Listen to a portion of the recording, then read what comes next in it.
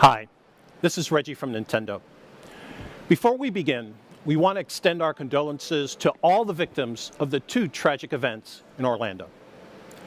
Our thoughts are with their families and their communities. And this includes Christina Grimmie, who was killed in the earlier incident and was scheduled to visit us here at our E3 booth this week. At Nintendo, we try to make our fans smile. But this week at E3, we'll also be shedding a few tears. Please join me in a moment of silence.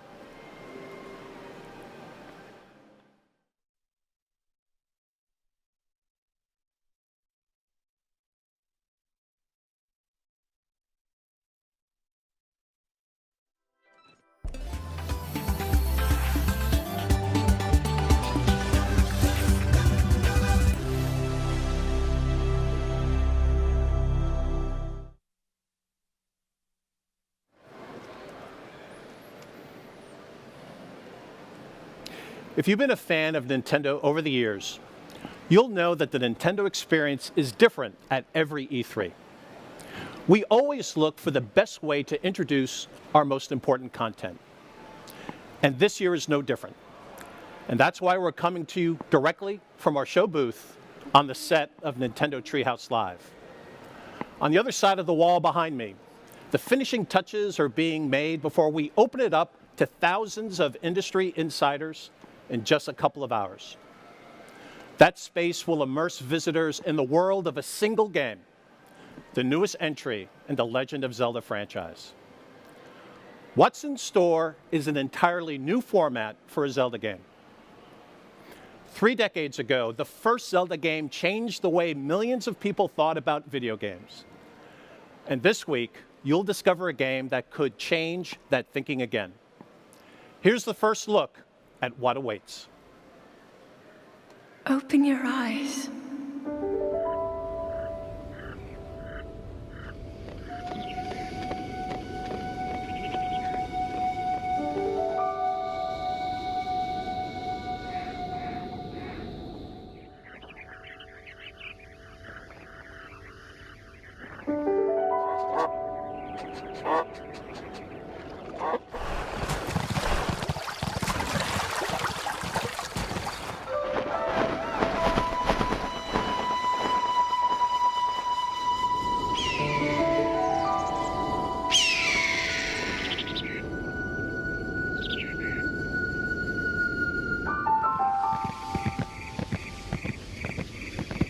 Open your eyes.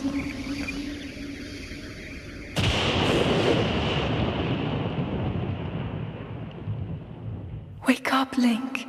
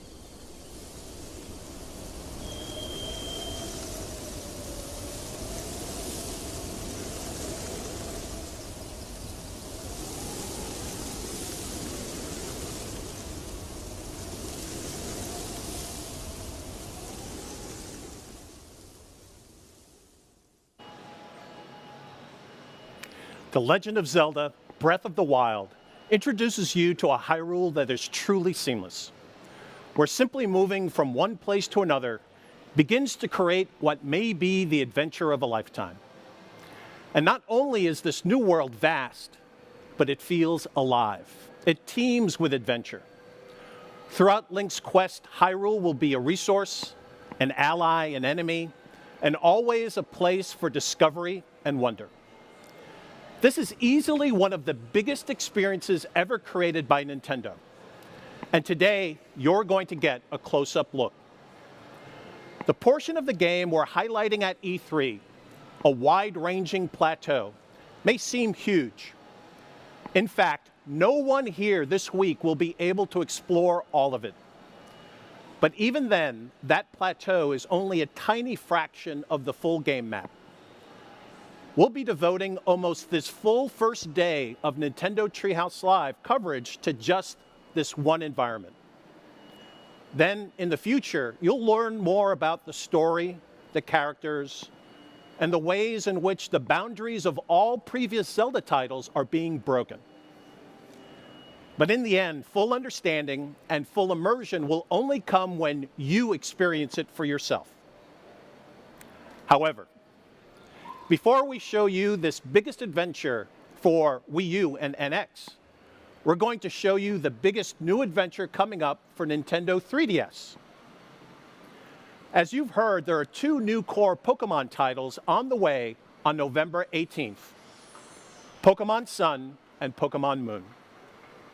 As always, you'll pick which new starter Pokemon to partner with.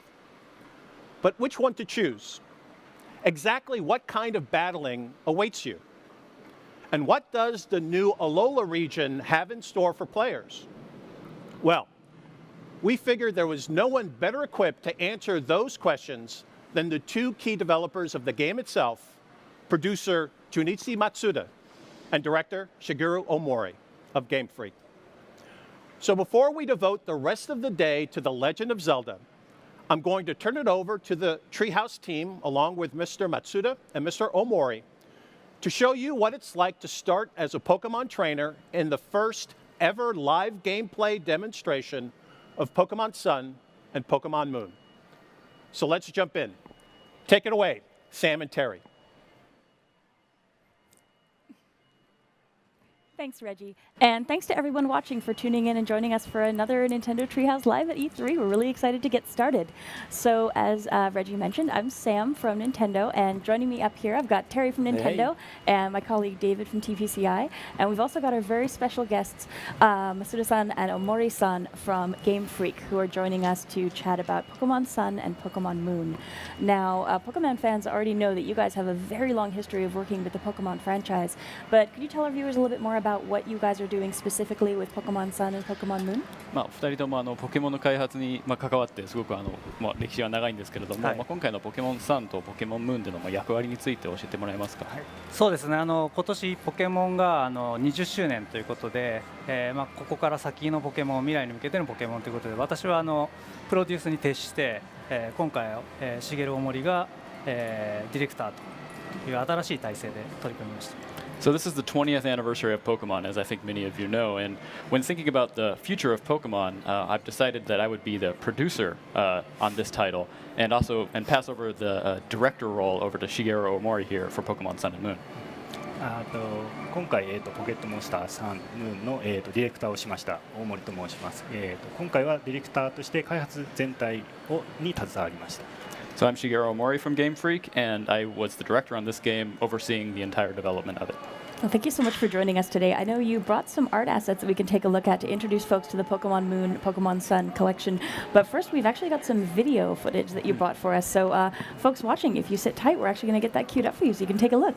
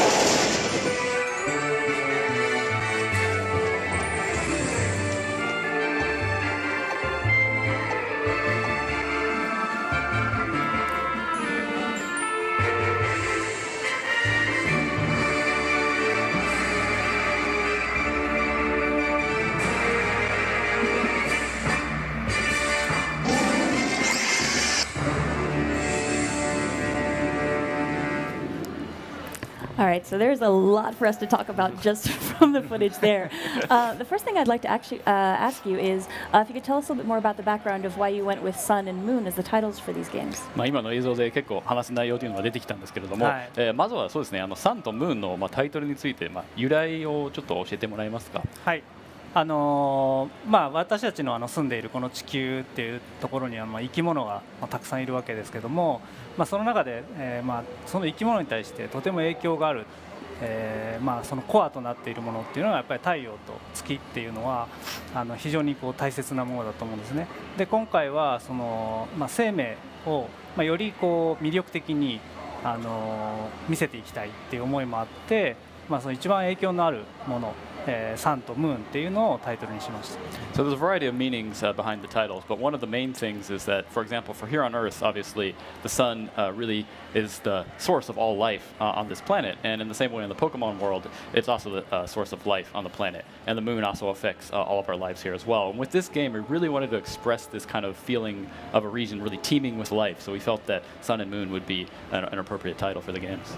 I think especially thinking about these big elemental forces, sun and the moon, we also need to talk about those legendaries that are on the packaging, because I think folks are going to really want to hear a little bit more about what they can expect from those Pokemon. そういう太陽と月の存在の多分表しにもなってるんじゃないかなと思うんですけど、このかっこいい伝説のポケモンについて、話してもらえますか。そうですね、サンに出てくる、ソルガレオっていうのは太陽の使者で、ムーンの方のルナーラは月の使者として伝えられているんですけども、今まで、以上に物語自体にかなり、関係してくる2匹になりますので、楽しみにしていてほしいなと思います。 So in the games, the legends say that Solgaleo and Lunala are the emissaries of the sun and the moon, respectively.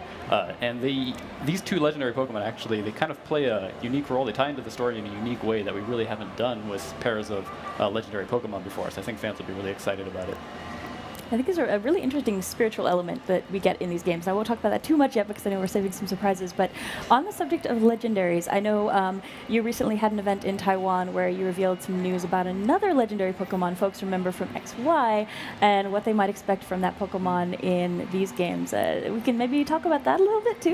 ちょっと伝説ポケモンの話で、先日ちょっと台湾で、ちょっと、XY に登場した伝説ポケモンについてのニュースっていうのをちょっと発表されたと思うんですけれども、それちょっと話してもらえますか。そうですね、いよいよ10% ジガルデとパーフェクトジガルデが、サンムーンに登場するというお知らせが、出ましたけども、今回このジガルデも活躍するっていうのが、ポイントかなと思います。 So Zygarde, the Pokemon that one of the legendary Pokemon that appeared in originally in Pokemon X and Y.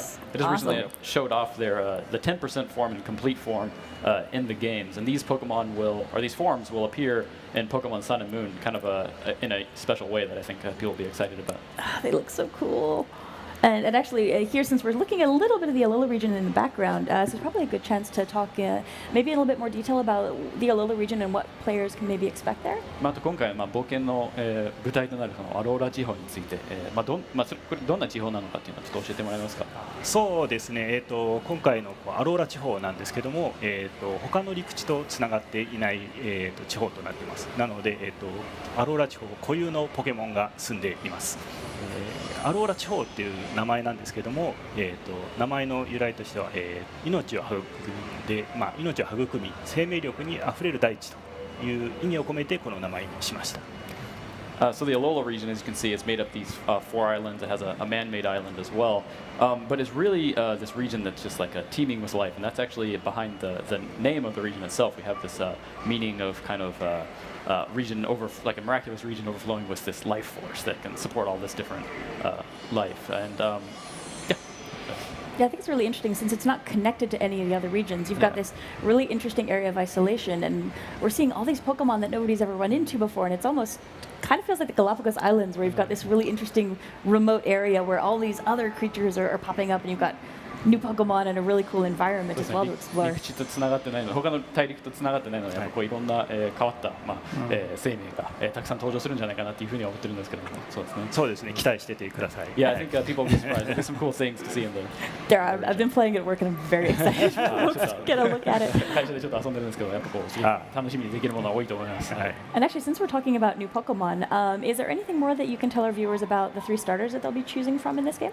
今回の最初のパートナーとなった3体のポケモンなんですけれども、この3体について教えてもらえますか。そうですねもうどの3体ももう可愛いんですけども今回特に、動きについてすごく意識して作ってまして、バトル中だったりとか、いろんな時にこう動きが可愛くなるようなデザインとして作られています。はい So of course they're all very cute, but one of the things I really focused on with these 3 in particular is making their movements really cute when they're represented in the game. Like for example in battle and other parts in the game, you see them moving around and they're really cute, kind of make you want to reach out and touch them almost.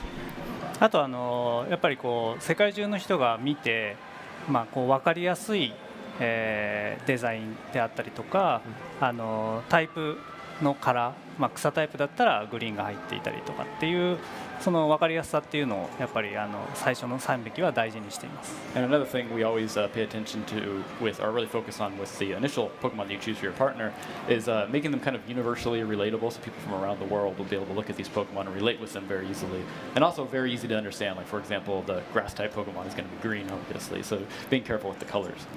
I think what folks have seen already from the animations that we've shown in a little bit of video footage we've been able to share, they have a lot of personality. I actually picked Poplio because I'm a hardcore water starter fan. My first was a Squirtle and I've stuck with them, but I've been having a great time so far, and I'm looking forward to seeing what other folks pick when I get into the starters as well. 最初ゼニガメ選んだので水タイプのこの足回りを絶対今回いいですね。どれもすごい個性的なので悩むんじゃないかなと思います。 And it's interesting actually what you talked about with the design of the starter Pokemon, and I think they also really fit nicely in with the kind of tropical climate and environment we've got.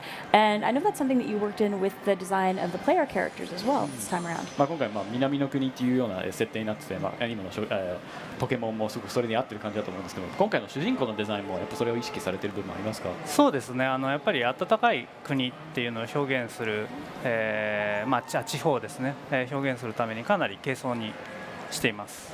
So yeah, obviously the region this time, the climate there is extremely warm, so we wanted to make sure that the characters, the designs were more lightly dressed than maybe other designs had in the past.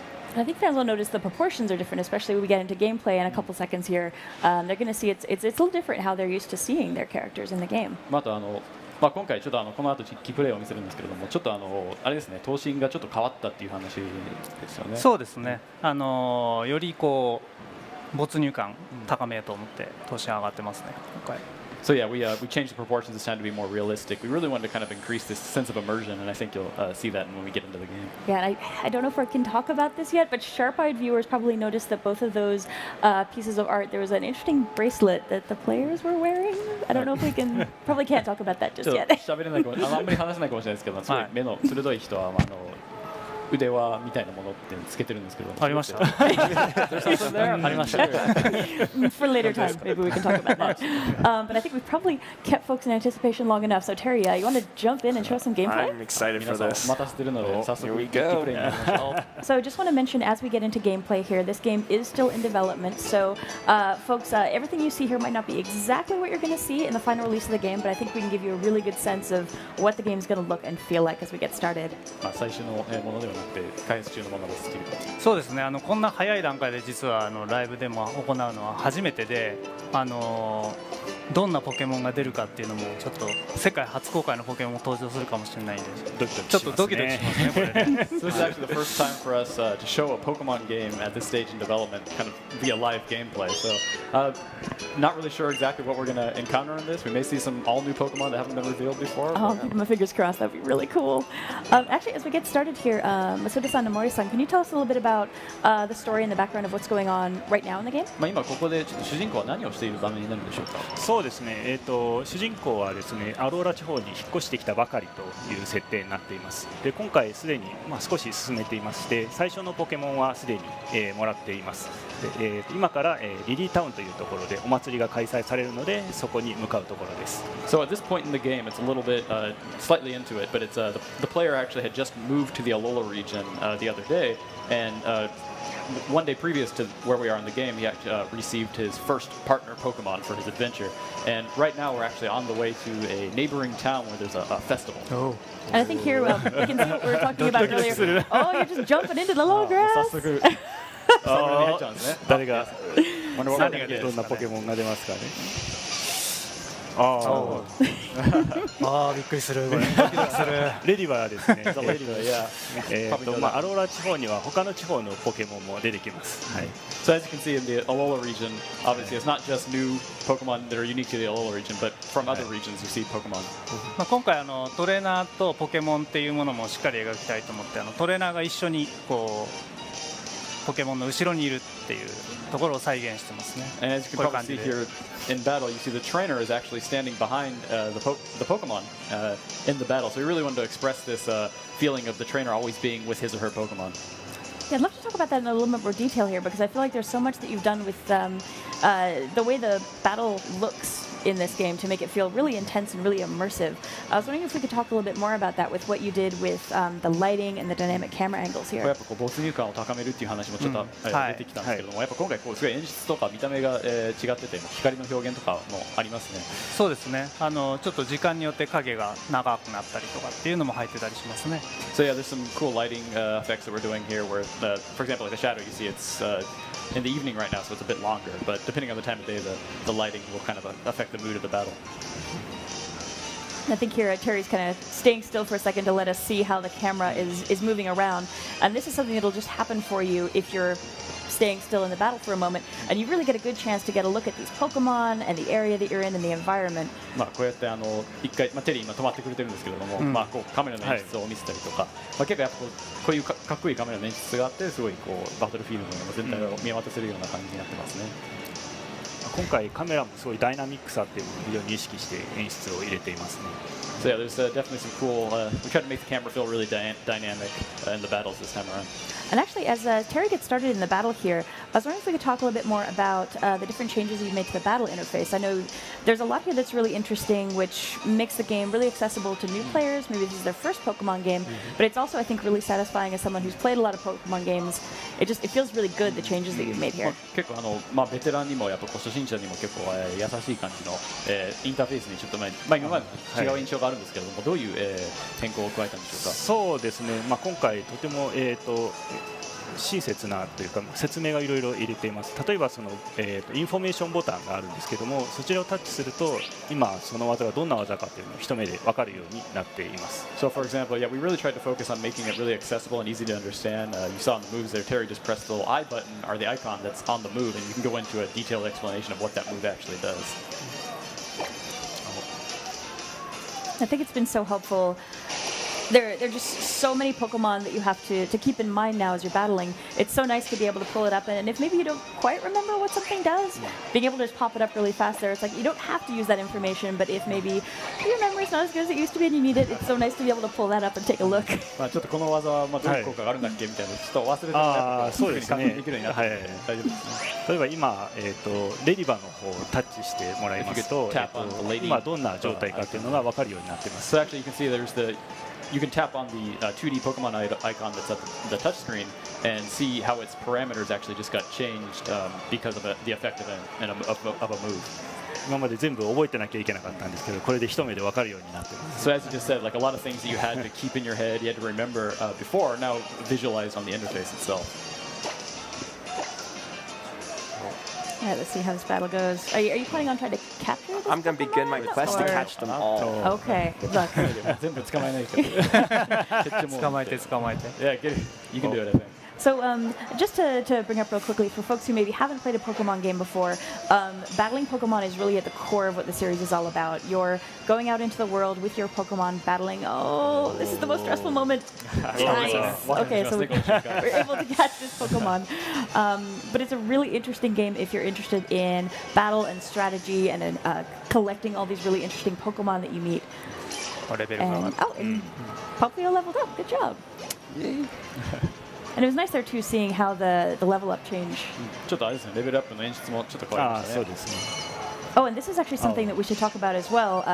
Can you tell our viewers a little bit more about what they're seeing on the upper screen これ here? 今ちょっと図鑑に登録されたんですけども、これちょっと違う感じがありますね。そう今に比べてですね、今回、図鑑の、遊びとして、埋めたくなるっていう要素をすごく、かき立てるようにしました。で白いモンスターボールなんですけども、実はあそこが空きスペースになっていて、例えばその捕まえたポケモンの、進化後か、それとももしかしたらペアとなるポケモンが出てくるかもしれないっていう風に演出しています。いろいろどんなポケモンがいるんだろうって考えながら育てたり捕まえたりしてほしいなと思います。So one of the things we wanted to do with the Pokedex this time was really encourage players to, again, really want to catch them all, really fill up the Pokedex. And one way we've done that, as you can see, there's the Ladybug just got registered, but next to it is a white Pokeball icon. And what that does, that indicates there's an empty space, which means that either it has an evolution or maybe there's another Pokemon out there that kind of forms a pair with it. So that'll kind of encourage players to really want to fill up that empty space, go out and search and catch all different types of Pokemon and kind of complete their Pokedex. Yes, especially exciting, I think, when you find one and there's lots of white Pokeballs and you're just like, oh, okay. そうですね、一匹 We've 捕 got a ま lot of え work て to do. たくさん白いモンスターボールがあるとやっぱこう捕まえたくなりますよね。そうですね。So 次さあ次は Who we got? Oh, nice. One of the new ones. これは新ポケモンですね。ヤングースというポケモンです。いつもお腹を空かしていて、お腹が減っていくと怒りっぽくなっちゃうっていうポケモンらしいですね。So as you can see, this is the new Pokemon called Young Goose. It's always hungry, so it's always getting hungry, and then so it's looking for food. But whenever it's hungry, it also gets very aggressive. I love its face. Design is just so cute. I like the All colors. cute. I feel kind of bad for it though. I feel like we just throw it a bag of chips or something and it'd be like, ちょっ thank とかわ you. いそうですね。ちょっと餌を Always 当て hungry. てあげてもいいんじゃないおお Oh, it's いい close. 感じですね。 Oh, getting close there. もう捕まるんじゃないですか。 You'll probably be able to catch this one. We're on our way. Good luck. That's 2 down. 2匹ですね。 Yeah, this is 全部 always 捕まえ like ま the す most stressful seconds in any Pokemon player's life. Just the モンスターボールの揺れ oh. がいつもそうですね。 Nice. And actually, this will give us a chance to maybe take a look at the Pokedex. So we've got a new Pokemon to check out.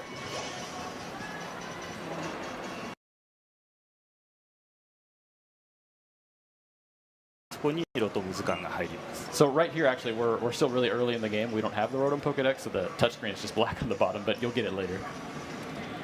And here, actually, this is a great chance. If we just take a quick circle around, we can show off not only the trainer's proportions, but also the movement is a little bit different than what folks who played previous Pokemon games have expected. 頭身が変わっただけではなくて、今ちょっと移動のなんていうんですかね、その見た目っていうか、ちょっと動きそうですね方も変わりまはいしたね。今回フリーに自由に動けるような仕組みにしてますね。 So yeah, you can move around. It's free, full analog movement this time in the game. Oh, and we need to tell players what's going on here これちょっと when they're seeing the shadow 暗くなるって come いうの in. はどういう意味そうでなんですすかね。今あそこのキャラクターがモンスターボールを投げてるんですけど、あれはポケモントレーナーですね。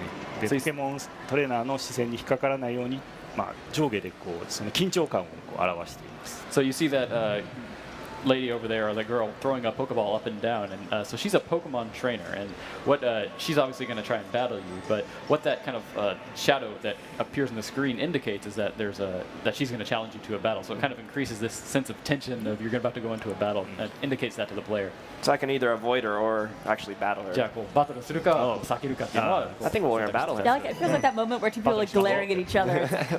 目 Ready to 目があったら fight. もうポケモンバトルですねみたいな。 But it is really nice if you're in a position where maybe you're trying to get somewhere really quickly or your Pokemon aren't in great shape right now, you don't want to fight. It's nice to have that second where you can avoid it before you just kind of stumble yourself into a battle. そうですね。ポケモンの具合が良くない時とか、 Cute. 先急いでる時はもう避けられるっていう。そうですね。 Yeah, that's right. I think so. We can see here we're seeing the other trainer as well, and it's really nice actually just to get such a good look at the Pokemon proportions alongside their trainers. 今回トレーナー相手のトレーナーもバトルに出てるんですけども、やっぱこうサイズ感、ポケモンのサイズ感っていうのが結構伝わりますね。そうですね。結構そういうところはやっぱりトレーナーがいることによって表現できているっていうのが今回の新しいところですね。 Yeah, it's definitely one of the new things. I think by having the trainers in battle, like you mentioned, it really gives you that sense of scale. And I think from the experience I've had at the office playing this game, it's really going to surprise people when they take a look at just how big and small certain Pokemon are when they're actually standing right next to them. 結構多分今まで実感湧かなかった部分も多かったと思うんですけど、実際遊んでみてやっぱこのポケモンこの大きさあったんだみたいなって思うところも多分多いんじゃないかなって。あと、トレーナーごとにですねいろいろこうモーションを工夫してまして、例えばボールの投げ方だったりとか、ポケモンに指示を出す仕草とか、そういったものが細やかに設定されています。やられちゃったポーズとか、やられちゃった。And with the trainers being represented in full 3D this time, they all have unique motions and reactions. For example, how they throw their Pokeball or their reaction when they lose, for example. アイテム拾いましたね。 So you just got an item there. I think there might be some more folks we can battle up here. もっとバトルがトレーナーバトルが待ってるんじゃないかなこの先に。As we're walking around, I'm hoping folks who are watching are listening with the volume up so they can hear the music in this area. I found it's really great how it feels. It really fits in with the tropical environment. 視聴者の皆さんも多分、聞こえてると思うんですけど、結構音楽が素晴らしいですね。南の国にちょっと合った感じの。I love how enthusiastic he looks. All right, Oliver. すごいやる気ですねこの子。ヤングースですね。It's another young goose, looks like.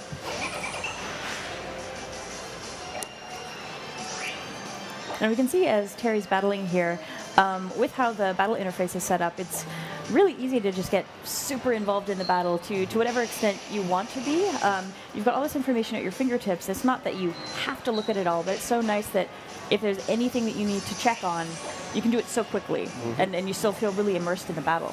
これやっぱそうですね。バトルのインターフェースでこういろんな情報を今回覚えなくてもいいっていう話だったんですけども、こう見たいときはもうタッチ一つでこうやっぱこう情報をすぐに出せるのでやっぱこう便利ですね。そうですね。やっぱりこうバトルをしていて、こいつどんな状態だったっけとか、そういったことがすぐこう情報に出せるということは初心者でもこの奥深いバトルにとっつきやすくなるかなと入れました。So yeah, of course, it really there's a lot of depth to the battles, but you don't have, for example, beginners, for example, maybe they don't want to, or they won't remember a lot of these different status changes and whatnot. But you can really quickly check on the state and see how things have changed. I'll say I love Young Goose's painting animation. Young It's Goose just so cute. 気絶の演出が今日可愛いですね。何が出るというんですかね。I always have a soft spot for Pokemon with the teeth. There we go. ツツケラですね。キツツキポケモンなんですけども、1秒にこう16連打して木を叩くと言われているポケモンですね。So this is a pick-a-peck. It's called the woodpecker, or excuse me, the woodpecker Pokemon. I can't even speak, but so the setting of this Pokemon is that it can actually peck 16 times in 1 second. So it's got very fast beak there. 16回というのは特徴だよね。16回というのは大丈夫。 We're very particular about the number 16. It's interesting, yeah, watching its animation as it's got very bird-like movements as it's kind of twitching its head side to side, and I think that the level of detail that you guys have put into all the Pokemon animations in this game is really fantastic. ポケモンそれぞれの動きとかすごい細やかに設定してるという話だったんですけど、キャップわかりますね。これもう鳥みたいな感じでしょ。そうですね。首を横に振ったりとか。Oh no, no, Terry! Oh no. まさかの。 Hopefully one of your new friends is ready to help us out. There's a good chance to mention, actually, we did find a Pokeball earlier as we were walking around, and you can find some good items to help you out along the way that can help you heal up your Pokemon. And この後そうですね。High ちゃん risk. と傷薬とか持ってるので、バトルが終わったらちょっと回復できるんじゃないかなと。捕まってよかった。すごいドキドキしますねこれ。We must get wiped out there. what's good? That's definitely a way to end the battle. High risk to catch them all. Oh, that's nice. Your ladybug got a level out of that, though. これでレベルアップですね。レディバーが。 Almost another one. ゲームの醍醐味ですね。Yes, this is definitely one of the. I think one of the things that really makes Pokemon a fun game. This kind of like sense of tension here. So, do we have anything we can give Papayo to I think it's time to go to fix the him up? festival. Oh, もうそろそろ you're ready. 祭りに向かいましょうか。 Oh no. We'll just run for this one. All right. ちょっとこれは一回逃げよう。あ、ヤングース。ヤングース出ましたね。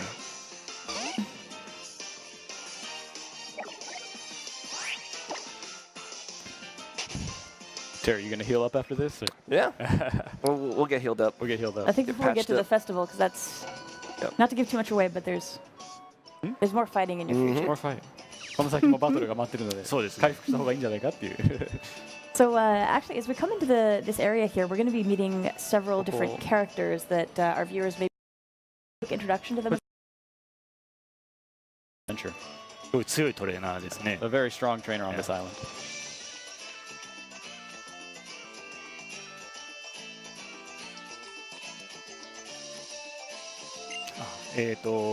この子はハウっていうキャラクターですね。ニャビーを今連れているんですけど、この後、お祭りで一緒に戦います。So this is how, and you're about to battle him actually as part of this festival.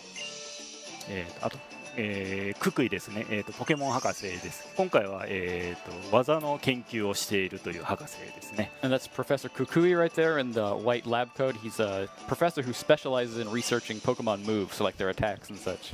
Yeah, I think based on the fan response I've seen, he is quickly becoming the most dreamy professor, I think, for the fans. 今までの博士の中でこうちょっとイケメンっていう評判が出てるけどあとリリエですね。ポケモンのトレーナーではないんですけども、今後も一緒に冒険するキャラクターです。And that's Lily behind you there. She's the assistant of Professor Kukui, and she's not a Pokemon trainer, but she'll join you on your adventure throughout the story. And sharp-eyed viewers may have noticed 回 her 復した。 bag is kind of interesting. Safe. ちょっと彼女が持っている、バッグちょっと気になりますね。カバンの方は。なんかありましたか今？ Was there something there? い Yeah. や、もうわからない。ちょっとね、さっき動いてたけどねい。やでもまだ言えまだない。言えない Gotta keep it a secret right now, unfortunately. 動いてたの見ちゃった。you saw a move. Maybe that's a hint. Well, I think it's time we go into the festal battle. じゃあそろそろ祭りのバトルになりますか。So I think it's going to be really interesting for fans of the series to see this battle and the space. The way that Pokemon and Pokemon battles are integrated into the culture in these islands is really interesting. And you get these amazing battle spaces where other folks are gathering around and watching you guys fight. このやっぱこう人間の社会にもやっぱポケモンとポケモンバトルそのものがこう、なんていうんですか、社会の一部になっててすごい大切なものっていうのがすごく伝わりますね。やっぱこういう、しっかりしたこうバトルアリーナみたいな感じもできてて。そうですね。今回このお祭りなんですけども、2人の旅立ちを祝うというかそういう儀式になっています。戦った後にこの2人は島を巡る冒険が始まるというストーリーになっています。So in this particular festival, actually, this is kind of a celebration or a way to kind of kick off both you and Hao's adventures to kind of travel across the island. So it's kind of a ritual in this society.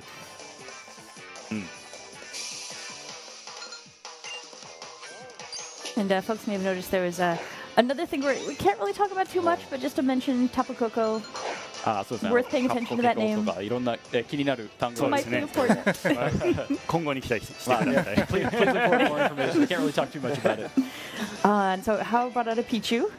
あ Who looks ピチューが出てきました adorable. ね。可愛いですね。今度は負けないように頑張ってください。 Don't lose this time, Jerry. Leave it to me. 任せてください。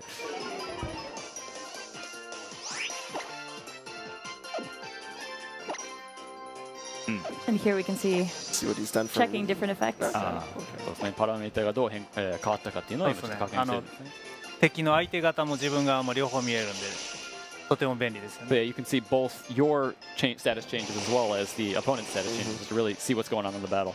So looking at this tropical environment, I'm really hoping that you guys were able to pull off some business trips to some nice tropical locations maybe. I mean, it's for research, it's work. Just have to go. 今回南の国という設定なんですけど、やっぱこう研究目的でこういろんな素敵な場所に行けたんじゃないでしょうか。そうですね。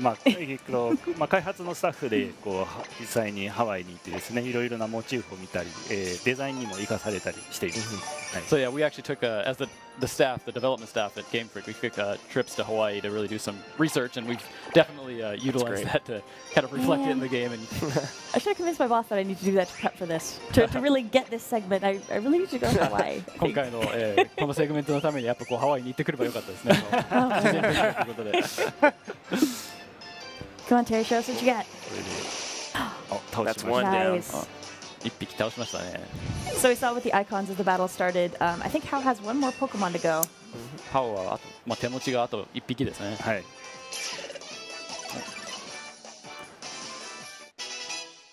Ooh, and a new skill. Nice. 新しい技を覚え Getting てますね stronger.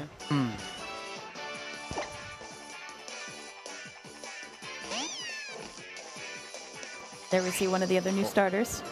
これも、ニャビーなんですけども、1回実はもう見ているという設定になってまして、戦うとですね、1回見たことあるポケモンはどれが効果が抜群かっていうのが分かるようなインターフェースになっています。So at this point in the story, you see Hao has Litten, which is another one of the first Pokemon you can choose in your adventure.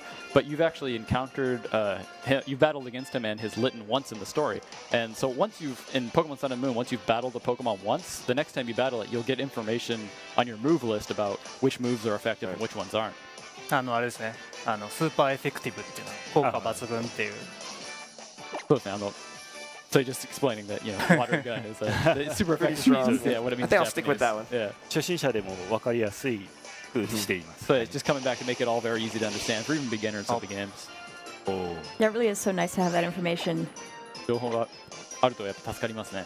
I think especially when you're trying to catch more Pokemon, and you're like, okay, I actually maybe don't want to be super effective right now. I need to kind of whittle this Pokemon down. So being able to remember, maybe you want to use your weaker attacks sometimes just to kind of get them just to that point. 捕まえたい時とかもやっぱこう効果抜群じゃない方とかをあえて選びたりするのがあるので結構役に立ちますねこの情報。Nice, good job, man. 勝ちました。I love what a good sport Hao is about losing too. He's just kind of rolling with it. It's all good. So I don't think we can go too much further in the gameplay because we're going to start giving away story elements that we don't want to show folks yet. But you did bring another video for us to take a look at that has a new gameplay mode that I don't think folks have seen before. この先やっぱ実機プレイを進めるとストーリーのネタバレ的なところも見せてしまうことになるので、ここまでにして、ただもう一つちょっと映像を持ってきていただいて、持ってきているという理解なんですけども、初めて今回初登場の新しい新モードという理解です。ポケモンはやっぱりコミュニケーションツールとして今までこう対戦とか交換とかっていうのをやってきたんですけども、今回はさらにこう新しい形でのバトルっていうものが登場します。バトルロイヤルっていうものですね。So with the Pokemon series, obviously, using it as a kind of a communication tool, facilitating that communication between players has always been one of the things we've really focused on with the game. So trading and battling between players, of course. This time that's no different. We've got an all-new multiplayer battle mode, which we're calling the Battle Royale. All right, well, let's see if our crew can load that up for us and we can check out this gameplay. そうです。So as we get started here, can you tell us a little bit about what the rules are for Battle Royale and how the matches are decided? そうですね。このバトルロイヤルなんですけども、4人のプレイヤーがポケモンを3匹ずつバトルに出して戦うというルールです。今日はちょっと時間の関係で1匹にしています。So in this mode, it's actually 4 players. Each player chooses up to 3 Pokemon and battles with 1 at a time. In this video here, we're just doing 1 Pokemon for the sake of time. このバトルロイヤルの勝敗についてなんですけども、誰かの手持ちのポケモンが全て倒されたら試合終了となります。So how this actually works with how it determines the winner. So this is a free-for-all battle, but whenever one of the trainers, 勝者となります。 and then once the battle is over, once the first person loses all of their Pokemon, then to determine the winner, the game tallies up each player's how many Pokemon they've defeated and also how many Pokemon they have remaining on their team. And whoever has that highest number is the winner of the Battle Royale. Yeah, I think it's really interesting what this is going to do for strategy as folks are playing, because generally speaking, when you're thinking about how you're going to switch up your Pokemon to fight another trainer, it's only a one-on-one situation, so you can look at their Pokemon and say, okay, I've got this Pokemon that's going to be strong against this one, but you're worried about 2 other opponents here, so you really have to think about who's going to fare best against a group. 3 other opponents, actually. Yeah, it's... そうですね。やっぱこう今までだったらチーム戦とかあと1対1のポケモンバトルが多分主流だったと思うんですけども、今回はやっぱこう相手3人気にしなきゃいけないっていうのは特徴ですよね。そうですね。今回特徴としてこう4匹いるポケモンの中で誰を倒すかっていうのを考えないといけません。で、例えば1匹すごい強いポケモンがいても3人で集中攻撃すれば倒せるといった戦略性もあります。So yeah, it's a free-for-all, and of course, you could have 3 people gang up on one really strong person, or you really have to kind of determine your strategy about how you're gonna, which order you're gonna defeat Pokemon, who you're gonna focus on. Right. So totally new gameplay dynamic. Yeah, it is interesting how much more intense it feels. Where I'm used to just looking at the trainer in front of me and fighting them, and suddenly it's like, oh, there's 2 more trainers. I have to pay attention to everybody. And folks watching there, you may have caught that the trainers there were wearing different outfits from what we saw with the regular player characters that we've shown off so far. We can't really talk about that yet, but worth noticing. ちょっとそれぞれのプレイヤーやっぱ見た目とかあと服装が違うっていうっていうのはちょっと気になりましたね。また気づいちゃいましたね。You got a good eye there. これあれですね、今回着せ替えが入ってます。So yeah, you can actually customize your outfits in this game as well. So we're just about out of time, but before we wrap up, I was curious now that you've had a chance to see some fan reaction for these games. How's it been seeing how Pokemon fans have reacted for Pokemon Sun and Pokemon Moon? まあちょっと時間が来てしまいましたけれども、まあ今回の、ポケモンサンムーン発表されてから、多分ファンからの反響というのはあるんですけれども、その手応えについてお話してもらえますか。そうですね、今回、7言語から、9言語に中文を、増やしまして、特にその中文使われている人たちからもたくさん反響をいただいてまして、自分のツイッターとか、いただいてるんですけども、やっぱりポケモン20周年ということもあって、ここからさらに広がりを見せるために、非常にみんなが喜んでくれて、とても嬉しいなと思ってます。So yes, the reaction from everyone has been really great. I get tons of messages and tweets and everything. This being the 20th anniversary of Pokemon, one of the goals we really want to kind of for the future of Pokemon, really kind of expand it to even a wider audience. And as I think we've announced previously, in addition to the 7 languages we had in X and Y and Omega Ruby Alpha Sapphire, we also added Chinese, simplified Chinese and traditional Chinese. And I think a lot of especially from those regions, like fans have really been kind of excited about it and sending me lots of great messages. And is there anything final that you'd like to wrap up and say to fans who are watching the stream right now? ちょっと最後にファンに向けてのメッセージということで何かありますか。そうですね、もう今までにないチャレンジをこのソフトはサンとムーンはしているので、皆さんすごい楽しみに待っていてください。So yeah, I think Sun and Moon, we're really doing a lot of new challenges for us here as Game Freak. So I hope everyone really just look forward to the games. Well, thank you. 自分も完全新作としてのディレクター初めてだったんで、たくさんの苦労があったんですけども、その甲斐があってすごいいいゲームができたので期待しててください。So there was a lot of challenges for me, especially as it's the first time directing an entirely new generation of Pokemon at Game Freak. But I think we've really brought the game together. It's really turned into something fantastic, and I hope fans really look forward to it. I know I'm definitely looking forward to it. And thank you so much for joining us and giving us some insight into the development work here. Folks watching again, that was Pokemon Sun and Pokemon Moon, which are coming out for the Nintendo 3DS family of systems this November, so you don't have to wait too much longer. And please don't go anywhere. In a few moments, we're actually going to be coming back. Aonuma-san is going to be stopping by to show us some gameplay for a game you might be thinking about, Legend of Zelda Breath of the Wild. So please don't go anywhere. We'll be right back. Thank you.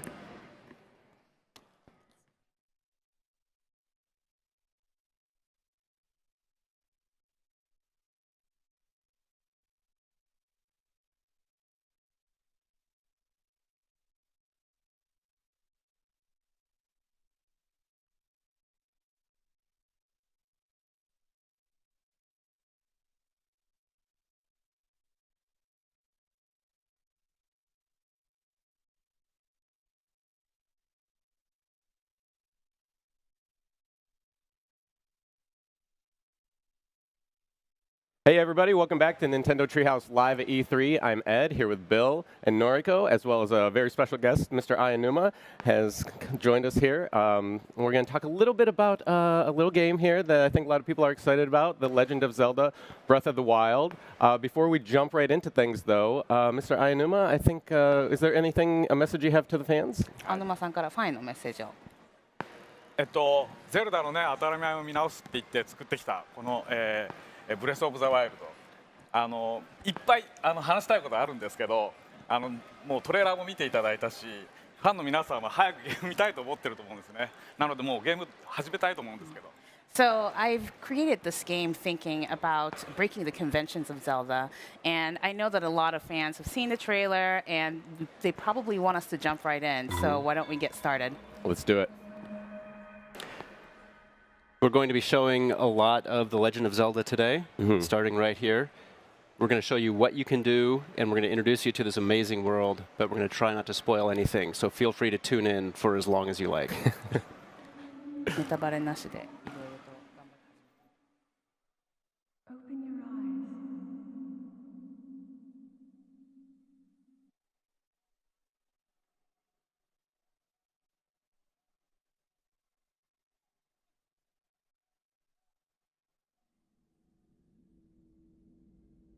Open your eyes.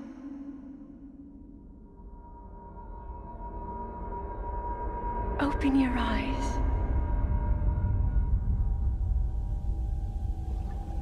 Wake up, Link.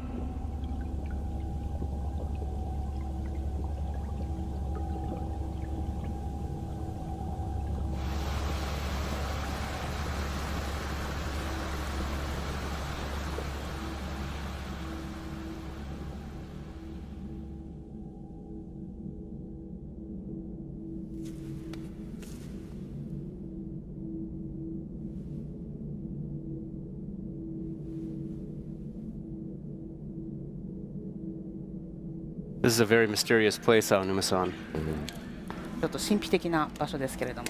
そうですね。ゼルダの当たり前を見直すって言いながら、昔いつもと同じような目覚めるシーンから始まってますけどね。I've talked about breaking the conventions of Zelda, but Link does start by waking up.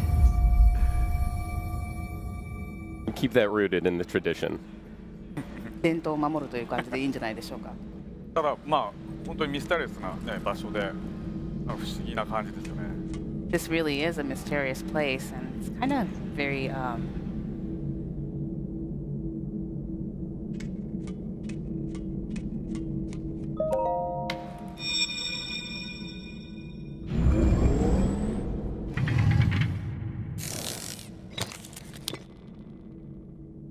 That is a Sheikah slate. Take it. It will help guide you after your long slumber. So here we see the introduction of a very mysterious item. 神秘的なアイテムが出てきましたが。ね、ゼルダって今まで剣と魔法のね、そういう世界だったんですけど、今回は今度は、ね、何か新しいテクノロジーのような感じですね。So in the past series, we've used swords and magic, but this time around, we introduced technology. I know a lot of people are going to be so excited to see how that plays out in this game because that's such a great new wrinkle to add to the Zelda franchise. シーガーストーンがどんな感じでゲームで使われるのかっていうのをファンの皆さんが期待していると思います。でもやっぱり宝箱を開けるんです。And he's going to start by opening the treasure box.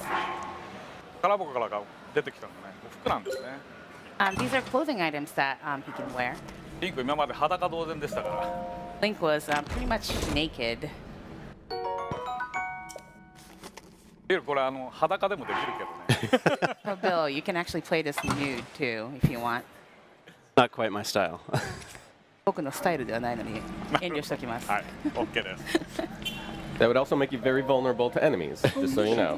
で、敵にもちょっとそれで防備力が下がってしまう。 That will show you the way.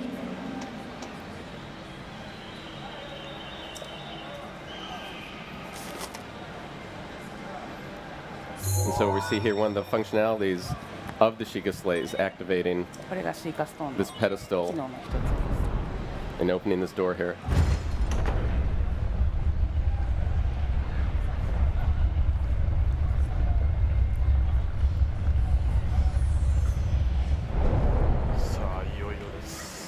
So it starts. Link, you are the light. Our light. That must shine upon Hyrule once again. Now go.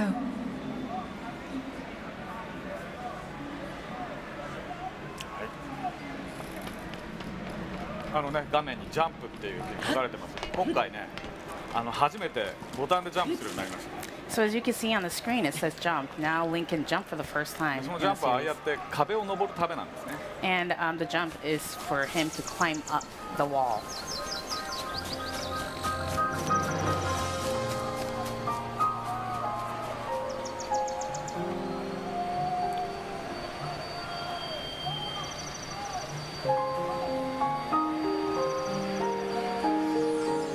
Now we see the subtitle on screen. Perhaps this would be a good time for Aonuma-san to talk about that a little bit. サブタイトルが画面に出てきましたけども、これについてちょっとご説明いただけますか。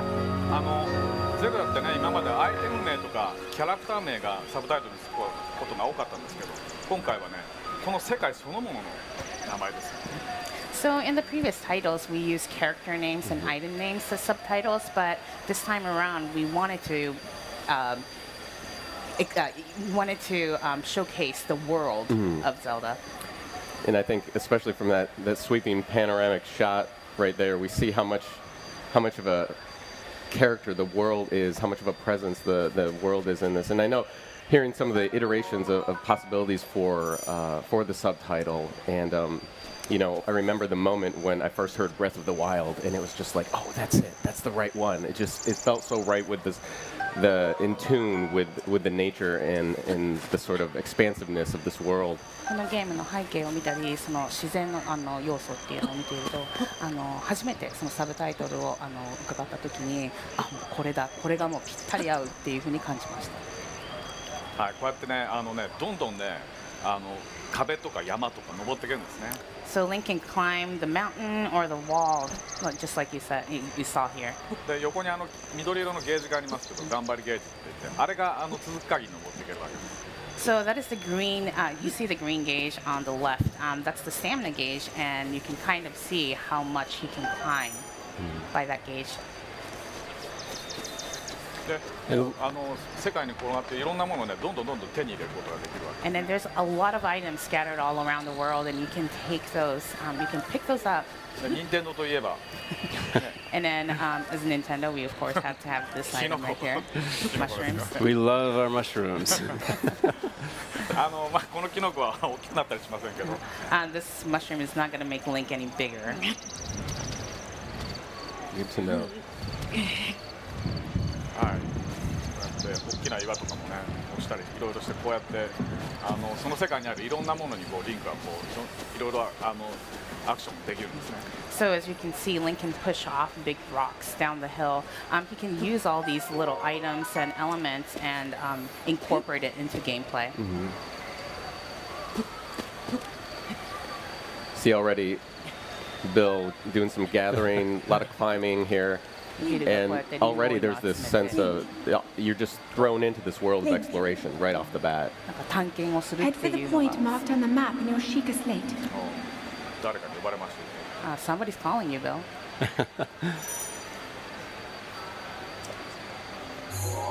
So here we get our first look at the map. This circular area here being the extent of the E3 demo that we're showing. This is a high plateau in the center of Hyrule. We'll give you just a sneak peek of how big that is, but I think you'll get to see a better look at the scale of the world later on today. ハイラルの真ん中に位置しているE3 バージョンで見れるマップは後でまた別の機会にお見せしましょう。Oh, I got a baked apple. 焼きリンゴですね。怒られちゃいました。 No, you took a baked apple. He scolded you. Oh. Now, who is this gentleman, Mr. Aonuma? Would you like to share with people? この男性は誰なんでしょうか。ご説明いただけますか。不思議ですね。He's kind of mysterious looking. ね、一番最初のゼルダで出会ったのもこういうローズでしたよね。And in the first of the series, I think you met a guy like this. He says this is the Great Plateau, and he describes it as the birthplace of the Kingdom of Hyrule. ハイラル王国の誕生の地、始まりの大地という。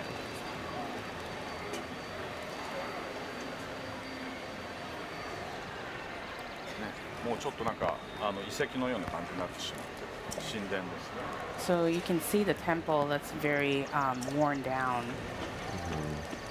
Yes, he says the kingdom is in a state of decay. なんか王国がちょっと崩壊しているっていう。どういうこと？ So I picked up a tree branch earlier. Currently, it's all I have for a weapon, but you can see very quickly the things that I can do with a tree branch. さっき枝をピックアップしたんですけども、これが唯一の今持っている武器なんだけども、結構いろんなことができる。そうですね。I can. いろんなことできますけど、そんなにいろいろ火つけたら大変なことになりますよ。You can do a lot of things, but you can't just set everything on fire. Right. I think we've just seen a window into Bill's play style. ビルのプレイスタイルが今ちょっと垣間見れましたね。I picked up an axe, and so I can also swap my weapons out. So I'll switch over to the axe. The axe is great because I can chop down trees if I want to get to some apples. Use all the resources. Right. I can even chop the logs that I've cut to get firewood. which I can later use to set a campfire. 丁寧に全部こう紐で巻いてあるってすごいですね。 So it's very nice, neatly bundled up already for you. It's amazing. Convenient. Yeah, I think honestly, first time I got my hands on the realm, I spent the first 20 minutes like chopping down trees and climbing trees. That's all I did. 初めこのゲームを初めてプレイした時にとりあえずもうなんか木を切り倒したり木に登ったりすることに集中してました。はい。 I've always been a big fan of the Koroks. コロッケね。この子たちはね、この世界の至る所にこう隠れてるんですね。 So these guys are actually hiding everywhere in the world here.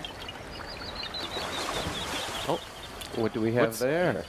あれ Aonuma-san, that looks like I've already come across the Master Sword. 見つかったか。 Maybe you found it. 見つかってしまったか。 Did you get it already? Did you find it? あ、まずい。 Oh. 残念でした。 No. Sorry. こんなところにね、そんな重要なものが置いてあるわけないでしょ。 There's no way I'm going to play something that important here. That would be the ultimate in breaking with the Zelda conventions. それはなんかゼルダの当たり前を見直すっていうのの一番。 Now I do need a shield, so I think I'm gonna run up this way. As you can see, the world is open to me. I can go any direction that I want, but I'm gonna run up here through the grass. I have a sword, so perhaps I should cut some grass. 草を切って。ね。 But nothing's coming out. でも何も出てきません。これさ、もうリンクはダメージ受けたらどうやって回復するんだって話ですよね。 So I guess you want to know how Link can get life はい。じゃあちょっと敵と after 戦って getting み a ましょう。 damage. So let's try fighting some of these enemies.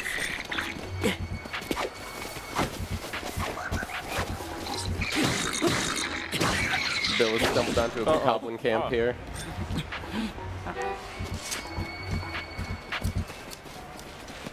Oh, he's gonna dispatch them with some extreme prejudice here, I think. There we go. It's not much of a shield, but I've got a pot lid. とりあえずシールドをゲットしました。 Uh-oh. Oh, he's taunting me. Oh no, I'm gonna need some health here in a bit.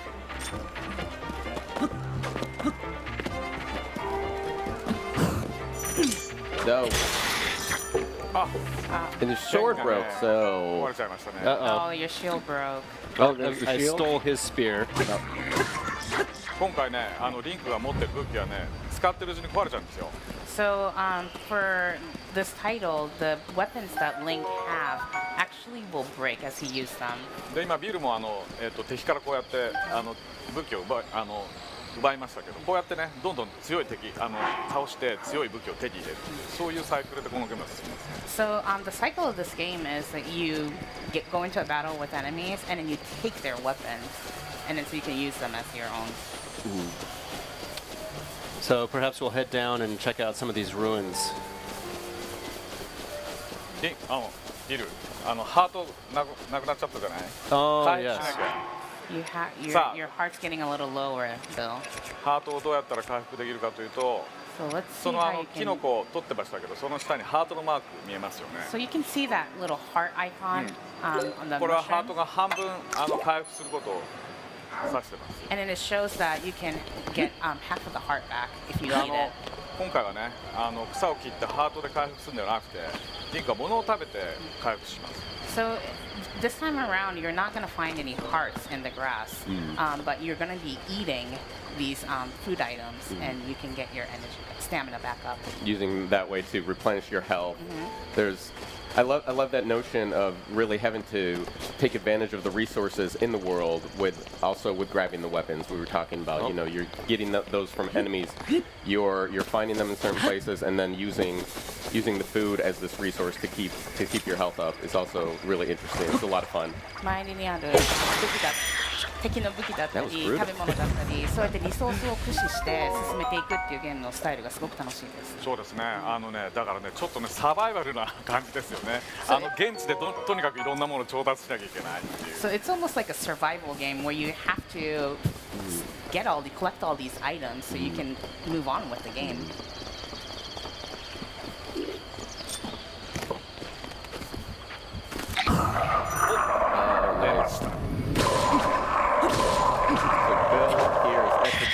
flurry rush.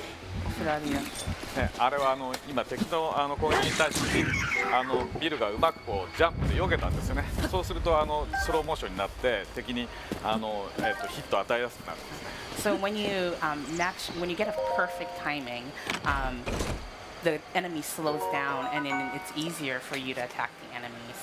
Looks like I got a new pair of trousers, which I've been needing to pick up. So, 新しいパンツをゲットしたので、これに着替えます。 okay. You can see that there's quite a lot to look around at and discover in the world. I'm going to run past those barrels there. 周りにいろいろあるので、いろいろと探求心というか、辺りを見回すのがすごく楽しいです。Aonuma-san, we don't have a good idea of what's going on in Hyrule here, but everything seems to be in ruin. ちょっとハイダルが荒廃化というか、なんか遺跡化してしまっているので。そうですね。これも昔のトレーラーでもお見せしました。今回のトレーラーに見たガーディアンですね。So you saw these guys in the trailer, they're guardians. っていう敵なんですけど、今動かなくなっちゃってますね、もう。And they're enemies, but as you can see, these guys are not moving anymore. だからなんかその間にこう時間の経過っていうのがあるんでしょうね。So there must be some sort of a time lapse. So I know a lot of people are going to be really excited about how you're dropped into this world, and there's minimal backstory. There's not a lot up front in this game other than here you are. What are you going to do? What do you want to do? Where do you want to go? And then yet there's so many hints in this environment about that hint of something greater has happened. And I think people will be really interested to see the story sort of unfold as they play the game. ゲームが始まってから、どのような舞台設定なのかっていうのはユーザーさんの方でまだ詳しく分かりませんけども、こうやってゲームを進めていくうちにいろいろとヒントが見つかって、こんなんなんじゃないか、あんなんなんじゃないかっていうふうに考え始めることでユーザーさんも楽しまれるんじゃないでしょうか。そうですね。やっぱりそういうことが自然とこう分かってくるっていうのが面白いじゃないですか。ゲームって端的にこういろいろ伝えたくなっちゃうんですけど、今回はねそういうところがもうじわじわとこう分かってくる形になってるので、ぜひ楽しみにしてほしいと思いますね。So I think with this title, you'll be able to learn these backstories, like you said, Ed. That you'll be able to learn them little by little on your own pace. It's not that the game is telling you, but you can kind of explore and find out on your own. This might also be a good time to talk a little bit about the art style and just the nature of the game itself. If you look at Link and the world, it's clearly deeply inspired by Japanese animation. で、今このリンクのアートスタイルなんかを見ると、日本のアニメに随分と影響を受けているんじゃないかっていうふうなことが感じられますけど、どうでしょうか。そうですね。ゼルダでいうとね、風のタクトの時にトゥーンっていう表現を使って。そのアニメーションの表現を取り入れてみたんですけれども、それはねそういう世界が広くその自然の中にものがあるんですけど、それをはっきり分からせるためには描き込むよりももっと簡素なマイナスしていくね、削っていってはっきりそれを分からせるこういうアニメーションの技法の方がゲームには向いてると思いますね。So we've used this toon style before in the previous title, but in order for the players to see an item, to find an item, it's actually easier to use the animation style where you create something and then you shave off the elements, so the users will be able to identify the items easier rather than adding on elements to the background. なのでそのアニメーションっていうその技法を使って表現するっていうことがテーマではなくて、それをねゲームの機能に合わせてそれを選んだっていうことなんですね。So the theme here is not that we wanted to create an animation style game, but we wanted to use this art style and then match it to the functions of this game. And you see here the time limit on the We demo that ran people will into have a access slight- to on the show floor. Yeah, we were supposed to disable that. That was my mistake. That's all right. That's all Time right. limit But These things happen. what we can do is we'll skip through a few 申 things. し訳ございません。 It's an organic playthrough. It's true to the nature of the game itself. でゲームの本当の自然な形に今沿っているので、まあ、こんな感じこんなこともあるそうですね。今日体験してもらえるものを生で皆さんにも感じてもらったってことですよ So ね。 yeah, this is That's something right. that the users will experience tonight on the show floor. So And I think people saw, that actually gives people at home a sense of how much time people are going to have here. And as Reggie said, nobody's going to be able to explore even just this small area that we're showing here at E3. And that speaks to just how large this experience is going to be. And I think that people are going to be really excited to just get that little taste of it. さっきレジも言ってましたけれども、本当に今回ショーフロアでデモをしても、本当に一部の部分しかマップの一部しかゲーム内の一部しかプレイできないので、まあ今のこの切れてしまいましたけれども、それでどれぐらいの本当短い時間にどれぐらいちょっとしか見れないかっていうのが、ビューアーの皆さんにも分かった視聴者の皆さんにも分かったんじゃないかと。そうですね。But in going back and talking about the art style, the colors are very reminiscent of a type of paint called gouache. And gouache was actually it's a material that is used frequently in animation. But it's also a material that's used in a style of painting that is called en plein air, or in English, open air painting, where you go out into the environment and you sit down in front of the object that you intend to paint, and you paint it in that real world setting. And then, as we started looking at the art style and its similarities to gouache and that connection, we also started to feel that the music in the game also has a very open air feeling to it. Isn't that correct, Aonuma-san? このアートスタイルも随分そうやってグワッシュとか使っているような感じのスタイルですけれども、音楽自体もとてもなんかオープンエアっていうテーマにぴったりな気がするんですけども、そこら辺のご説明っていうのをお願いできますか。ね、どこに行って何をするのも自由な今回のゲームなのでね、あるルートに沿って遊んでってもらって、その間に音楽を盛り立てていくみたいなことが今回は使えないんですね。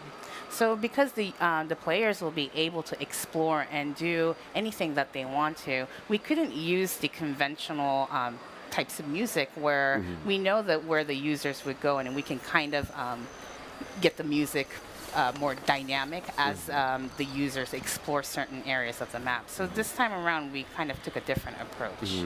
なので今回は、ゲームの BGM をですね、環境音、今大自然の中のこの音がありますけど、それに融合させるような BGM の使い方をしてるんですね。So as you can hear, there's a lot of environmental sounds that you hear throughout the game, and then we try to blend that music, that sound into the game as much as we can.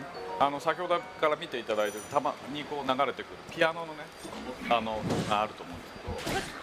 And then you can hear a little piano, sounds of piano throughout the game, I think. ピアノのね音っていうのはこの自然の音にすごくマッチするんですね。And then the sounds of piano actually matches this nature element very well. なおかつ人の内面にこう働きかけるような響きを。And then the sounds of piano actually kind of strikes a chord in people's emotions too. So I think it works really well. なのでリンクが何かの目的のもとで何かをしようとしているときにたまたま偶然にまたそのピアノの曲に出会うとですね、ぐっと気持ちが盛り上がってくるんですね。So when you're playing the game and when Link goes through something, and then if that piano sound happens to come on, it kind of it makes you feel so emotional just hearing that perfect match of the movement and the music. だって本当の偶然の出会いなんですよ。だから100人いたら100人の人が違う体験をするっていう、それを感じてほしくてそういう。So the music is our intention was to, because this game it has 100 ways of playing it if there is 100 players playing it. So we kind of wanted to make that that very unique experience for every player. I know longtime fans of the series, that's going to be one of the first things they notice. You know, there's not the constant theme music always present everywhere you go. And this new take on the aural experience is really refreshing. It's true to the game, and it does resonate. It feels really good to play. ゼルダファンにとっては常にこうテーマ音楽が流れているようなバックグラウンド流れているような感じではないので、やっぱり今回のBGM に関してはすごくみんな気づくと思うんですけれども、違いにでもやっぱり青沼さんがおっしゃったように本当に心にグッとくるような音楽なので、すごくこのプレイスタイルに合っていると思います。よかったです。Yeah, I'm really happy to hear that, Ed. Bill continuing There we his go. campaign of brutality. 裸ですね。Yes, I forgot to. Bill Link. Sorry, I forgot to put my pants on. You kind of rushed Just like yourself. any other day. So we do have, one of the things that we're not showing in this morning segment that's going to be coming up in just a little bit is puzzle solving. You'll be seeing some of that today. You'll be seeing quite a bit of exploration and the ways to use the objects that you've discovered. But one of the things, there's a lot of different ways that you can kind of experiment with the environment and the world here in Breath of the Wild. So I'm just going to have a little bit of fun with a little project I want to try out here. 後々午後のセグメントでは謎解きだったりいろいろな他のマップの他のエリアの探求なんかもしますけど、ちょっと今回はビルがやりたかったビルのプロジェクトにちょっと今集中して。集中して何をしてんのこれ。Oh. Okay, well. I like that you call this setup a project, Bill. Let's see. ほぼ何がしたいか分かりません。I don't know what you're trying to do here, Bill. Let's see if it's close enough. Nope. Oh. Get another club? Let's see if we can make that happen. Oh, no, not quite. なんとなく分かった。 Try one Maybe I have more. an idea here. Oh, Hey, you live. I did. I survived. 死なずに。 Well done. Now, でもかなりやばい状態 that なんで was But look at your heart, Bill. that was quite dangerous. Thank you for joining us for Bill's Actually, project. we have a little bit of news. I think everybody has been excited for some special Zelda items coming to Miitomo. なんかミートモに新しいゼルダのアイテムが登場するということで。We've just been told that those items will be going live at 3 p.m. Pacific time, so be sure to check into Miitomo today to get your free Zelda-themed items there. We have a lot more Zelda coming up today. A lot more Zelda. As we've talked about, we're really focusing on introducing you to the world, the things you can do in the world, how you're going to be surviving. It's really all about the actions and the activities. You won't be seeing so much in terms of characters and story. So if you're the type of person who doesn't want to be spoiled, feel free to tune in all day. Yeah. で今日も午後からいろいろとキャラクターとストーリーというにフォーカスしたものではなくて、他の要素にフォーカスしたツリーハウスライブのセグメントがあるので皆さんご覧になってください。まだまだたくさん伝えたいことがありますのでよろしくお願いします。 There's so much more I want to tell you about this game, so please look forward to it. Yes, so stay tuned. We're going to take another look at our next segment. We're going to be focused on some exploration. So thank you, Noriko, Mr. Ainuma. Thank you, Bill. Thank you very much for your time. And don't go anywhere. We got more Legend of Zelda Breath of the Wild coming up.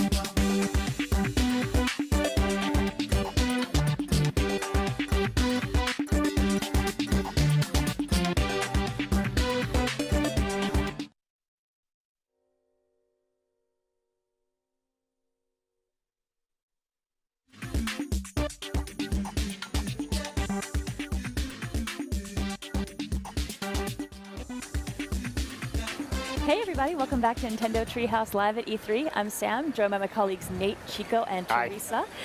So just a few minutes ago, Anuma-san gave us an introduction to Legend of Zelda Breath of the Wild and the Plateau.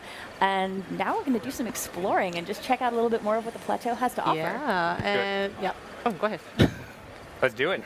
Okay. Let's do some climbing, shall we? Yeah. So Mr. Anuma and Bill kind of looked around the bottom of the temple.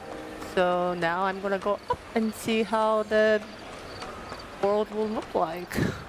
It should be noted that the first time I found this temple, I tried to climb up the other side where there's no ladder, and I fell and I died. Yeah, I didn't know there's another neither. You did that and you felt so proud of yourself. Yeah, I did. And it was only later you walked around and was like, oh, ladder. Yeah, well, the game encourages you to climb. What can I say? I figured I was doing the right thing. Have to be careful. Daddy. No! We already had Bill set himself on fire. That it's is all right. true. Even Yeah, if you plunge yeah, to your yeah, death, yeah. I don't think it's. Does that mean we have it's to a bad ramp thing. it up now? We're just gonna, we have to beat him, I think, on the glorious death front. Okay. Then I'm just gonna go up. Challenge accepted. This is my favorite moment.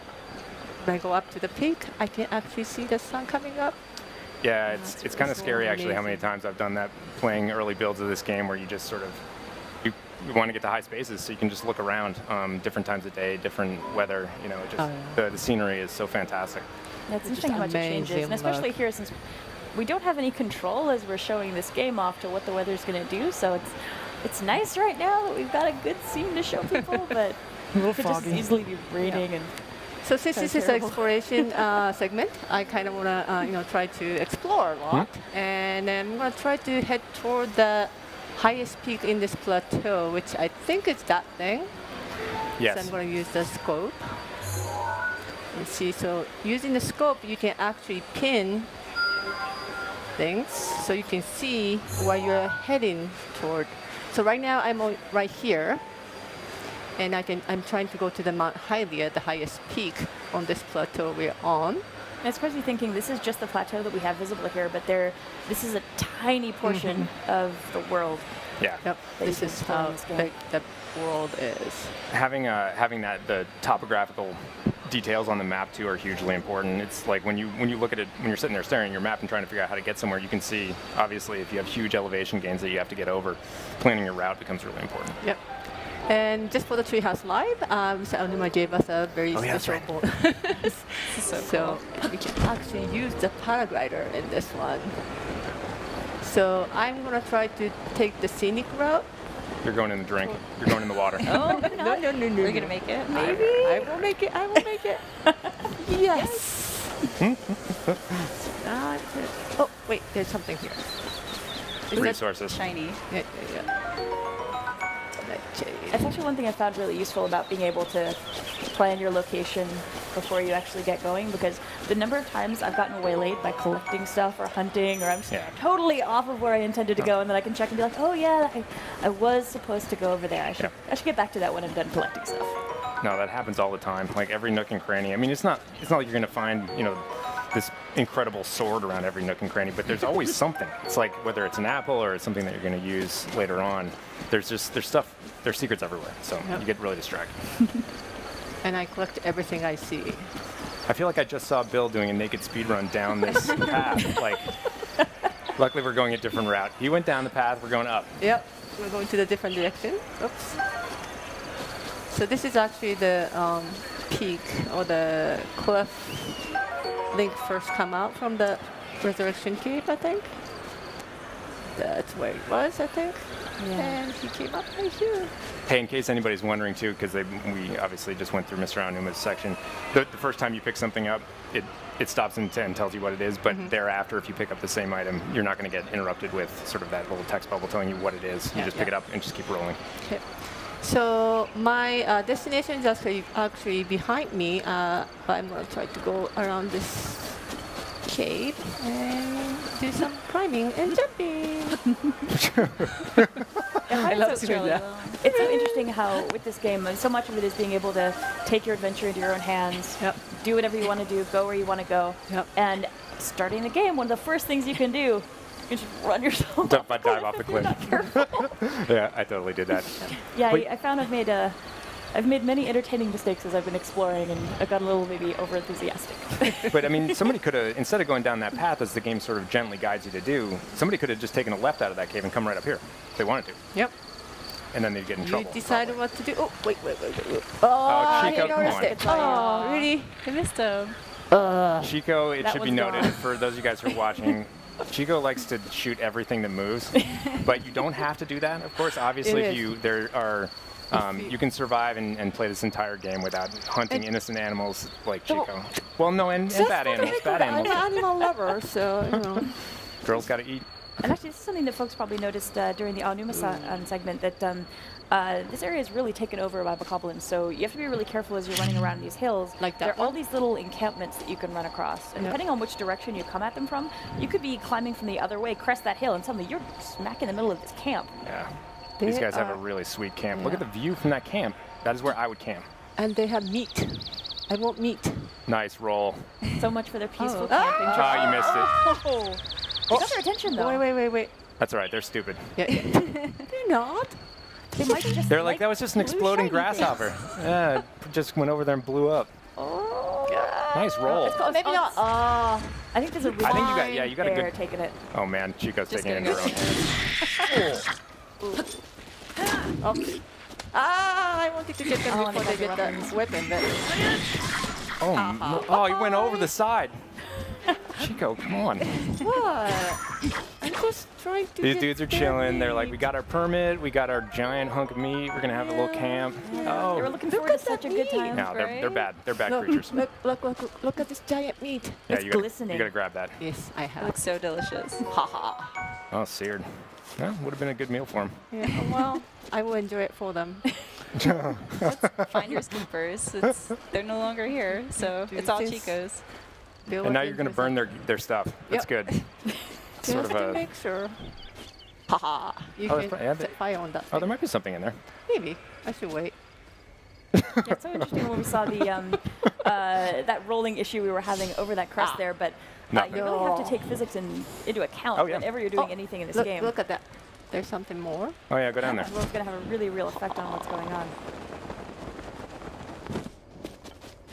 Stuff everywhere. Yeah. So this is ore. You can of course whale on this. You could also blow it up. Various Oh, that's minerals right. and other Yeah, things. Yeah. I should do that. You gotta That's save that easier. axe. It's like you might need that. Maybe a square bomb. Wait. Wait. I have to change it. Okay. So there are two different types of remote bomb in this one, and the square one is much easier to just keep it in place. Oops, I won't do it. And the spheres, unfortunately, were all that Whoa. shadows. Oh, A big old cloud just went overhead. Actually, can we look up for a second? I just want to see if that cloud's... yeah, hold on. It might have been a zeppelin. I'm just kidding. There's no zeppelins in this game. Just don't know if weather, you I can see think. that. It's fast, it's good. I was a little worried a storm was rolling in and everything was going to start getting all slippery and There's another difficult to camp navigate. over there. So one of the different thing about this game is that many of the bokoblins actually live in the camp instead of just scattering Yeah. around. Yeah, that's true. You'll run into some monsters that are just sort of wandering the Oh, yeah. environment, but they actually have their own little communities. They'll gather in camps and Yep. Just having fun until chilling. Link comes over. Making Starts their to evil serve plots. giant meat. And like Chico's showing right here, right now, it's that you have all this environment to explore and at your own pace, and you can just climb everything and just try to investigate in different ways and take different paths. It's not linear or anything. You Yep. just choose your own adventure. And there's And- so much hidden goodness to find. Right? So if that cliff had been higher, like her stamina wheel basically, it allowed her to get that high. But like if that had been a higher cliff, you probably would have had to find another way Yeah, around. so I kind of have to know like what's my limit before I start climbing up. Getting into some serious elevation here. I love this about the game. It feels like look around for just 1 second, Chico. I love how the natural progression of the environment sort of looks like you would expect sort of as you go up into like sort of mountain meadows and stuff like that. You'd expect the trees to change. You know, you'd expect some more like sort of wild meadows, and then as you get into an area with snow, it's like the transitions feel really like a natural world to me. Looking in that other direction, there's a very ominous direction on the Yeah, horizon. let's not go there today. Yeah. Let's try to here stay where on the it's plateau. There's no safer. bokoblins. Oh, wait, I couldn't take that. I don't know if we're going to be able to stop Chico from just sort of going and I attacking just everything like she to sees. collect things. That's all right. No, it's good. especially because it illustrates that you really can approach this 1,000 different ways. I mean, the last one you sort of sent in some bombs to introduce yourself to him, but didn't have to. Oh, he sees Sentry. He doesn't see you. And actually, No, he definitely doesn't see you now. the enemy AI is really interesting because depending on what you're fighting, Did they notice me? these Yeah. guys behave a certain way. Different enemies will behave more aggressively or more cautiously. But I think we noticed in And an he had earlier the section fire. there with that first camp where they actually hadn't picked up their set me on weapons yet. So if fire. you're being able to get involved Really? before they grab their weapons, it might have been easier, but then they have a chance to grab their gear. They'll totally. actually grab each other's gear. Yeah, if you sneak in and grab their weapons, they basically sit there and try to pick up dirt. Oh, yeah, before rocks at you won't. They're just like, come on, Yeah, this thing, stay get out away of my from me. camp. Or you can, Chico just used an axe there, which you can actually use to knock shields out of enemy hands. The heavier weapons can knock out shields. Then picked up his weapons, and now it's like, what is this dude going to do? He's not going to do anything. Oh, there's my. Yeah, check him out. Dude, It's just I think that was Right. dirt. That might have been some dude. Let's call it dirt. Yeah, I think it was It dirt. seems safe. Oh, there's a straggler Better there. than something more unpleasant. Picking up the- And it's actually interesting too that right now we're fighting during a fairly nice, sunny, clear day, but how this would go and also how the bokoblins would behave might be very different if we came back here at night or if we came here during different weather. That's right. A lot of enemies sleep at night. You can sneak in, steal all their stuff. You could sneak out afterwards too if you want, but in general, I'm sure Chico wouldn't do that. She would leave no sleeping enemies alive. Yeah. And so what happened right there, obviously, is Chico cleared the entire area out. And this particular camp had a chest that was locked and was tied to the enemies around it. So when you that's defeat them, awesome. nice. That's an upgrade. But essentially, you can interact with everything in this environment. Like, there's steel boxes on the screen right yeah. now. Just Chico Oh, can't wait, really wait. interact with them, but later on in the later segments, we'll talk about like how you can open it. Oh, that terrain over there is Oh, so yeah, it's cool. another Yeah, it thing. looks sort of like desert buttes. Not going there today. We are staying on the No. plateau. Yeah. But there's this suspicious rocks or stone pillar, so of course I'm gonna try to climb up on that thing. Oh, and there's another treehouse. Oh, wow. These guys have really That- built it up. They got oh, a yeah. nice place. Wow. Yeah, no, that actually is really nice.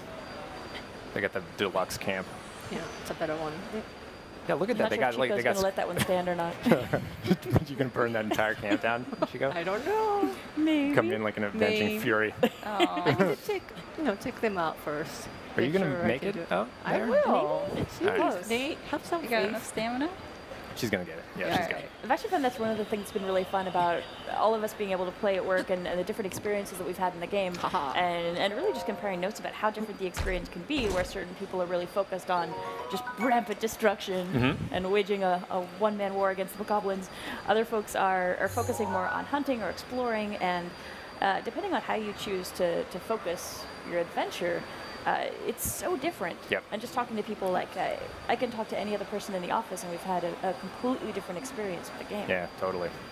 So Chico was just while we were talking about that, Chico basically scouted this camp with her Sheikah slate, and you can see that actually by identifying the individual enemies, you can see how strong they are. And yeah, it looks like there's a serious one back there. Yeah. I don't think you may not be geared up to do Nah, that. not right now. Give it a pass. So Probably yeah, I move should. along. Let's go. So Let's go to the peak. Yeah. You can also see that she's got, once she marked that spot on her map, you can see it down on the mini map. So even if it's not specifically in the little radius of your immediate map, you'll at least have a beacon to go. Oh, actually, since those guys will probably be fun to fight maybe later if we have time, would it be worth marking them on the map so we can keep track of where they are? First, she's got to get geared up. Chico is very cold right now. It's always so sad to see Link like Yeah, that animation completely makes you feel really freezing.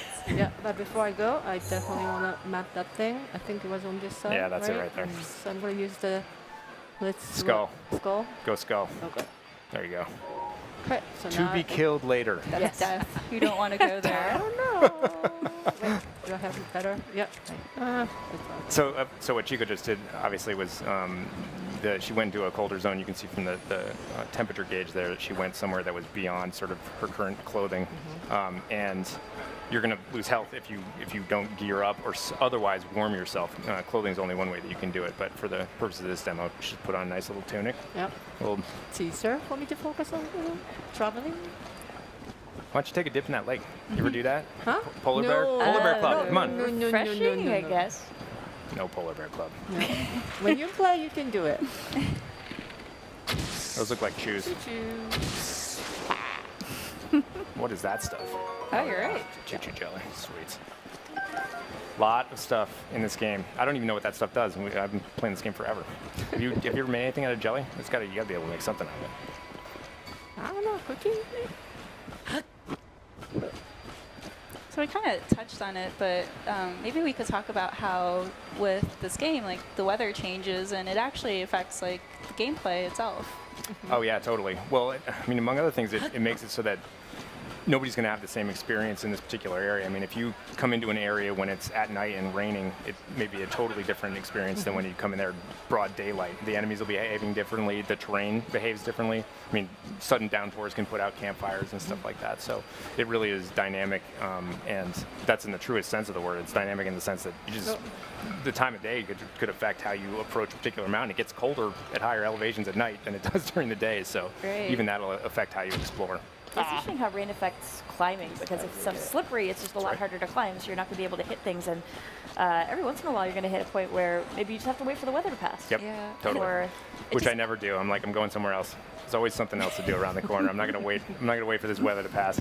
It just adds to the puzzle and the strategy of like where should I go next? So maybe I should come here later and just mark it and just go explore elsewhere. I'm impressed that you're going around paths. See me, I'm like straight line. I climb over absolutely everything in my path unless I don't have the stamina to do it. I don't think Chico's following a straight path though. She was sticking a little bit to it.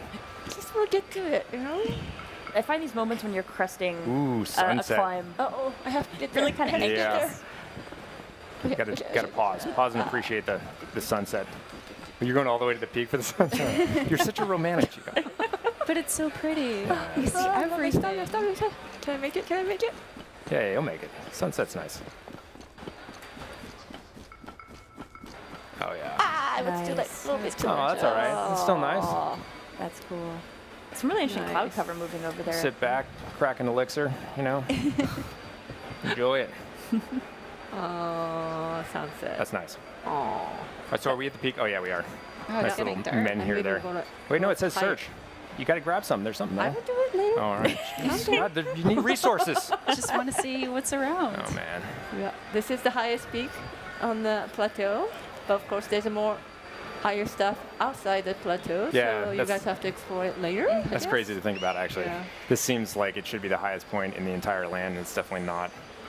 Yeah, it's just everything's so vast, but the higher you get, the farther you can see, and it just makes planning so much easier. It's nice seeing in the distance how we've got some illumination marking locations. So there's some certain sites that are really going to catch your eye as you look over the horizon. I know.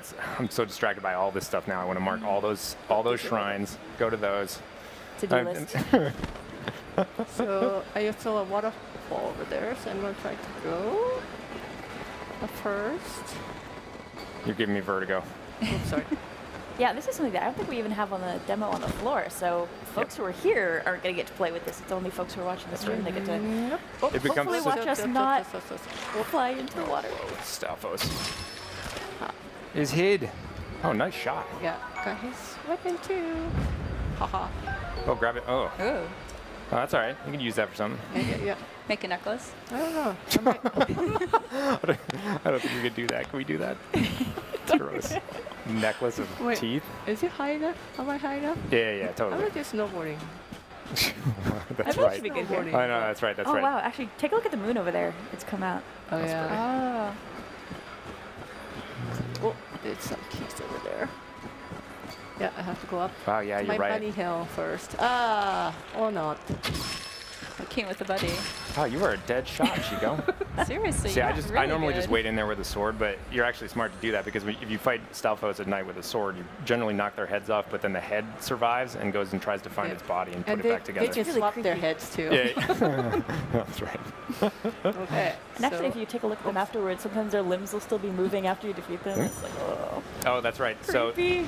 That is so cool. It's my favorite feature of them all. Yeah, I can actually do snowboarding here. Climb a high hill. Oh, nice. No. Oh, I see. Ice keys. I was wondering if you could take that jump, actually. If we start high enough, we just... I'm sorry, what? I was probably I'm sorry, I was leading you to murdering your this doom. You bat. probably It's don't keys. want to listen to me. Jeez, it's not bad. I know. It's It's a keys. monster. Okay. Oh, you're calling out my cred. So there's this. So that little move that Chico just did, riding on her shield surfing, I think we're calling it. Yep. That does degrade your shield, so it's not like you could do that forever. Well, I mean, you can. You just have to go get more shields, but you can't ride on that thing forever and expect it not to take damage. Yeah. You Just might like need it. weapons, yeah, they do break. Yeah, exactly. With all your I see it weapons and your tricky gear, they have also their own stats. So the more you use them, the more you wear them. You want to save your favorites for special Get that. occasions. Yeah. The cool thing that I actually found out is that if you're shield surfing, you can do other things at the same time, like shoot an arrow. So really? that just invites more exploration and people to just keep trying stuff. So it's super cool. Yeah, I got fire arrow now. Such a cool stuff. So I know during the everywhere. video we showed right at the beginning of the day, we showed Link swimming, but I can't remember here for what was. Look at this. Hang on a second. Chico wants to blow a tree up. Set more things on fire. Oops, I was too hard. I think you can leave the tree be. Come on. You are such a force of destruction. I think we just found out I'm just that trying it out might my be an new evil tree. stuff. Might be. So I think Chico's a pyro. Yeah, Chico likes I fire. just got She likes it in the fire office too. arrow, and I just wanted to try it out. Leave me alone. Okay, so there's a waterfall. So usually when there's a waterfall, you know Zelda something 1. is going to be there. The first Zelda has taught us this. Oh yeah, Check that water looks waterfalls. super cold. Yep.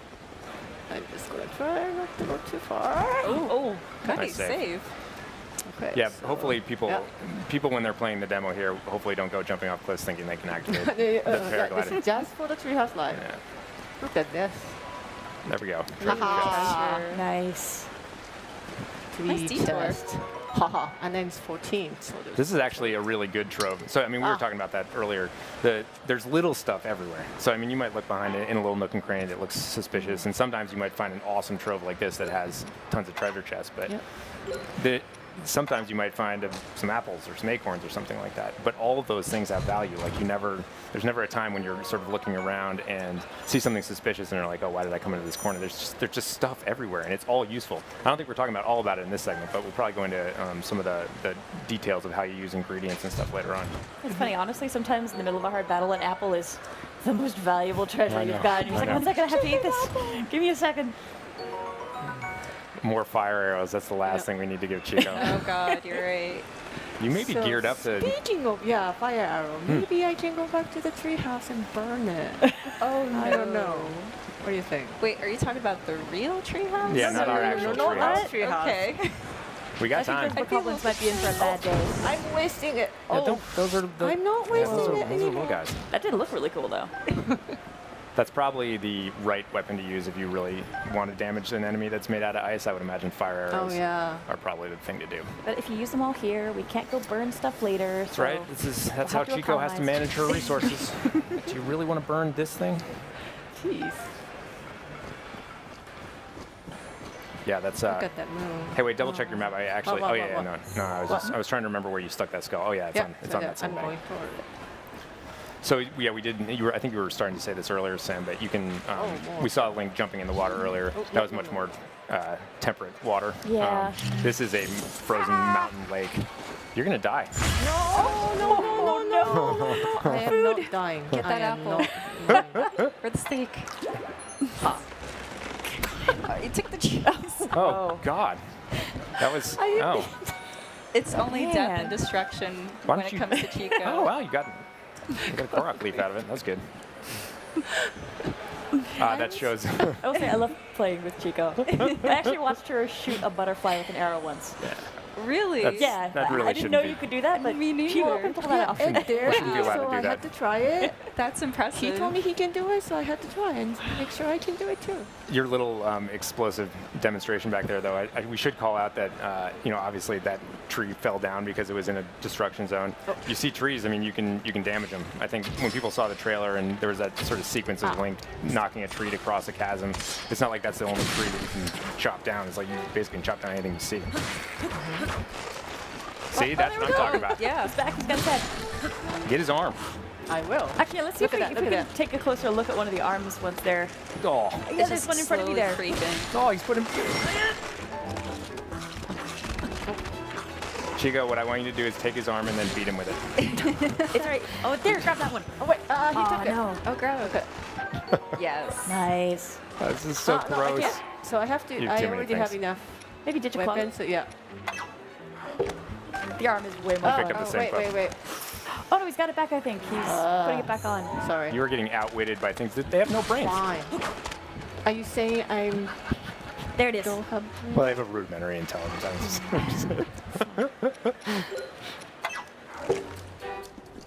Wait. Nice. There you go. got it. Did I take it? Yeah, you did. you got it. So we got to equip that for a second, I think, just to show it off because it's so creepy. It's really creepy. Yeah, Look get at him that. with it. It's Teach so him a moving. lesson. Yeah. There you go. Oh God. Using his own arm. That guy too. That's right. It really is fun experimenting with things Look that you at that, maybe it's don't still think moving of as on the weapons, ground, but too. they Yep. do the job. Yeah, I mean, we already showed it obviously in hands. Mr. Anuma's segment, but going out of that cave and instead of being handed a sword by an old man, getting a crappy tree branch that's sitting right there on the ground. Snake. Oh. Look. That arm is pretty creepy when it's sheathed too, because it's still like I clawing know. at the back of Link, and it's like grabbing That at was him. good. It's intimidating. If I saw that dude, I wouldn't fight him. He's got like a moving severed arm on his back. So we've got a little bit of time left. Should we see if we can check out that tree fort before we wrap up? Yeah. Chico's Awesome. gonna mount an assault. I'm psyched to see this. And then she's gonna ride the waterfall.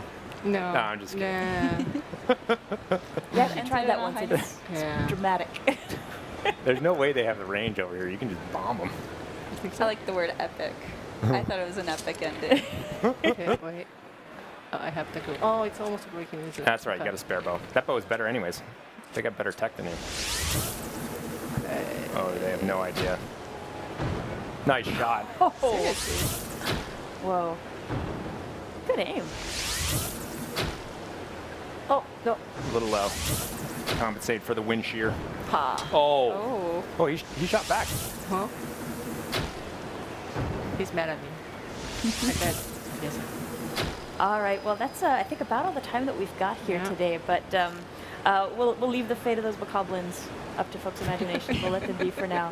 But thanks, guys, for swinging by and doing some exploring with us. Folks who are watching, please stay tuned. We're going to be right back with some more Legend of Zelda: Breath of the Wild. I'm not trying to make. I can even say what we're going to do next, but please stay tuned. We'll be right back. Thanks. Thank you. Bye. Bye.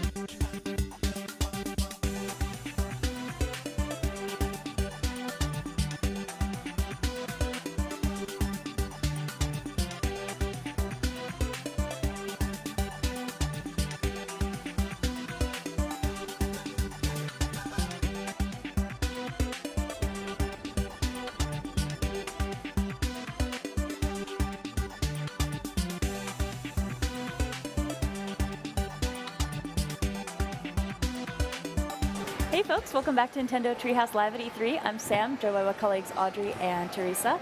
And I know over the last couple segments, folks have seen some really interesting locations from Legend of Zelda Breath of the Wild, kind of off in the distance.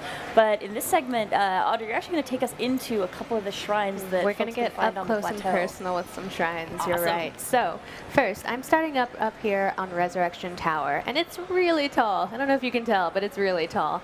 But that's great because it gives me a good vantage point for the entire Great Plateau, which is pretty, but that's not what we're here to look at. We're here to get some shrines. So while I'm up here, I'm going to actually pull out my Sheikah slate and my scope and try and place some pins so I know exactly where I'm going to go. This is going to be super handy because this is just the starting area, but it's huge. And I tend to wander. I'm a known wanderer, so I need these pins to kind of help get me back on track whenever I go after some bokoblins that I probably shouldn't have. I wonder if we could pop into the map for a second and just show folks exactly what the distance is between these two shrines. Yeah, so those two shrines, I'm up here, so I made them look pretty close together, but they're actually pretty far apart. So those pins are going to come in handy. There's my first shrine, and I'm not supposed to have this yet, but I do. So I'm going to jump using my handy paraglider. I'm going to soar to the ground and head off to my first shrine. It's so satisfying to use so the paraglider. satisfying. I'm going to try and not run out of stamina. That would be kind of bad. Let's do this, Link. We're ready. Come on. I can make it. Almost. Okay, that's pretty close, though. Nice. That's pretty good. Now, we're going to go and see what this shrine is all about. So I wonder, can we chat a little bit more about what the significance of the shrines is as far as why folks would want to hunt these out? That's right. So I don't want to give too much away, but basically, if you beat the challenges in the first 4 shrines, you'll get something, which we'll see when we get in at the end of this shrine, and you can exchange that for the paraglider, which I already have because I just wanted to play around with it, but highly worthwhile. Normally you're going to have to actually go through the trials to get it. And in the game at large, again, I'm not going to spoil anything for anyone, but it plays a larger part in the other game, in the full game. Now we're finally entering the shrine. I used my Sheikah slate. It verified that I am the hero, so I'm going to be able to get inside here. And worth mentioning, too, you just mentioned 4 shrines that have a special significance, but there are actually over 100 shrines in this world. There are loads of them to find and loads more goodies to uncover, so many too. shrines, and dungeons, and there's just a lot to do in this game. We're just going to take a look at the first couple here, but there's a lot. It's interesting, actually, thinking about how people might approach playing this game when they first head out in the plateau, depending on which direction they head, what they end up doing. These might not be the first 2 that folks run into when they're playing the game, but these are definitely 2 that give you a really nice introduction to what the shrines are all about. It's just like you said, we're calling them the first 2 shrines. That's because they're the first 2 you probably should go to, but this game is really all about freedom and exploration. You can do anything pretty much in any order that you want, but actually, can we take a look kind of like up and around, because it's such a cool this is a really cool looking place. It is really pretty. All kinds of shiny lights. Actually, the entry to our booth looks just like this. Oh, and the it's so booth is cool gorgeous. to see it recreated. It's really cool what they did with the constellation motif. Looks like some metal slabs on the floor that I can't do anything with just yet, but anybody who's been playing Zelda knows if you see something that looks like you should be able to interact with it yet, but you can't, you wait. You just wait. Now, what I just did is I found this little platform here, and I put my Sheikah slate in it, and that's going to actually update my Sheikah slate with a brand new rune ability. Rune abilities allow Link to do all kinds of different cool things, not just in shrines, not just in dungeons, but all around the world. You can solve puzzles, you can find treasure chests, you can do all kinds of things. This one here we just got is the Magnesis rune, and just like it probably sounds, it's going to let us actually have a magnet-like ability. We're going to be able to pick up and interact with metal objects. So we're going to have some fun with this. I gotta say, after seeing this, updating my devices feels kind of lackluster, honestly. agreeing to a terms of service agreement just doesn't have the same flair as that. Why don't you let me do stuff? It's like the Sheikah Slate allowed you to entry into here. Now you got all these special powers on it too. It's like the multi-passes of multi-passes. Yeah, So- I want to be able to put my phone down and just have this magic Sheikah update process happen. As you can see here, I've activated the ability using L, and I can kind of see the things that highlight as yellow. Those are things that I can interact with. So those big metal slates that I couldn't do anything with, boom, now I'm just throwing them around like they're nothing. The power. Link is drunk with power. Or maybe that's just me. So I got those out of the way. Now, boom, I can actually enter the shrine and see what's going on. Yes. Let's see what kind of mayhem we can do with this. And this is just, again, we've already looked around, but this is a really cool looking shrine. It's just really, really particular. Oh, and see, I can't get past this big wall of stones, but luckily one of them is made of metal, so it stands no chance against me and my Magnesis rune. So, can you talk a bit more about how it is that you're controlling this power? So I'm using, like I said, I activated the ability with L, and I can actually use the control stick to move the thing that I've grabbed around. And I'm gonna use this metal block to block this guy's attack. This guy's actually really powerful. He could do some real damage to me. Ooh, can you and throw so it I can actually, oh no, I need you. I'm not done with you. I'm gonna push you in the water. Yeah, you don't like that, do you? I'm gonna drop that on your face. That's what I think of him.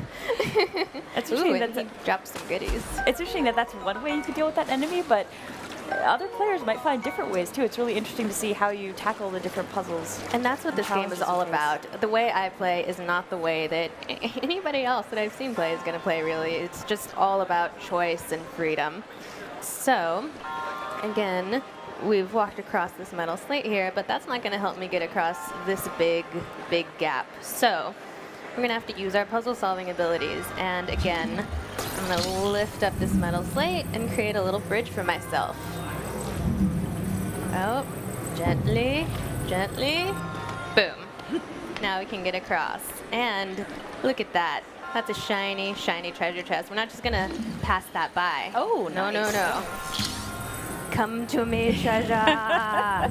Come to me. You honestly could have even grabbed that and then used that to shove that poor enemy over. You can just cause all kinds of mayhem with the Magnesis rune. It's pretty great. Yay, got a bow. And actually, one thing that folks might have been wondering when we solved that puzzle to get across that gap is maybe why we didn't just climb that wall. Why is that a problem for us? But the structure of the shrines makes climbing around a little tricky. That's true. They knew that we would be trying climbing everything. So a lot of these walls are really smooth, so Link can't actually climb up them. That's why he's going to have to, hey, I told you to open, stay open. Don't make me get mad. Okay, so we finally made it to the end of this dungeon, and look. It's a mysterious dude. Let's talk to him. Let's see what he's got to say. And you may have noticed there was a mysterious voice speaking to us at the beginning of the shrine. That was him. He set up this trial, and he's been watching me cause mayhem with this rune this whole time. So he just saw you steal his treasure. He did. He's Hopefully okay he's with cool it, though. about. Yeah. He just raided it at home, his home, like opened everything, destroyed everything. Broke his pet robot thing. Yeah, right? I'm so Who's the guardian? sorry. He's just been waiting for someone to cause mayhem. It's so lonely in here. Although, to be fair, he looks like he's been waiting a really long time. A very long time. Probably His any skin entertainment is- at that point is worth He looks it. gorgeous, though. He clearly moisturizes. Let's be real. But now he's telling me that he's the one who set up this trial, basically, and to reward me for solving it, not only do I get this cool Magnesis rune, he's actually going to give me a Spirit Orb. The Spirit Orb, if I collect 4 of them, it's what I can exchange to the old man for the paraglider, which I already have, bwahaha. But, as I said, you collect them throughout the game from all of the other shrines, and they serve a different purpose in the full game. So, Kaylee. Link looked a little It'll be bit cool. untrustworthy. He's like, what is this? It's I'm not every so day. Not every day you have a Spirit Orb absorbed into you. Sure. Seriously, I'm impressed with how this guy has this pose mastered. He's seriously dedicated in his yoga stance. He's very, very flexible. I think the work that the developers did to really build the atmosphere in the shrines is amazing. There's just such a, especially when you go into them, you kind of feel it. Oh yeah, yeah. It feels very mystical and very magical. And now we get to You go never know what's outside gonna and happen. cause some mayhem with the Magnesis room. You know me so well, Sam. Well, now we've got it. We should try it out and see what it's all about. It would be a disservice to the Magnesis room to not cause intense mayhem to everyone who crosses our path. Seems fair. So let's do just that. All right. So now I've exited the shrine, but I'm a new Link. I've got new abilities. So these boxes actually look really similar to a segment that Chico just did, and before she couldn't open it, but Audrey is actually has the skill now to check out what's inside. Yeah, and I can see all these different things that I can interact with in the world. As we've mentioned earlier, these abilities are not just for shrines, they are for the whole game. Shrines, dungeons, the world at large. Treasure. They are for treasure. So I fished out one treasure chest. I'm just going treasure fishing, you know, doing what I do. Oh yeah. I like this type of fishing. Ooh, it's the best type of fishing, really. It's so interesting thinking earlier on you might have walked by this little patch of water and really thought nothing of it. And it's only when you have this room and you activate it and you actually take a look down the bottom that you realize there's stuff hidden all over the place. It's a whole new way to look at the world. Yeah. And now, you're not treasure. Get out of my face. I don't need you. Oh. That was cruel. I'm sorry. And it's actually interesting. It looks really decorative, like it was maybe a piece of architecture at one point. It's pretty. I was harsh on it. I love the art style in this game. It's kind of watercolory, but there's all this intricate detail as well. It's just so gorgeous. It's really, really beautiful, and everything is so alive. So I should probably head on to the next shrine, but first I'm gonna grab a toy. I could grab one of these boxes, but I have a little friend here. Oh, actually, should we open up the boxes? Ooh. Maybe see if there's anything worth keeping. That's a good point. Okay, you've convinced me. Whatcha? Smashy, smashy. Ooh, treasure. See, That could become nice. handy. Prime steak. See, Sam was right, as she often is. So, Well, actually, Teresa mentioned that earlier, and I felt bad that we weren't able to show this off during that earlier segment because there was one just now right we there. actually get to show the skill. It's really cool. You're So right. again, it's like anything in the environment is interactable, and it's just so much fun, and it's so gratifying to just explore every nook and cranny and just try everything and break junk. Yeah. Yeah. Yeah, I found it's really interesting comparing notes with people. And there's so many times you're like, oh, you found this thing? And they're like, what thing? You're like, oh. Now we got to talk about what we found in the weird little nooks and crannies of the world because it's so easy to miss things. But then hopefully somebody else will hook you up with the information about where to go. Everyone's going to play a little differently. But hello, old friend. This is my good friend, Boldy. Oh, no. I'm going to use looks good old dangerous. Boldy. I think I know where this is going. Oh, yes. We're going to cause some mayhem.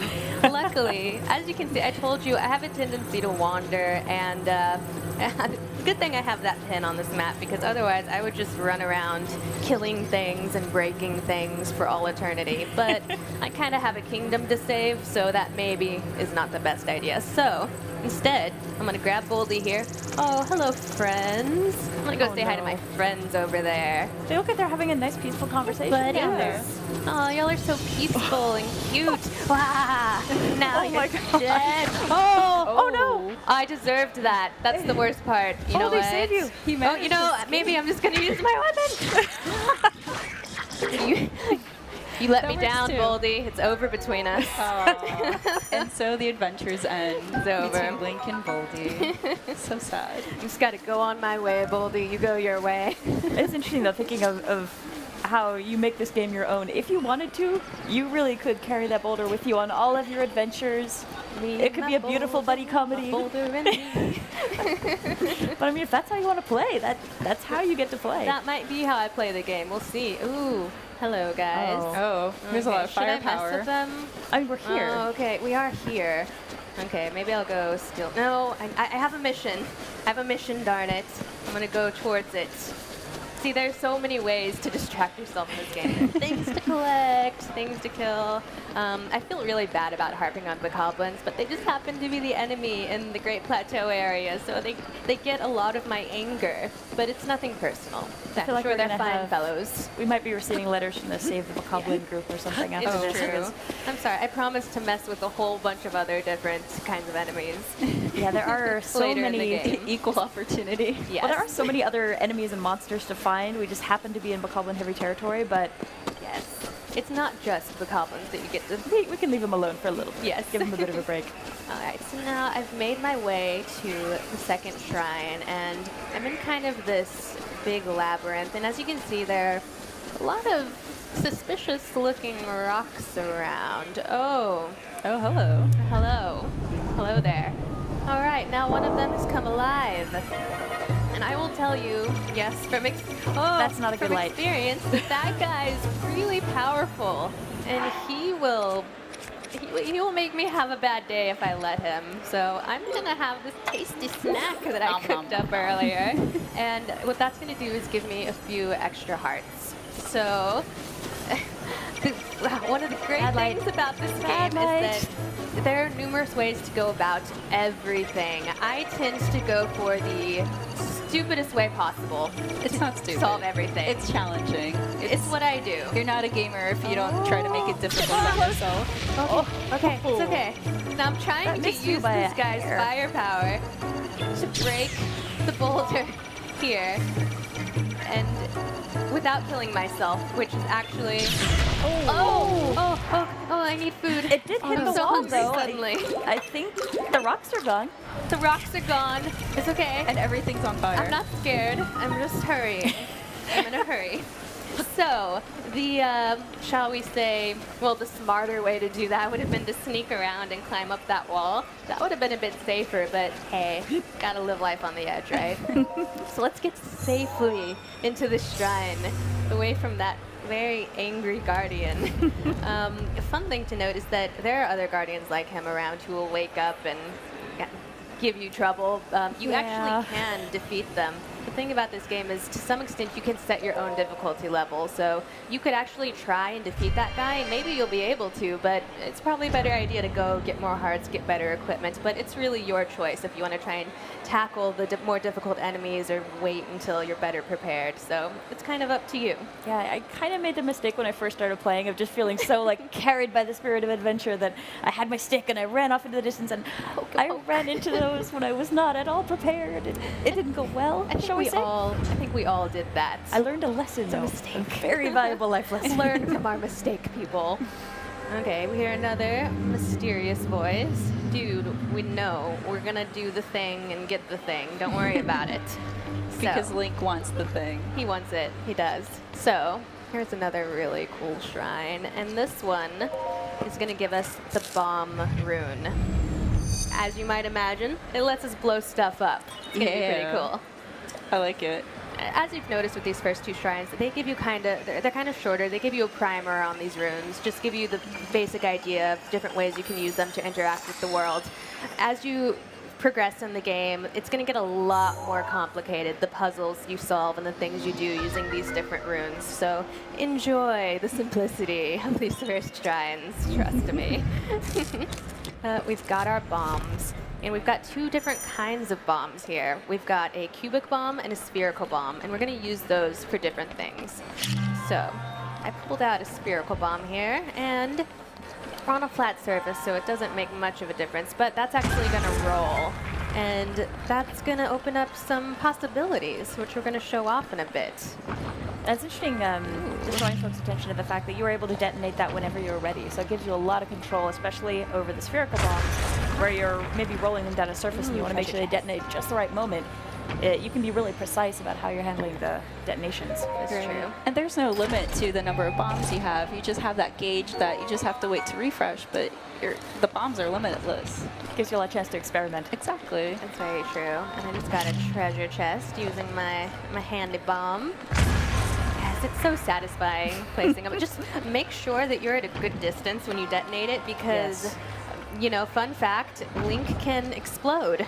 You probably don't want that. Yeah, probably not. So. Especially after that encounter with the Guardian.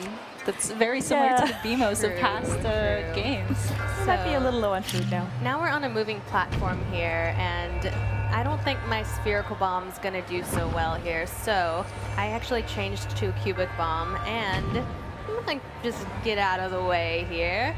Probably because I want that to blow up that wall, and I don't want to be anywhere near it when that happens. Boom. See, now, you know, I better eat some food. Link is peckish. It's interesting looking at the two shrines that we're checking out here. They're fairly puzzle focused, but that's not always going to be the case when you're into shrines. You might find some that are more combat focused, some that are small, some that are much larger as well. Very true. Now, as you can see around here, we have these things. Let's shoot forward, and I'm going to use this as an opportunity to blow more things up. So I'm going to drop this bomb down there. I love how this looks like a theme park. Yes. So good. All theme parks should have explosives. And actually in the distance there we can see you're being watched. Oh yeah, so I'll be there in a second, dude. I've got stuff to do. So I really love this part. I'm gonna jump up here, and you mentioned theme park. We're about to go for a ride. Oh. No whiplash. Success. Yes. There are probably better ways to get that treasure chest, but no, there aren't. That's the way to get that treasure chest. And I can't imagine a way that's more fun, really, than just getting And I got a really nice bow out of it. That's gonna come in handy later. So like Sam was talking about earlier, where there's a lot of shrines, and it's really interesting to see like, Anuma-san saying, and Bill said, talking about how this was related to the art style was Japanese anime, and the number of shrines that are on here, it's pretty similar to like how many temples there are in Japan. So it's really interesting to see that comparison. But it's definitely cool having all these sacred sites all over the world to find. And I've actually been trying to figure out, with all the constellation motif that we see in the shrines here, if you're outside on a really clear night and you look up in the sky, I've been trying to figure out whether or not I can find those same constellations up in the sky, but you get a really beautiful look at the stars if you get a clear night outside. It's true, it's gorgeous when it changes from day to night and the different weather. So we finally made it to the end here. I'm sorry about blowing up your home. I didn't mean to. I think he understands, though. He's an understanding guy. He's got that smirk on his face like, I know what you've done. Back in his day, he would have done the same thing. But we got our second spirit orb. Oh, we should also talk about like the difference between dungeons and shrines, because they're not one and the same in this game. That's true. They're not. Shrines are supplementary to dungeons. I don't want to give away too much, but yeah, as Sam mentioned, there are a ton of shrines, like over 100 shrines. There are so many that they're just going to be a little sprinkling of things to do on your experience. But yes, there are dungeons in the sense that Zelda fans are used to. Exactly. All right, we got our spirit orb. And I've got to ask, we're close to running out of time, but is there anything you want to try the bombs out in the world before we wrap up? I used myself to blow up that wall, but if I hadn't, I could have actually bombed that wall to have an easy way out. I wonder if we should try rolling some bombs down some hills. Ooh, see how that's always a good idea. Or try where Chico didn't succeed at rolling at some bokoblin camps. You know I'm always game to blow up bokoblin. Oh, they're scary. No, should I? I should. Yes. Nice. I just blew them up. It gave me more joy than it probably should have. I gotta say, there's something kind of tragic and poignant about these runes. Just imagining how beautiful they would have been. Did someone live? That's not okay. It's not okay, is it? Hey, buddy. He's got a friend. Let's be friends. Oh, I don't want to be your friend. You're not very bombable. Well, as you are wrapping this up, I think it's about all the time we've got. So thank you so much, both of you, for coming by and checking out these shrines with us. Folks who are watching, please stay tuned. In a few minutes, we're going to be coming back with a look at weapons and combat in more detail. So we'll be right back. Please don't go anywhere. Thanks for watching. Bye. Hey. Phew. That looked so cool. It's a good. Yay.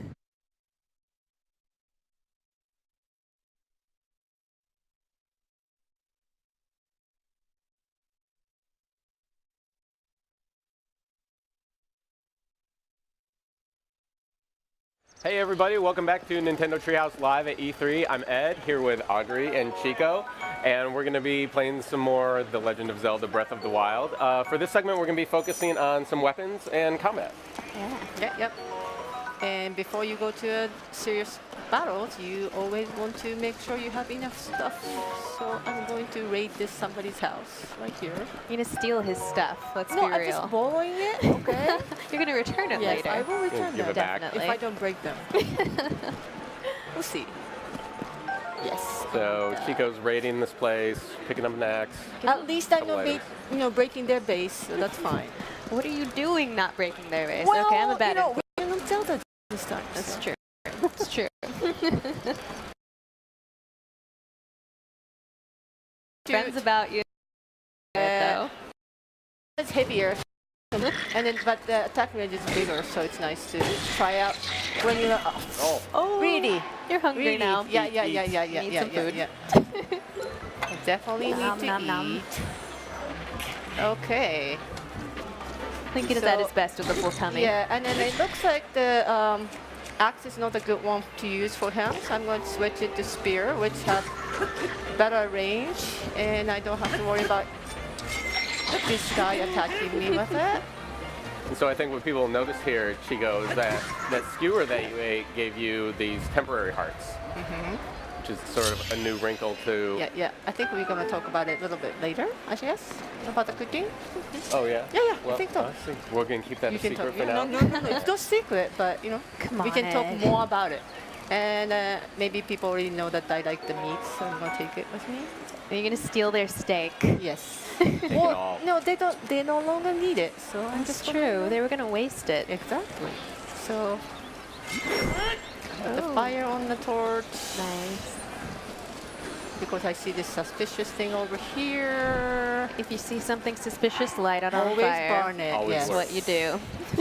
Not in life, just in the game. Just in the game. I have little kids at home too. Yes. So I will not do that. And there's a honeybee. It seems like a good idea. Shooting some bees. Yep. Switch it. Are they coming after me? Here they come. I knew it. Leave me alone. Ha. Bye-bye. No. Seriously. You don't keep coming at me. Bye-bye. Preferred weapon against bees, two-handed broadsword. Yes. And I can get the honeybee there, and I can use that for cooking later. Or for two. And get some treasure. Yep. So I was just using the two-handed sword now. So even just the sword, there's like a one-handed and a two-handed one. And of course, two-handed one is better, more powerful. However, you won't be able to use the shield, so you can't kind of protect yourself well. Okay. I sacrificed them. I'm gonna make sure I get all the stuff. And the only reason that all those like item menu screen comes up is because that was the first time I picked up that specific item. Once I picked up that one again, the second time it's not gonna show up, so you don't have to worry about seeing that over and over. Yeah, you get a nice description once you pick it up, but then you're done. You can see it in your menu if you want to, but I actually like seeing that when I find a new item, because that way, like, I know what the the damage level is, or what kind of things it is, how can I use it. So that's a good information to know. yeah. Okay, looks like there's another bokoblin camp over there. Yeah, we mentioned this in the last segment. We're picking on the poor bokoblins this time. That's because they're the predominant enemy in this Great Plateau area. There are lots of other enemies to mess with in the world at large, but these guys are going to get all of it for now. And then maybe some of you noticed that on the right bottom, there's a purple thing, like a gauge moving. That's a sound gauge. So when I move around, I make noise that moves a lot more. And if I walk around just like this, it makes even bigger movement. Oh, I moved too close. They're suspicious. No, I don't want you to notice me. So I'm now crouching down, trying to be a little more sneaky. And there's another innocent bokoblins, enjoying their evening. Innocent. Well, that's true. They Horrible will come people. after me. So no, they're not people. They're not horrible people. things. Yes, monsters. Horrible monsters. This is another way to use a honeybee. They're basically naked, so when they see the bees actually go after them, and they don't like it. So when they see the bees, they actually go after it. Sorry, I'm a little busy right now. Oops. Change it to something else. Switch it up. The one-handed sword. Oh no, this guy's. Oh, you got him though. Oh, nice. Sorry. And the weapons do break, so you want to make sure that you pick up enemies' weapons, so you have enough stash for you to prepare for the next battle. And you can only have limited number of weapons in your slots. Like just now, I'm trying to pick it up, I can't. because I already have enough. So that time I have to decide, do I want to keep the one I have or do I want to swap it to the one I just found? So I'm just going to lose that one and get the another one. And of course, pick up the honeybee. The cool thing is when you find a new weapon too, you can immediately see what the new stats are. So you can kind of decide on the fly, is this better, is this worse, do I leave it, do I grab it, so. Okay, and also at nighttime, daytime and nighttime, the animals and then the enemies you see will be different. So, oh, sunset fireflies. So let's dynamic see if I see wildlife different setting enemies. Yeah. based on Yeah, based it looks on so time of different day. too from where we were exploring earlier too. Oops. So now there's more Got some Stalbokoblin. Yep. Ah, missed it. Nice. Oh. Headshot. I like the fact that they're using the rock. Yeah, And he then didn't have the a other, weapon. See, the other guy was waiting for the other guys to lose his head so he can take it. They're so crafty. If they don't have a weapon, they'll just dig up a rock to throw at you. Anything to hurt you. Yep. Yes, the Bokoblin arm. I know, that's your favorite. This is my isn't it? favorite. Augie's favorite, yes. I'm going to make her equip it at some point. He's a little busy right now. Oh, he lost his head.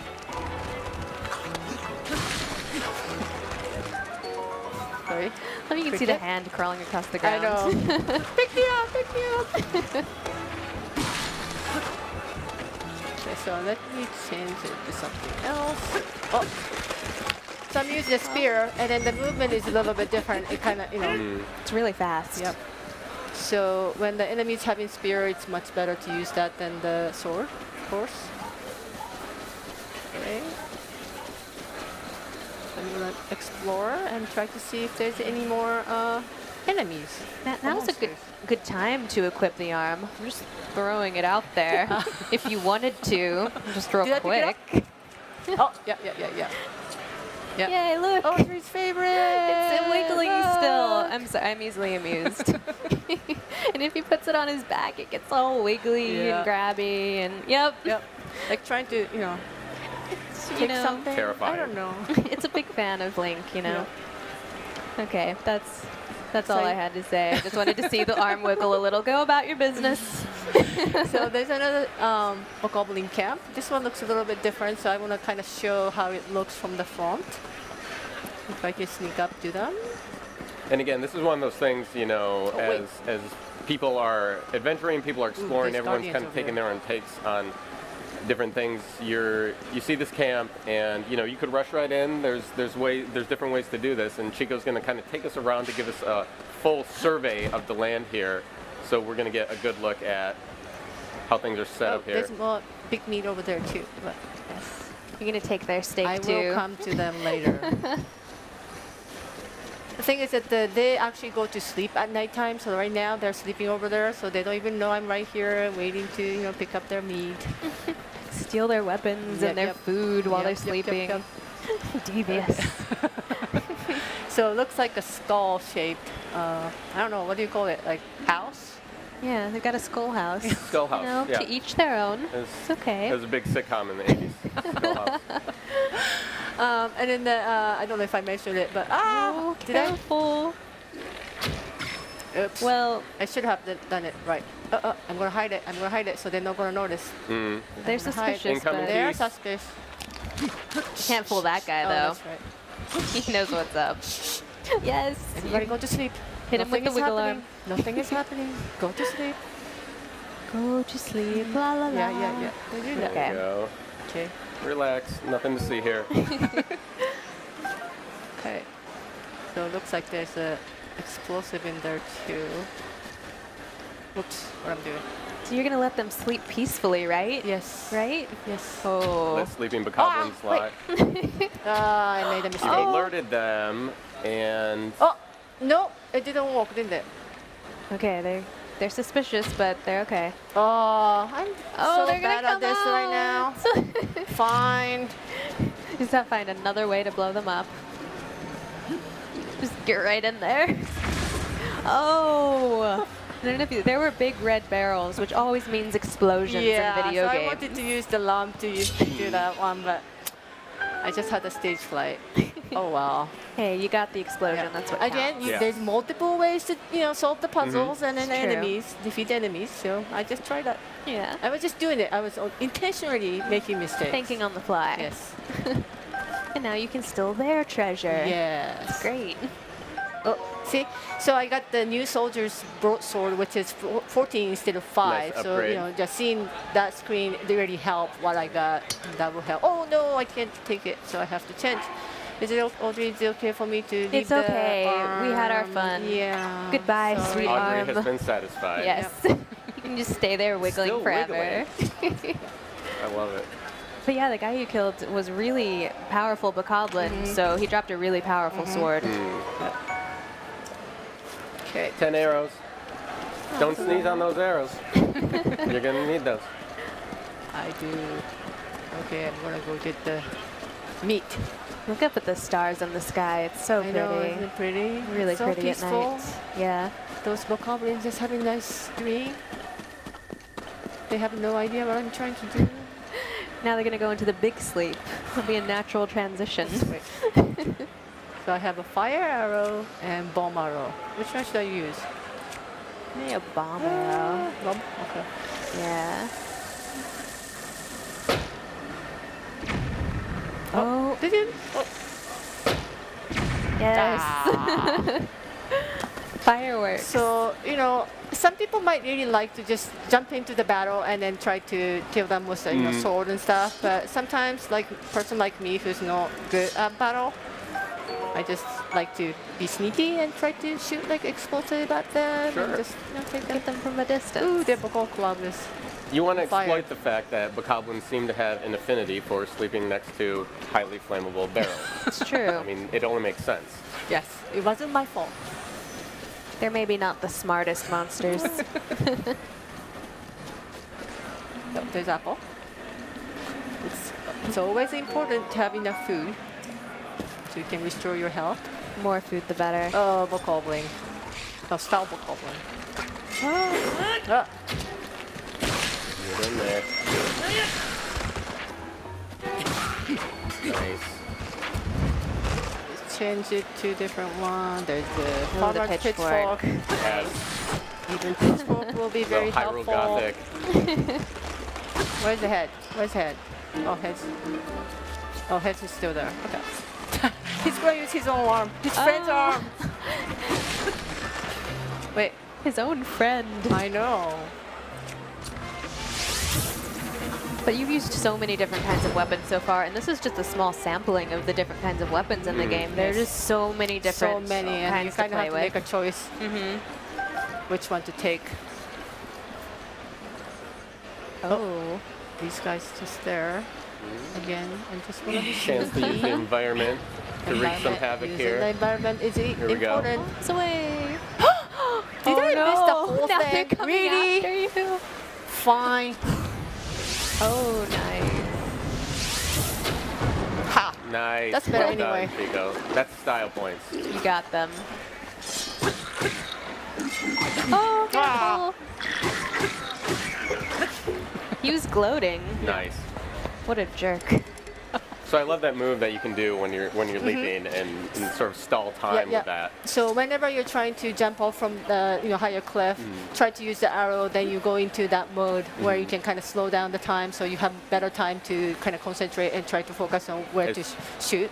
It's really cool. You It can do that feels from- really good too. Yeah, you can do that from really high up too, and Yeah. it's Oh, pretty yeah. epic.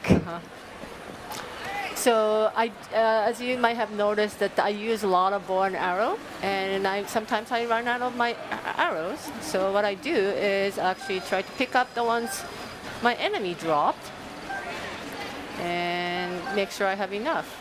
You can kind of taunt them to keep shooting at you. Hey, this way. It's a dangerous game. It but is. It's cheap, It easy can way be. to get arrows. Exactly. See? Boom. Come on. Thank you. And the move.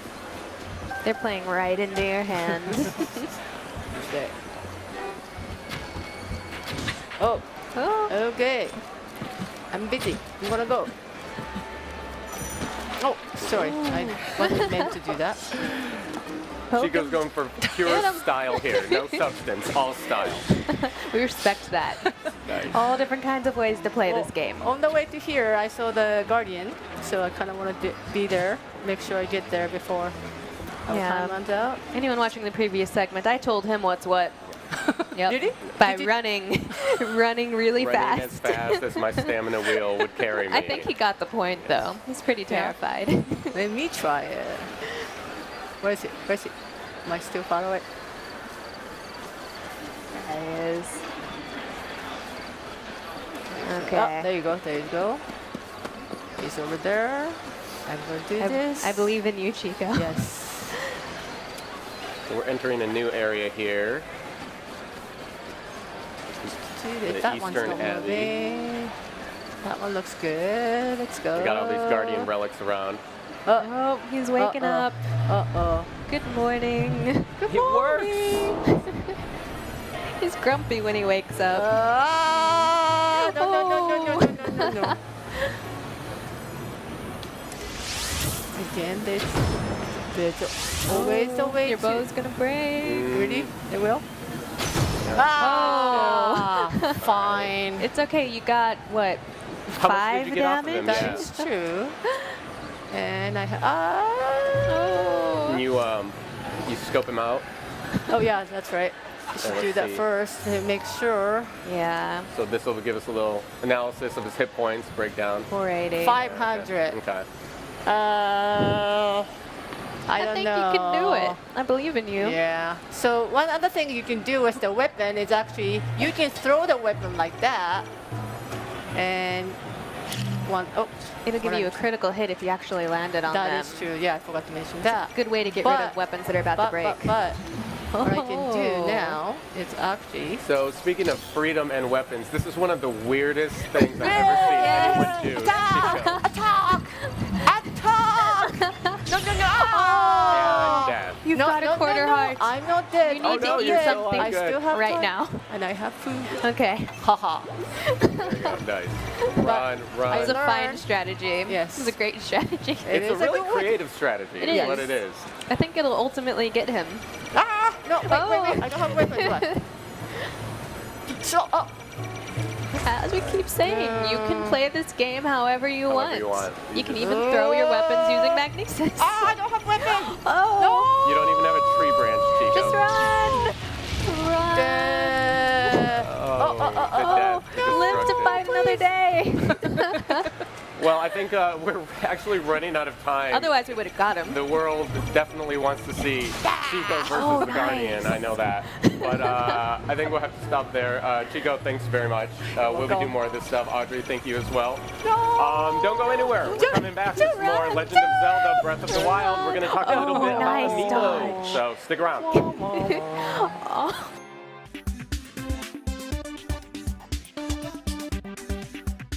Hey everybody, welcome back to Nintendo Treehouse Live at E3. I'm Sam and I'm joined by my colleagues Bill and Chico.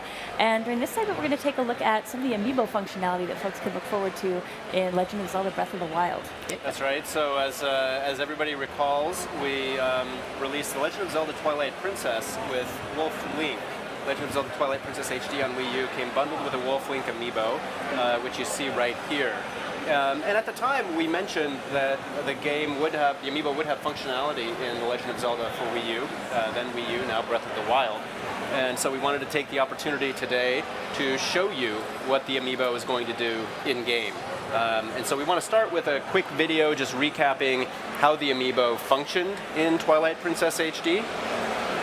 So we're going to cut to that video really quickly and show you, if you recall, what it does there. But essentially the way that it worked in that video is you would enter the Cave of Shadows as Wolf Link when you tapped it in, and you would play the challenges in there, and you would complete the Cave of Shadows, and then you would tap the amiibo to the Wii U gamepad, and it would save the number of remaining hearts that you had after completing the Cave of Shadows to the Wolf Link amiibo. And so now what we want to do is we're going to actually tap this to the Wii U version of Zelda Breath of the Wild and show you what it does. So as you see, you use one of your runes there on the Sheikah Slate to give you access to the amiibo, and we tap it in, and oh, let's see. Uh-oh. There, I heard a little. Uh-oh. We have a slight tech. Oh, there we go. You may have seen a little effect there, similar to what you see in Twilight Princess. Tapping the amiibo to the Wii U gamepad in Breath of the Wild will bring Wolf Link into the game as a partner character. So we've been showing you a lot of the game. We've been showing you running around and exploring. Perhaps what you've noticed is that Link does not have a partner character in the game, and that is true. Typical of a Zelda game, you would normally see somebody like a Navi, or in the case of Twilight Princess, a Midna. In the case of Breath of the Wild, Link is generally exploring alone. And so if you do want that partner character, you would tap in the Wolf Link amiibo and call Wolf Link in. Wolf Link does a variety of different things in the game, in addition to just kind of being a partner character that runs around with you. As you can see here, Wolf Link helps with combat. He will actually attack enemies and will help you fight them. Yeah, he actually barks when he finds enemies for you too. Yeah, it's really cute when he does. He kind of like hunkers down and growls a little bit. Yeah, I love seeing him in his art style. It's just really cool. And the other thing that's really cool is looking at how big he is, you're like, yeah, that's Link crouched down in wolf size. I don't know if he was kind of sniffing out something there too. Yeah. So if I see it go. Oh, there we go. Now, apart from combat, the other thing that Wolf Link will do is if you get close enough to a wild animal. Oh, looks like you need to get a little bit closer there, Chico. Wolf Link will go out and hunt the animal for you. He's able to sense prey, sense meat, and he'll help you out with that as well. But he doesn't go for acorn though. No, he doesn't. Just the meat. You can see the animation also just really fluid, really nice. I can actually hear the chain a little bit as he walks. Yeah, he still has the chain around his paw from when he was in prison at the beginning of Twilight Princess. He's Wolf Link, right? Oh, there he goes. Ah, sorry. Did it first. There he goes. There you go. He got that boar right there on the rump and took him down for you, Chico. Yeah. It's really impressive when you see him, especially in combat with large groups of enemies. Wolf Link is incredibly powerful. It's really interesting to see how he does, especially through combat. That's right. Now we also have from the show floor here at E3, one of the things that we're showing, obviously we've got Amiibo on display here on the show floor. One of the things that we're showing is what the process is for creating Amiibo. It starts very, very simply with a very basic 3D printed model. Usually these are based off of some of the in-game models that we see in the game. And so in this case, Wolf Link started off with this very basic gray in-game model. And if you're able to get up close on that, you can see sort of the polygonal nature of the print here. I think perhaps a little bit later in the day we may have a chance to show the full process, but there's sort of about 5 different steps in the creation process before we actually end up getting to the final model here. Yeah, it's interesting. I think some folks don't appreciate how much iteration goes into the creation of the amiibo, but when you're looking at some characters from certain games, their physical structure might make it really challenging to make amiibo, especially when you're looking at balance and making sure that you've got them in a pose that they're going to have nice stability when you've actually got them, say, sitting on a shelf or you're playing with them. That's right. And in fact, you start with this basic 3D model print, and then from there you have to refine the model itself, and then you get into sort of once you finalize that model, then you start to get into some test painting and things like that, and it becomes it's actually a very long process. It takes start to finish. It can take upwards of roughly 10 months to a year from the very beginning of the Amiibo creation process until the actual product launches. So it actually is a long process, but one it's fun to kind of watch and see as the Amiibo go through all those different forms. Yeah, especially as the poses get refined. I know I've seen certain iterations for some of our Amiibo where they're really experimenting with how best to pose the character, position the character, and it's neat seeing kind of what didn't work as well and the different test cases that they do along the way. That's right. Now going back to Wolf Link in the game, we mentioned that when you tap Wolf Link in, he will have the number of hearts that you saved in Twilight Princess. And he'll travel alongside you for the duration of your gameplay, and he'll do this until he loses all of his hearts. Fortunately, Chico is doing a good job here and is taking good care of Wolf Link, and so he hasn't taken a whole lot of damage yet. But once those hearts run out, then Wolf Link will disappear. And the next time, if you do want to play with him again, then you can wait 1 day in real world time, not 1 day in in-game time, but 1 day in real world time, and then you can tap Wolf Link to the gamepad again and call him back into Breath of the Wild. Yep. You need to get after those boars, Chico. I know. It's interesting what a difference Wolf Link can make, especially if you've taken the time to really kind of make him a burly wolf before you bring him into the game. And if you're starting out, he can really help cover your back for you as you're getting a feel for the gameplay. He was right behind me. Jeez. Uh-oh. Well, that's the other thing you can do is you can... He killed me. Yeah. And he left the food for you, too. It's very polite of him. It's so kind of him that he takes down the prey but does not eat the meat. He leaves that for you. He loves me. So. Now the other thing, of course, is if you do get separated from Wolf Link, you can blow your whistle. You can blow a whistle or whistle to him and call him back to you. And you'll also, of course, he is a wolf. Oh, listen to that bark! I love it. He's got a lot of other really cool Look at animations if you watch him. It's so good. Oh. So you can, if he runs off in a different direction, then you can whistle to him and he'll come right back to you. Talk at all about his ability to sniff things out as well? Well, yeah, you will. Of course, he is a wolf, so wolves having good noses, he'll be able to help you out and later on in the game be able to sniff out certain items for you, which is quite nice. But of course, Wolf Link isn't the only amiibo that's going to be compatible with The Legend of Zelda Breath of the Wild. Talk about this interesting display. We actually have a few more brand new amiibo. Hopefully we can get in very close on these. The level of detail on these new amiibo are really, truly stunning. This is Archer Link, and I'm just going to slowly rotate him around. Especially the detail on the back of his shield is this side, you can see right here, you can see the detail on the Sheikah slate. The head of this arrow, which you see from the video in the Guardian battle, incredibly detailed, very, very well replicated.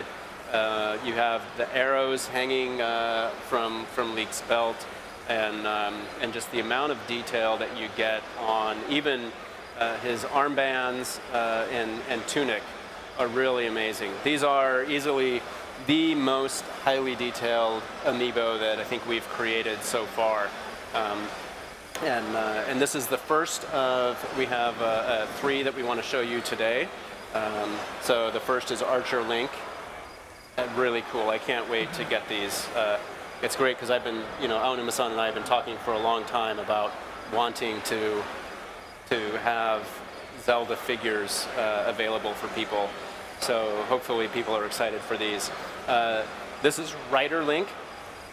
Again, one favorite.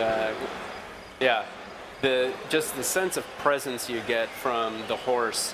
The way that it's sculpted, you get so much detail in the muscles, the mane, even the bridle with the saddle and everything. Link's shield hanging on the back, the saddlebags. Really, really nice. We have some online, we have some videos that show these in really close-up detail, rotating around, that are really great. And I think we might have these on display actually at the booth here, so folks can maybe check out. Hopefully there'll be some more photos folks are taking online, but it's so impressive how they were able to realize the art style, I think, of the game here. And it really feels like it captures the softness of the color and the detail. It's really cool. Billy's probably the only few people who can actually touch it. I know. Yeah, I'm not touching it because I like my job and I don't want to break things. These are still in a prototype form. They're near final, but they are, because of that, they're a little bit fragile still. I feel like you can get away with it if something terrible happens, but I'm keeping a very respectful distance. Now then, I have one more to show, and this one is, of course, very, very impressive. This is a Guardian amiibo, and again, you can see the amount of detail. It really helps to bring sort of those glowing pink colors to life. You can see the eye in front there. And although I'm not gonna bend it today, this is the first amiibo that we've created that has posable parts. You can bend the legs.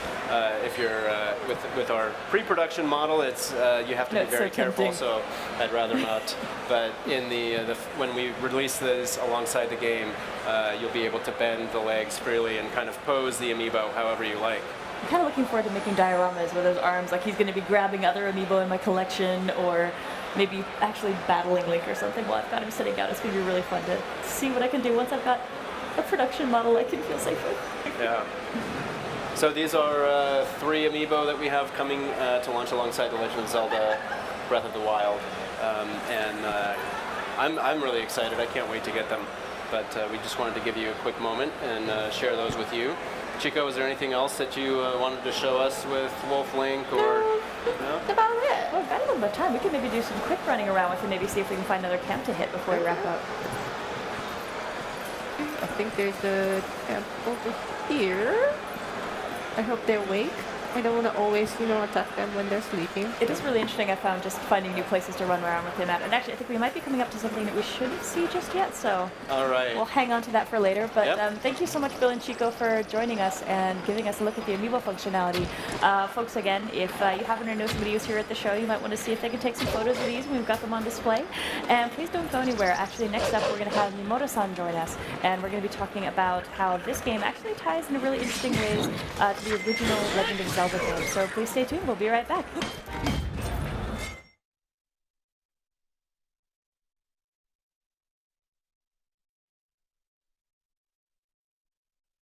Hey everybody, welcome back to Nintendo Treehouse Live at E3. I'm Sam, and I'm joined by my colleagues Ed, Chico, Ray, and Bill on the end there.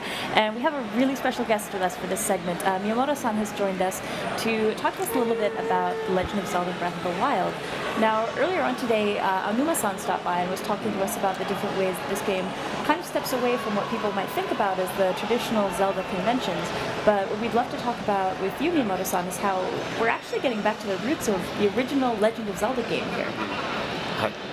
以前ゼルダの青沼さんに来ていただいて今回はゼルダの当たり前を見直したということなんですがそれに関して今回はそれもあるんですけどさらに初代のゼルダに戻ったというのも言えるんではないでしょうかそうですねゼルダの当たり前を見直したって言ってとか壊すとか言ってるんですけど実はそれはゼルダがシリーズが積み上げられていってでタクトが出てスカイウォードソードになりっていう流れの中でどんどんとゼルダがもともと持ってた自由なアドベンチャーというものが損なわれてシーケンシャルに遊ぶものに なりすぎた、それを原点に戻そうということでもあるんですね。So we talk about reimagining the conventions of Zelda, but really as the series progressed, there's a lot of more added features. Like if you look at the last Skyward Sword, and as we started doing that, we realized that the game was becoming more and more sequential. So what we really wanted to go back to was the original spirit of Zelda, which resides in freedom.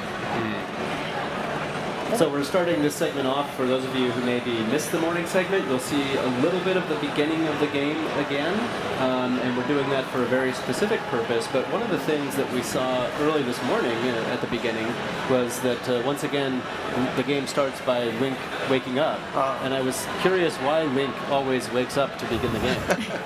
いやまず今日ね世界中でこの中継を見てもらってる人たちは経験することできないですからね、朝と同じようなシーンを何度も見てもらうことになるかもわかんないですけども、今言ったように本当に裸で始まります。で、最初のゼルダもね、何もないところから始まったんですね。As Bill mentioned, there might be a little bit of repeat, but there's a specific reason we're doing that. So, in the original Zelda, there was this, just like in the original Zelda, you start off with really nothing much on yourself.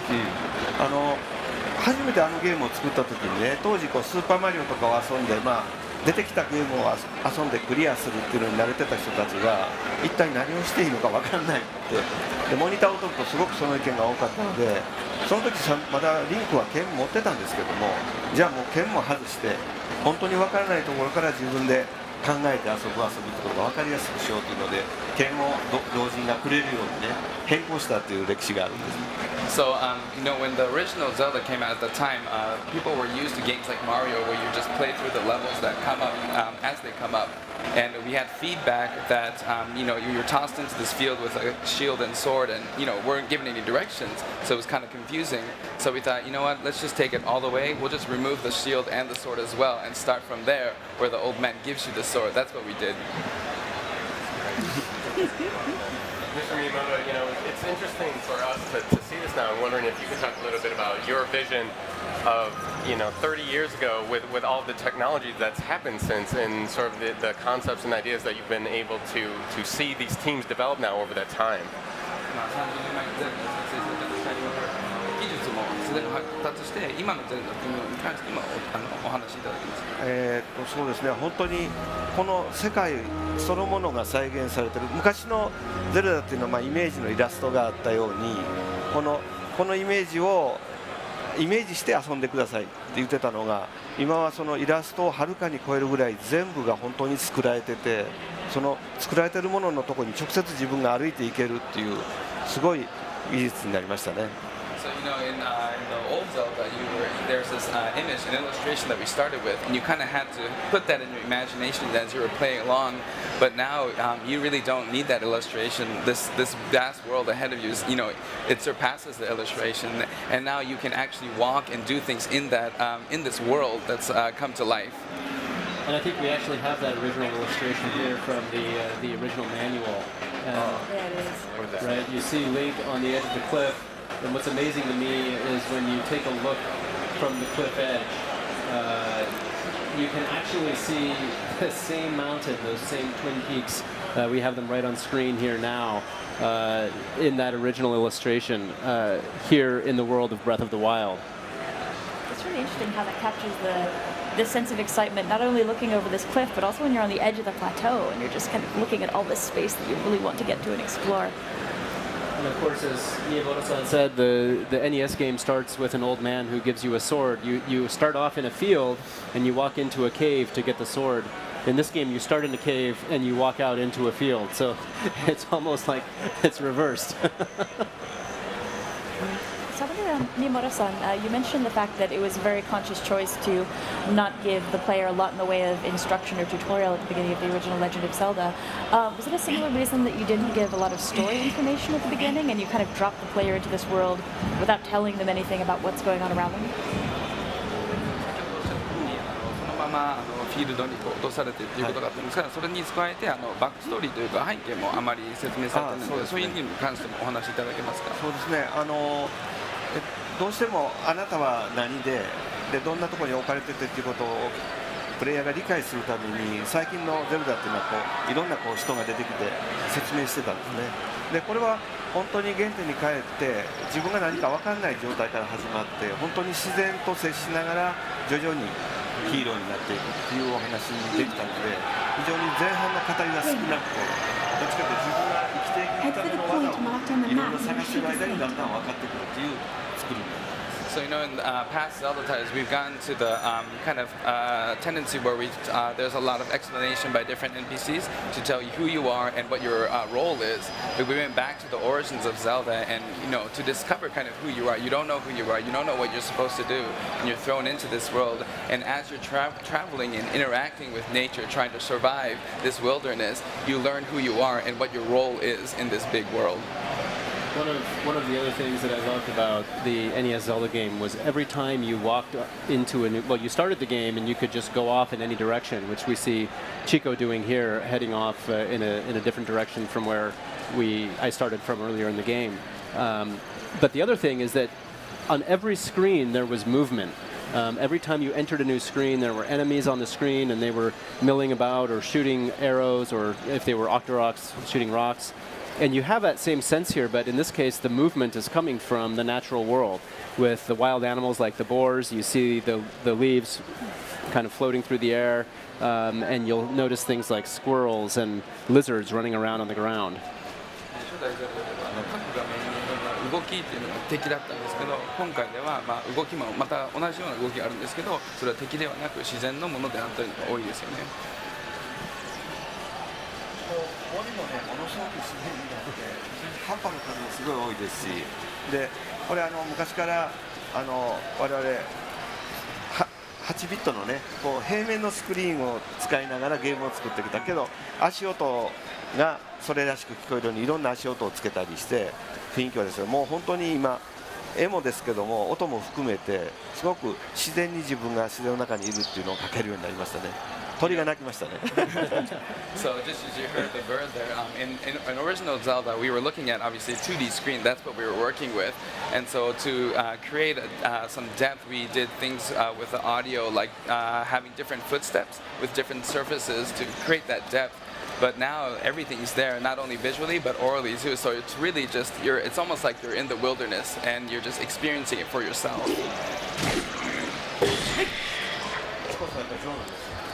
Chico, you're pretty good. No, please don't pressure me, Mr. Miyamoto. You know, I usually stay far away and shoot with arrows. Chico didn't have any arrows. If I did, yeah, I would use arrow better. Haha, now I have it. So I wonder, Miyamoto-san, if you could tell our viewers a little bit more about the extent of your involvement in Breath of the Wild and the kind of things that you've been involved in. 宮本さんのコンサートのはいいつもと同じようにね、最近僕エグゼクティブプロデューサーってつくと思うんですけども、実はその都度いろんな役割をしてて、最近まではエグゼクティブプロデューサーと書いてあるんですけど、ディレクターと一緒にディレクティブをしているというところまで入ってたんですよ。今回はね、本当にリンクの基本的な動きとか自然とのやり取りとか、それから特に本当に自然に見えるかどうかという監修とか、そういうところに徹してて、あとお金の手配とか、本当に現場がどんどん今一緒に作ってきた青沼さんとか藤林さんとかディレクターたちと、それからプログラマーとかデザイナーがみんなでこれを作ってくれてる。So, I think my position will end up being executive producer on this title as well. But I have been in the past. But in past Zelda titles, I took on a lot of different roles as well. Even though I was the executive producer, I did a lot of things that maybe a director would have. But this time around, my involvement is really focused on just making sure that Link's movement is natural and his interaction with the environment, with nature, is natural, and that it's all a smooth experience. And really, all the details, I've left it really up to Mr. Aonuma and Mr. Fujibayashi, and of course all the designers and programmers. This is a really collaborative effort on everyone's behalf. And then I also look after the financials too. I was actually curious, you mentioned when Chico was fighting the Bokoblin with the axe there that your approach would have been probably to shoot from a distance. Can you tell us a little bit more about how your approach has been as you play this game?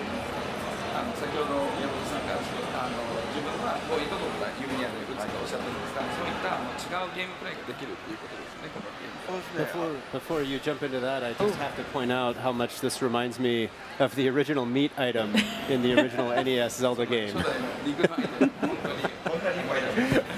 It's gotten so big. 本当にね、さっき冗談で言ってた裸のままでガノンまで行こうかとかいう話をしてたんですけども、それぐらいどんな遊び方もできるようになってます。だから一人の敵ともどの武器を使ってもいいし、敵の武器を奪って使ってもいいし、本当に自分の武器が壊れてそうせざるを得ない時もあるぐらいいろんな戦い方があります。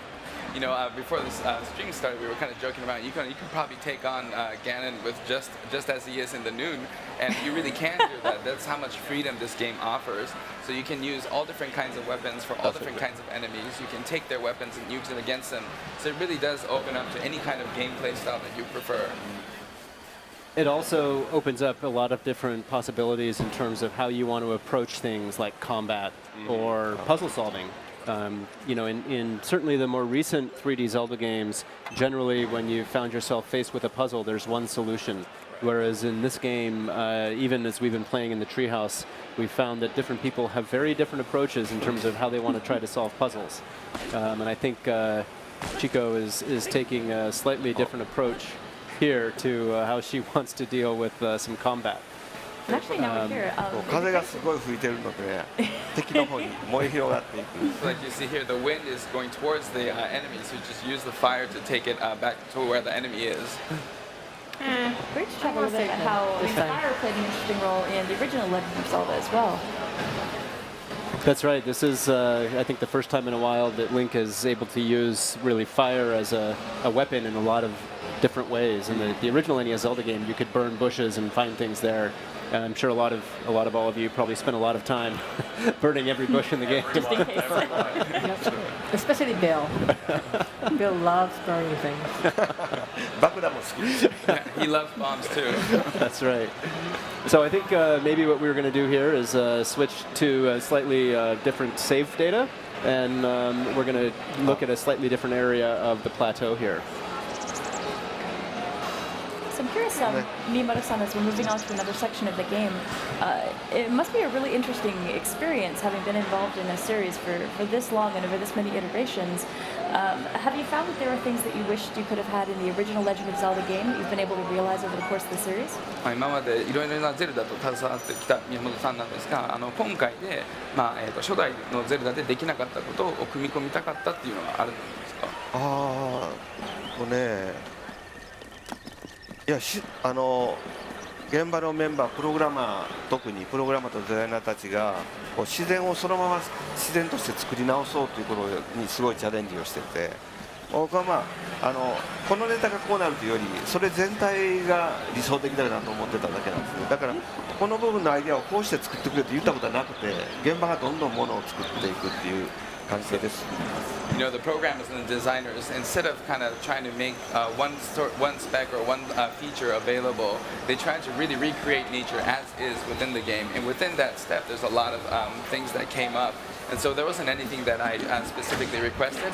It all came from the development, or excuse me, the programmers and the designers. でこう拡張していく、自然に大きなものが出来上がっていくという方にざっとものが進んでいくんですけど、意外とそれができていくことで細かいディテールの部分が仕上がっていって、でディテールを見ると意外と新しい発見があるんですね。どうも動きそうな岩と動かなさそうな岩が見てなんとなく雰囲気で分かるとかね。So now, as we're trying to create this massive world, we noticed that during that step, we realized a lot of the small, minute details are being polished as well. So when you're playing the game, you know, there's all these details and things that you just kind of notice and stumble upon. For example, like you know, when you look at pieces of rock or stone, some of them you kind of know that you can't move, and some of them look suspiciously movable, and you just kind of have this feeling. I just don't have anything near me for. Oh, wait. There's one. I mean, it definitely is such a rich, maybe not immersive experience. It feels so good. Bill bringing up the chunk of meat looking like the one from the NES reminded me of, you know, that was one of my first great video game moments as a kid, was going into that cave scene, grumble, and being like, oh, okay, here's a puzzle. This is something to figure out. And then remembering, because I had the manual memorized at that point, because that was all the literature we had back then. I was like, oh, I bet you he's hungry. Oh, there's meat there. It's just like, like my first little light bulb going off. I still remember that moment very clearly. 初代ゼルダで肉を与えるパズルがあったんですけど、それを初めて解いた時に本当に自分の中でやったっていう感覚が出て、本当ゼルダのアイテムゲットのつもりの中でました。Yeah, and this was an example here again of, you know, in the original NES Zelda game, sometimes there were those conspicuous spots where you knew you could place a bomb. In that game, sometimes you had to tap the wall to see if the sound was different. But here in Breath of the Wild, it's really interesting because they've done such a very good job, as Miyamoto was pointing out, of how the walls are designed in a way that they give you a little bit of a hint that maybe you can blow it up. But there have also been plenty of times where I've had to experiment and see if it actually can happen. おっしゃったように見た目で分かるところもあれば、でも実際にやってみないと分からない。そうですね。雰囲気で分かるところもあります。Yeah, it's kind of a gut feeling you have when you look at it. So I'm curious, Miyamoto-san, have you been surprised as you watch members of the dev team play this game, seeing the different approaches they take, or maybe them playing the game in ways that other members of the team didn't really expect? 開発現場を見てきた宮本さんの中で、開発者がこれをプレイしていろんなプレイの仕方があるんですけど、こういったプレイの面白かったとか、一般の人はこういったプレイをしないだろうなっていうプレイの仕方など見ましたでしょうか？そうですね。まだ攻略しきれてないので分かんないんですけども、例えばうまく使ってっていう馬を使って、まあ、どの乗り物でどういう武器を使って遊ぶとか、それからすごく上手になると時計を止める、スローにする、いやうまくプレーをするとスローになるんですね。そういうところをどんどん上手い人のを見てると参考になって。You know, so I actually haven't beat the game, so there's a lot that I'm still discovering as well. But you know, I'm just looking at some of the development team play this. You know how they use different types of vehicles and what weapons to use when they're riding those vehicles, and then also like the horse basically. And also, you know, if you're really good at playing, like you saw earlier, you can go into the slow motion effect. So seeing that kind of high level gameplay is really I learned a lot from it. からこの登るとかもあるんですけどね、ここ体力があるので登りきれないかもわかんないですけど、そう登る方法とか、登らずに裏側から行くとか、例えば敵の砦なんかでも正面から行くには裏側から入っていったり、だからこれからいろんなワープとかいろんな技ができてくると、いろんなルートが開発されるんですね。So you know, even with climbing, you got to keep an eye out for the stamina gauge. So you make sure that you have places to rest when you going up, and or maybe you could just go all the way around and go from the back. And likewise, when you're maybe attacking the enemy camp, you don't need to go from the entrance. You can go back around and attack from the backside. So really, there's a lot that, and as more and more features get unlocked, there's a lot of more ways to play the game and you know, solve these puzzles. Now, Miyamoto-san, one of the inspirations that you had for The Legend of Zelda came from your early days in the Boy Scouts. Do you want to talk about that a little bit? はい。今聞こえました。そうですね。昔ね、最初のゼルダを作ってる時に、子供の頃ボーイスカウトでね、いろんなハイキングをしたり、それからオリエンテーリングをしたり、でそれで山の上に登って、その山の上にすごい湖があるので、すごい感動したことを思い出したんですね。だからその頃の思い出でゼルダを作ったり、ゼルダを遊んでて思い出したっていう。でそのシーンが今度はもうさらに拡大されて、山に実際自分が行ってあるところから、そこまでにしましょう。So you know, when I was a child, I was in the Boy Scout and I used to go do hiking and orienteering. And there was a time when I was climbing the mountain and it cleared up into this beautiful lake. And when I saw a scene similar to that original Zelda, it brought me back to that. And now looking at this Zelda, it's even more grander than it was before. だからルートを攻略しながらこう山の上まで行って、でこっちへ行く目的地があるんですけど、ちょっとこっちにも興味があって行った時にいつ戻ればいいのかってだんだん自分で不安になってくるっていうけど、意外とそれがね、短時間の間にいろんなシミュレーションができるのがこの大地の魅力だと思います。You know, and when you're climbing a mountain, you have a destination, but then something strikes your interest, so you kind of go off the path. And then, you know, there's a lot of interesting things out there, but then you start to wonder, wait, when am I supposed to go back? Am I going to be able to go back? But then that kind of feeling is recreated here. And what's great about this game is within a short period of time, you're able to really explore a lot, and there's a lot to explore in this. And that's one of the things that I love about the game is that just like the original NES Zelda game, it's very easy to kind of wander off your path or get lost in the world and find yourself in an area where the enemies are way beyond your skill level. Right. And then you've got to decide if you want to try to fight it out or if you want to try to turn around and run back. 初代ゼルダのように自由に行けるので、ちょっと強すぎるところにも行ってしまって、どうやって戻るか分かんなくなる時が。そうですね。これあれですよね。今チコさんうちわで仰いでコログのうちわで船を進めてますけどね。So Chico's waving the fan with the cork fan to move forward in the raft here. こういう今度自分で進める引っかかってる。引っかかってますね。自分で進めるイカダっていうのはね、これ今物理的計算で引っかかってしまってるんですけども、8ビットの頃からこうイカダに乗ったらスッと進むとか、うちわで仰ぐとかいうネタはいろいろあるんですけども。今回そういう漫画のようなこと、嘘のようなこと、漫画のようなことを全部本物の物理でやるとすごい新しい魅力があるんですね。こんなこと起こるわけないんですけど、嘘のような本当をやる、you know, like when Chico is stuck there, it's because of the physics engine of this game. But then, you know, obviously you can't actually swing a fan and propel yourself on a raft. And these are all kind of comic book-like effects. But taking that and applying that into a physics engine creates this whole new experience. It's very fun to watch. Of course, in the original NES Zelda game, Link somehow had a raft that he carried around with him. But in this case, you'll have to find the raft in the lake and ride it across. そうですね。だから見つけたのにうちは持ってないから慌てて取りに行か You know, you might find the raft and you realize, oh no, I don't have a fan, so you got to go back and go grab it. I'm hoping that maybe working on this game has given the members of the development team maybe a budding interest in hiking and maybe joining you on a trip. I think like a dev team field trip sounds like it would be amazing once everybody's had a chance to play this game. Some team building. チームビルディング調査で開発でハイキング行ったりとかラフティング行ったりとか楽しそうですね。はい、そうですね。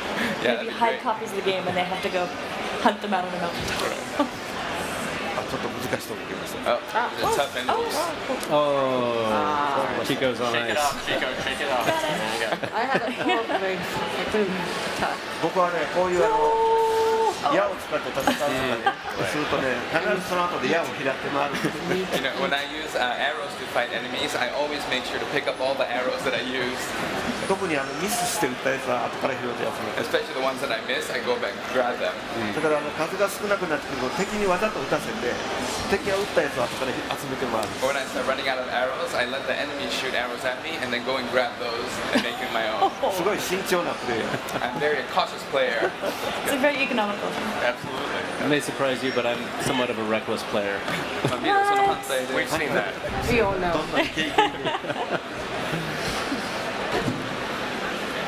He goes chopping up some firewood here. I don't know if I have flint though.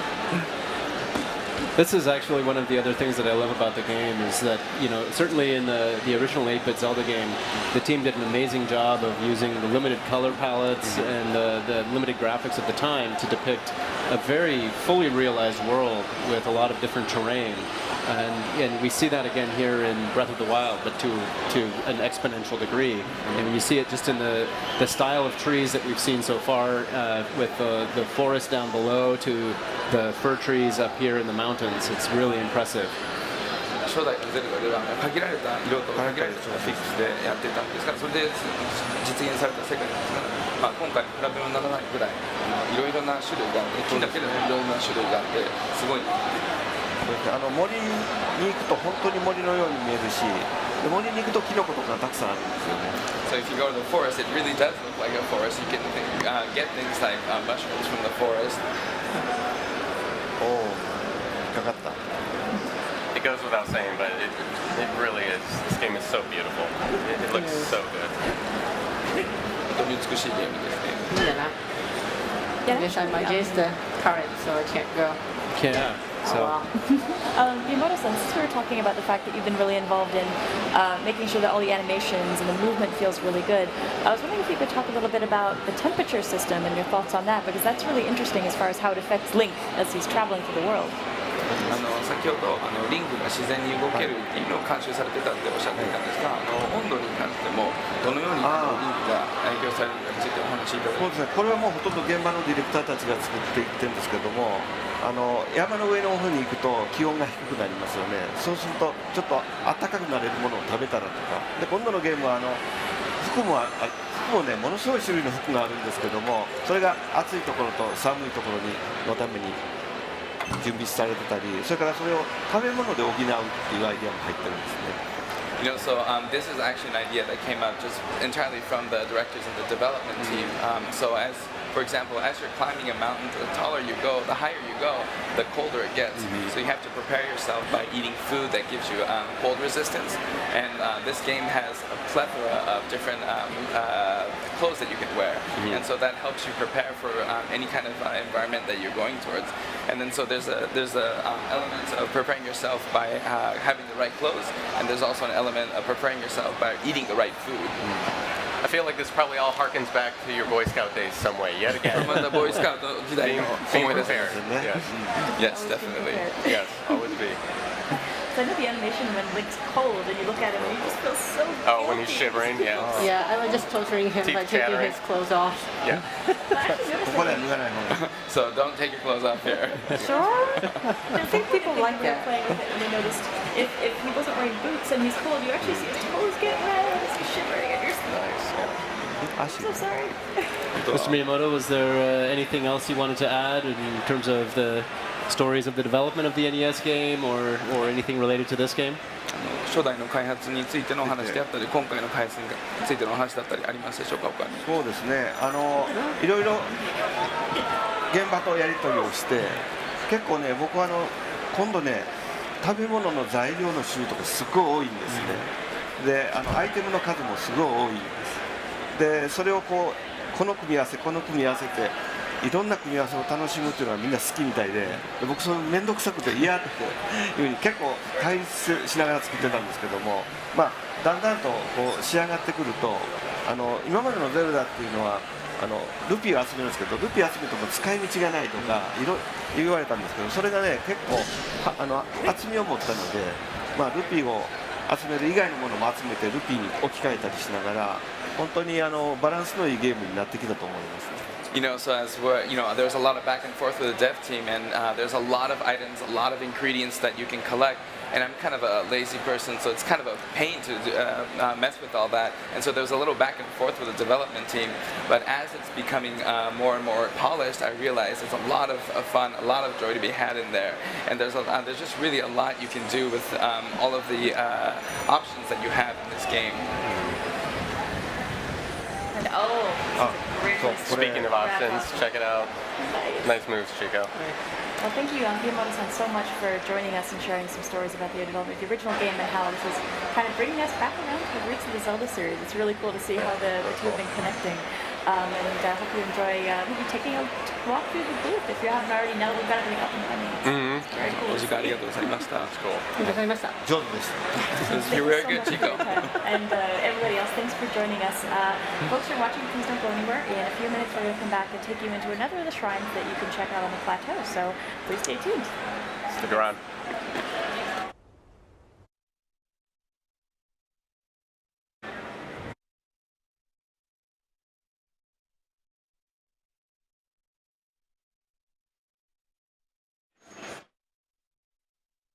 And we're back on Nintendo Treehouse live at E3.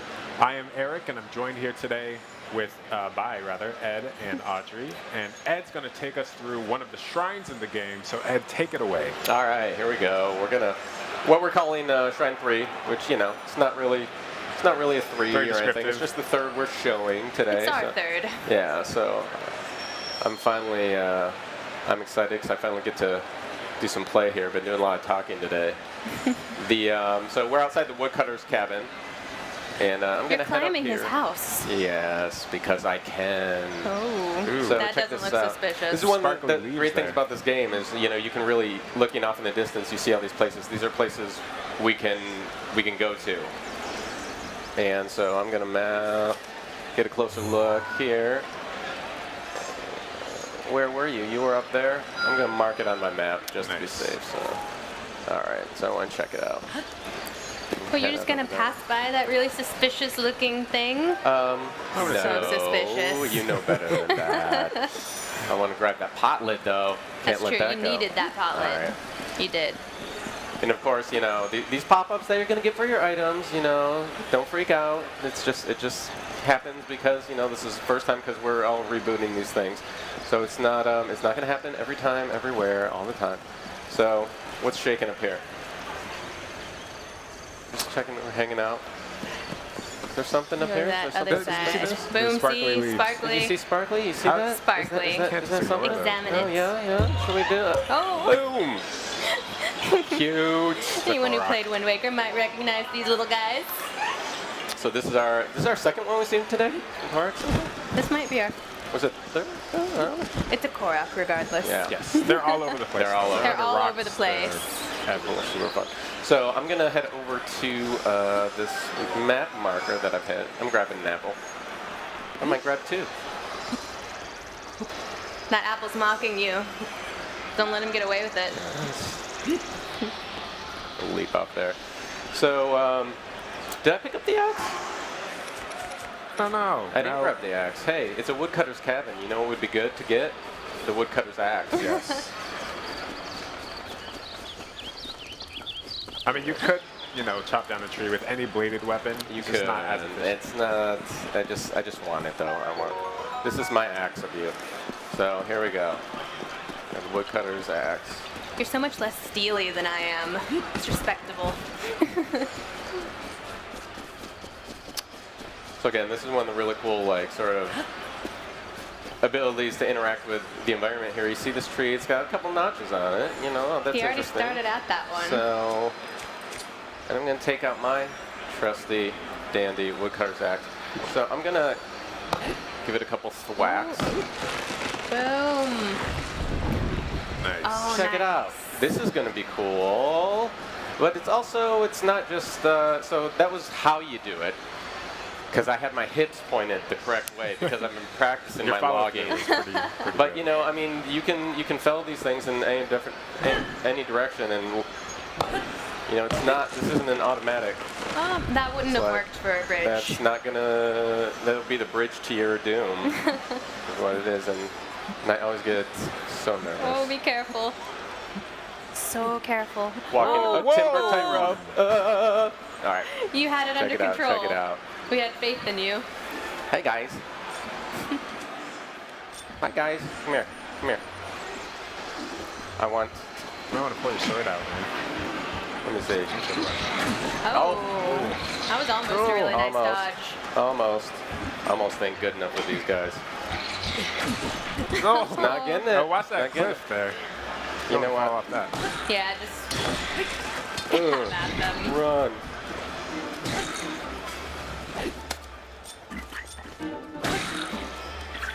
Ooh, that was pretty stylish. Okay. Come here. Your mama was a Hinox. Come here. Oh. That's uncalled for, Ed. I know. Really. Taunting is unnecessary. Children might be watching. But fun. Alright. We'll pick up some stuff. Pick up Yeah. the Traveler's Sword here. Alright, cool. You're stocked. So looking You're in good around. shape. More apples. That's I'm cool. gonna switch to a faster weapon. That axe is powerful, but It is, but it's a little slow. So, it's pretty you know, slow. you can be a little Yeah. lighter of doom there. So, you got these little areas, like what's going on here, and you're checking it out. It's like, oh, okay, maybe there's a couple little, like, can I climb this thing? I can. You can climb almost anything. We can climb almost anything, but there's a little, It's pretty steep. little plateau area over here. We'll check that out. So this is a very tall cliff. You're not going to be able to make it all up in one go. So you found kind of this resting spot where Link is going to, you know, re-energize essentially and get his stamina back. Get your stamina wheel going again. So check it out, and it's like, oh, well, there's a couple things up there and yonder. So maybe that's the way we go. Yeah, you can get up to pretty high places if you're clever about how you climb, how you use your stamina. Crafty, if you will. Gotta be crafty. And get up here.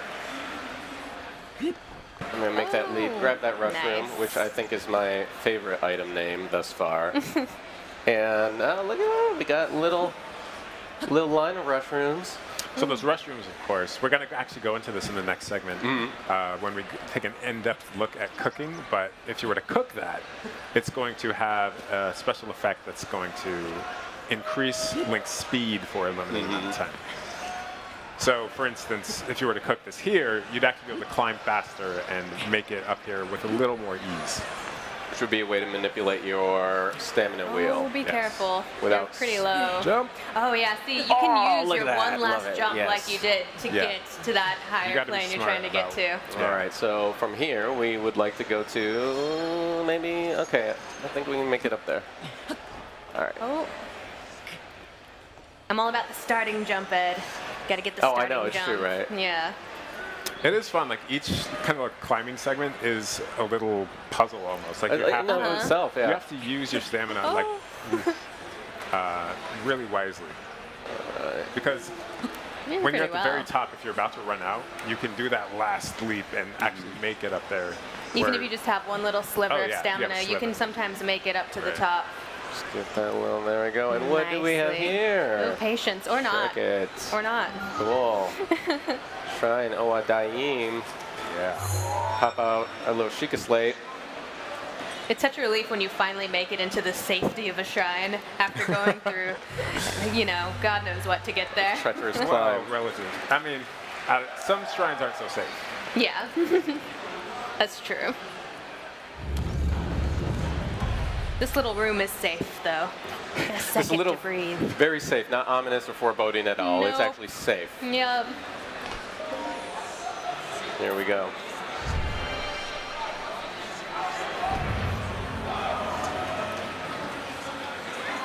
And now we're gonna get another yummy ability, another new rune Yes. to play with. It's very cool how they've integrated technology into this with the Sheikah slate, with the runes, with the different Yeah. functionalities. It's a lot of fun. Get our tips and tricks here going. All right, here we are.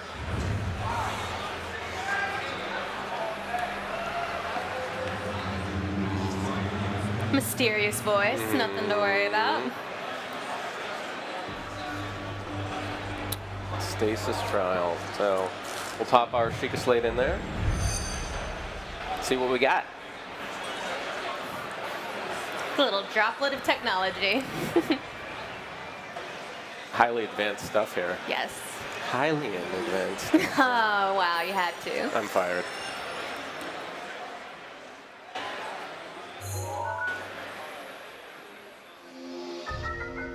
So this is a stasis rune that it's giving us, and this is going to show, we're going to show this off here.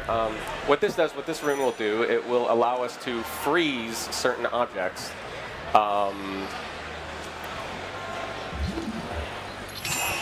Freeze the motion, not actually freezing cold. It'll just freeze it for a limited time, though, Yeah. so you have to be pretty quick. So you'll see this wearing off, that gear, and then there's a recharge on here. So you're not going to be able to like immediately just pop back into that thing. And so what do we got here? We got a big boulder coming on down. Oh. We don't need our Indiana Jones moment. And Let's keep we're going. gonna freeze that right there yet again. And but there's we'll come around. So you can also just take the stasis off instead of letting it wear out. If you want to, You can let just it immediately recharge end it, faster. yeah. Just pull the stasis off. I'm gonna pick up this iron sledgehammer here. And oh, looky over there. There's a little something actually behind that, where that boulder was coming down. Let's go check that out. A true hero takes every opportunity for treasure, Ed. Oh, you have to. You have to. Run! Let's check that. Yeah, we got little opal. So that's going to be nice later when you need a few rupees, you know, Yeah. just catch that puppy in.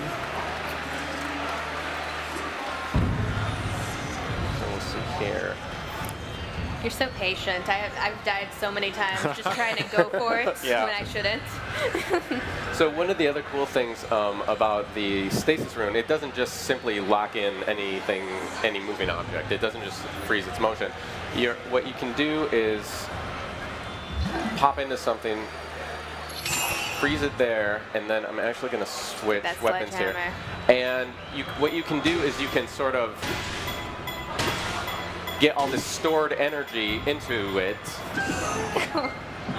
And once that stasis comes off, all that energy that you've built up gets released in whatever object you've frozen there. And it's now allows me to walk past. Yeah, Cool. and you can use that in all sorts of creative ways Totally. throughout the game.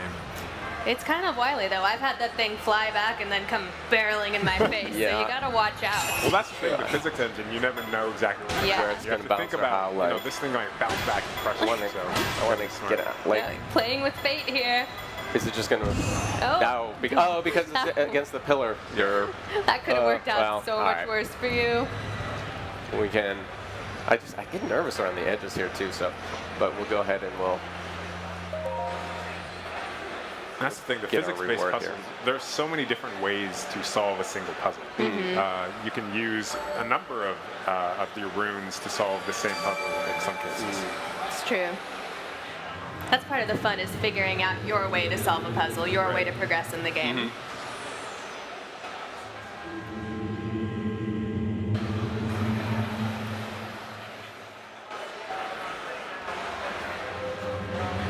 He's been waiting this whole time for you to steal his treasure. You're not really stealing it. He's For giving it. borrow. Yeah.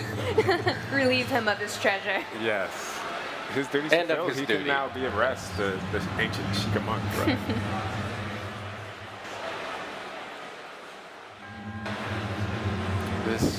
The environment is just it's so cool.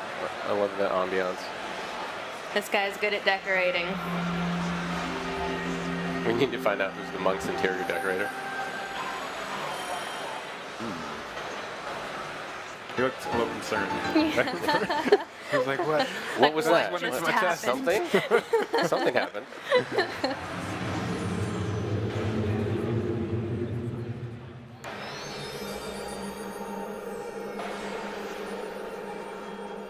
Now he's gonna go nap. The big nap. Not the big nap. It's medium nap. The medium nap. The big power nap. Yeah. Yeah. Take a nap. He deserves it. He looks a little worn out. He earned it after many, many years of being in that one pose. It's true. That whole time. It's insanely Yeah. flexible. So we'll come on out of the shrine here. And we've mentioned this before, but these runes, they're not just for use in the shrine. You can use them to do all kinds of things in the world. Like this. So check this out. So there's this massive boulder here, and ooh, peekaboo! There's a little something there too. How dare it block this treasure from us? Right. So I'm gonna put that stasis lock on it, and let's get this thing. Oh, come on, Ed. You can do better than that. Oh, get away. it red. Ooh, that's pretty good. Watch it. There it goes. That was a pretty good launch. What's cool is you could launch that at a group of enemies and just wipe them out. You can use it in so many cool Oh, ways. that would be sweet if there were enemies like right on the level there. Or flying, like you just hit an eagle or Yes. something in the sky. Yeah, you can't see it, but you killed a bunch of things, I'm pretty sure. Pretty sure. Yeah. We'll get our treasure Ooh, chest. nice. Nice traveler's bow. So this traveler's bow actually has kind of a special power to it as well. So it's stronger than standard, and you have these kind of you have these different weapons, but not everyone is the exact same, even if the name is the exact same. All right. They still have different abilities. All right. They can. So I think we're moving on to the next segment. Yeah. And that segment is going to be another Legend of Zelda Breath of the Wild segment. We're going to take an in-depth look at hunting and gathering. So stick around.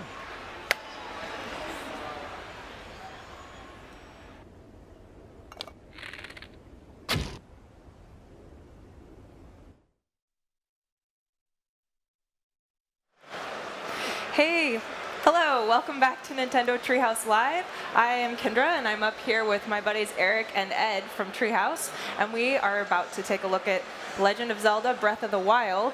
We're going to do some hunting, some gathering, and we're also going to check out a new mechanic where we create temporary hearts. So take it away, Eric. All right. Well, so we're going to get into the nitty-gritty in this segment.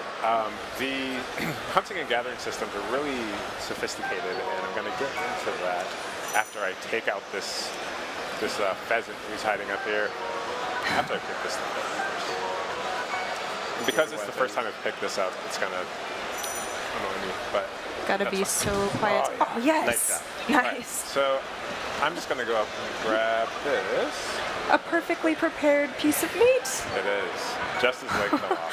So bird meat drumstick. Let's not start.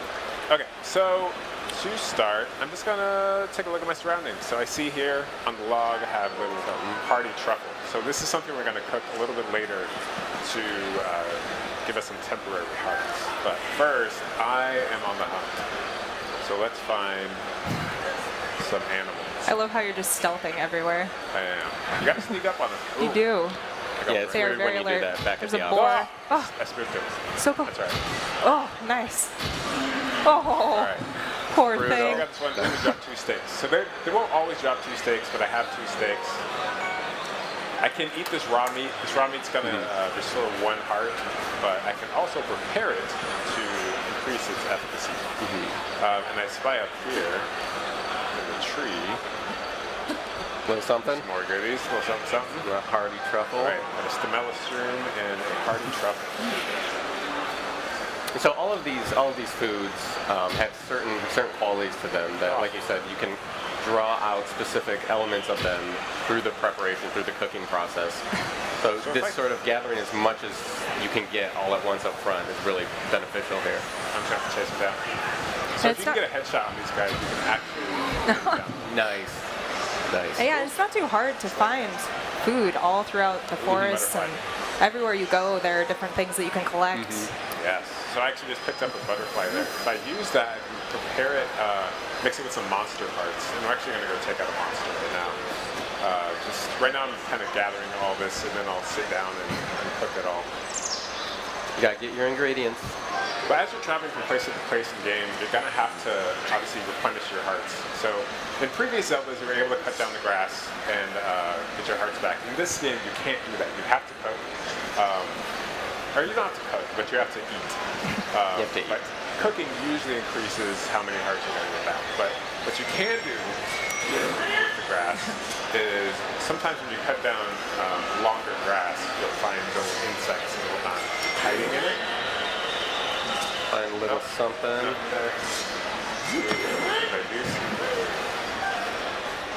So I'm going to postpone that. Let's see if I can take out. Little buddies hanging out. And I think something of note also is, you're going on this boar hunting rampage because that's your style, but you can also do a veggie playthrough on this. There's no need to do that because there's so many other forms of food and sustenance that you can gather in the game. Yeah, and a lot of the veggie dishes that you can prepare have a ton of benefits to them, so it's always worth exploring. Oh gosh, this guy is not happy. Oh my gosh. Nice. I don't know where he went. Oh, he went all the way down there. Let's see. Did I pick up his friend's drops? I'm not sure. That's all right. Okay. So check out some frogs. Let's see what I got. Ooh, yeah, frogs. See if we can get some frogs. Get some stuff. Get some more. Oh, here they are. Pick them up.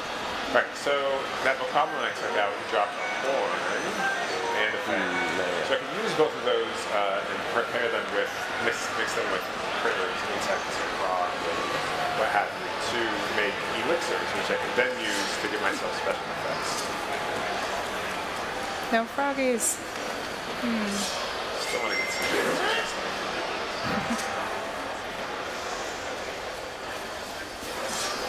Exploring the high grass here. See if there are any insects. Aha! Oh, nice. Yes. So I got a cricket. So I can also combine that with, and you'll find different stuff, lizards in the grass. And also, you'll find different animals at different times of day. So sometimes, if you go to the nighttime, you find fireflies, which have special effects that you wouldn't get otherwise, and all of that.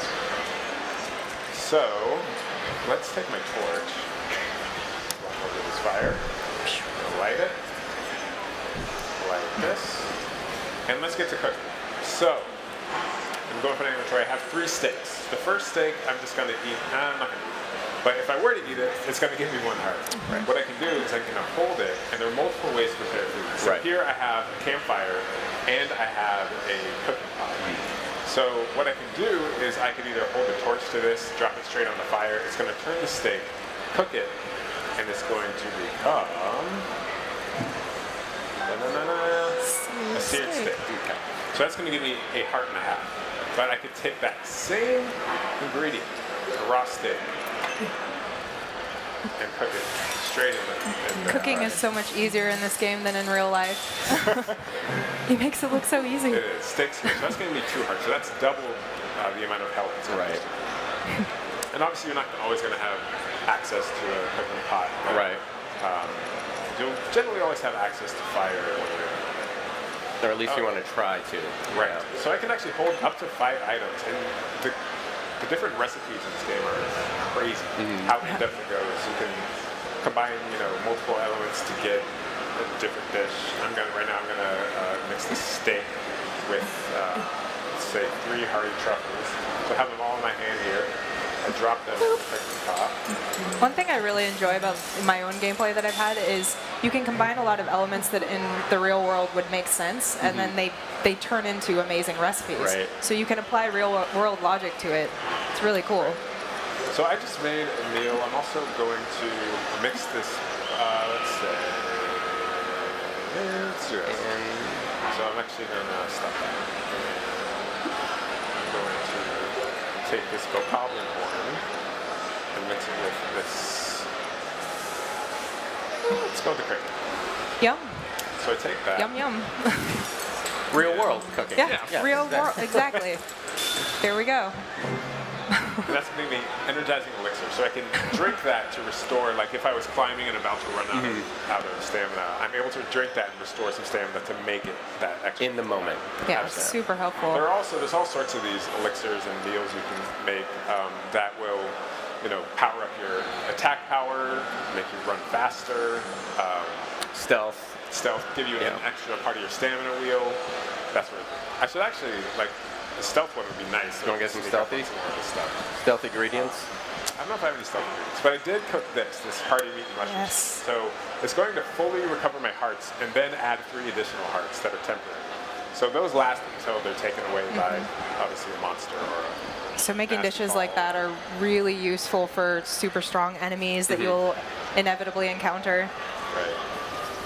I always make sure to have my entire menu just filled with those. Just tons of them. They're super helpful if you're going on a big boss battle or some massive encounter. And it makes me feel safe. Makes me feel safe having those in my inventory. That's what's important. Yeah. So one thing I didn't mention is you actually obviously don't have to kill any animals. You could just, run Take the around. pacifist route. Yeah, Yeah. you could. You could run around and mushrooms, truffles. gather mushrooms. You could just hug trees like this and do whatever you want. Yeah, you can get through the entire game that way if you want. That's true. Nice. Flint, so that's going to be nice. So I can use that flint. So I have this kind of portable fire starter now. Right. So if I was out in the middle of nowhere and I just had a really nasty encounter with any sort of enemy, really, I would be able to. Actually, let me show you. I'm going to pull this woodcutter's axe out and switch to it real quick. I'm going to chop down this tree. 2 strokes. Turn that into some Perfectly bundled, yet again. Grab the apple. So what I can do here is I'm going to take that firewood, hold it, also hold the flint. I'm going to drop it right here. And I can take any metallic weapon and strike this flint. That's not metallic. That is non-metallic. Oh, nice. And suddenly I have a fire I can cook on. It can warm you up. Yeah, if I didn't have the right gear to be in a certain coldness level. Yeah, and higher altitudes. Yeah. And so I can also cook things to increase my cold or heat resistance. So I'd be able to grab some spicy peppers, mix them with some steak and make some spicy steak. Then you got yourself a skewer. You got yourself a skewer. All right, let's see ooh, there's some fish down there. So one thing I love doing in this game is bomb fish. Oh, yes. So I'm going to toss that bomb. Come on. Totally with it. Any over there? Let's check it out. Where the fish at? And so There's the fish one. come and go. So it's based on the time of day, whether they're actually around or not. Get him. Nice. Oh, Nice. You got one? I got one. Nice. Worth it. You're just going to zoom up on it. All right, so I can take that fish. I can also, spearfish or throw or shoot arrows at fish and all that sort of stuff as well. But bomb fishing is just so extreme that I got to show it off. All right, I'm going to grab this rusted broadsword because it may come in handy. Whoa! So if I run out of stamina while swimming, Link's in trouble because he's too tired to go any further. Kind of makes like a gurgling noise and floats down into the water. It's kind of Poor Link. All right, let's.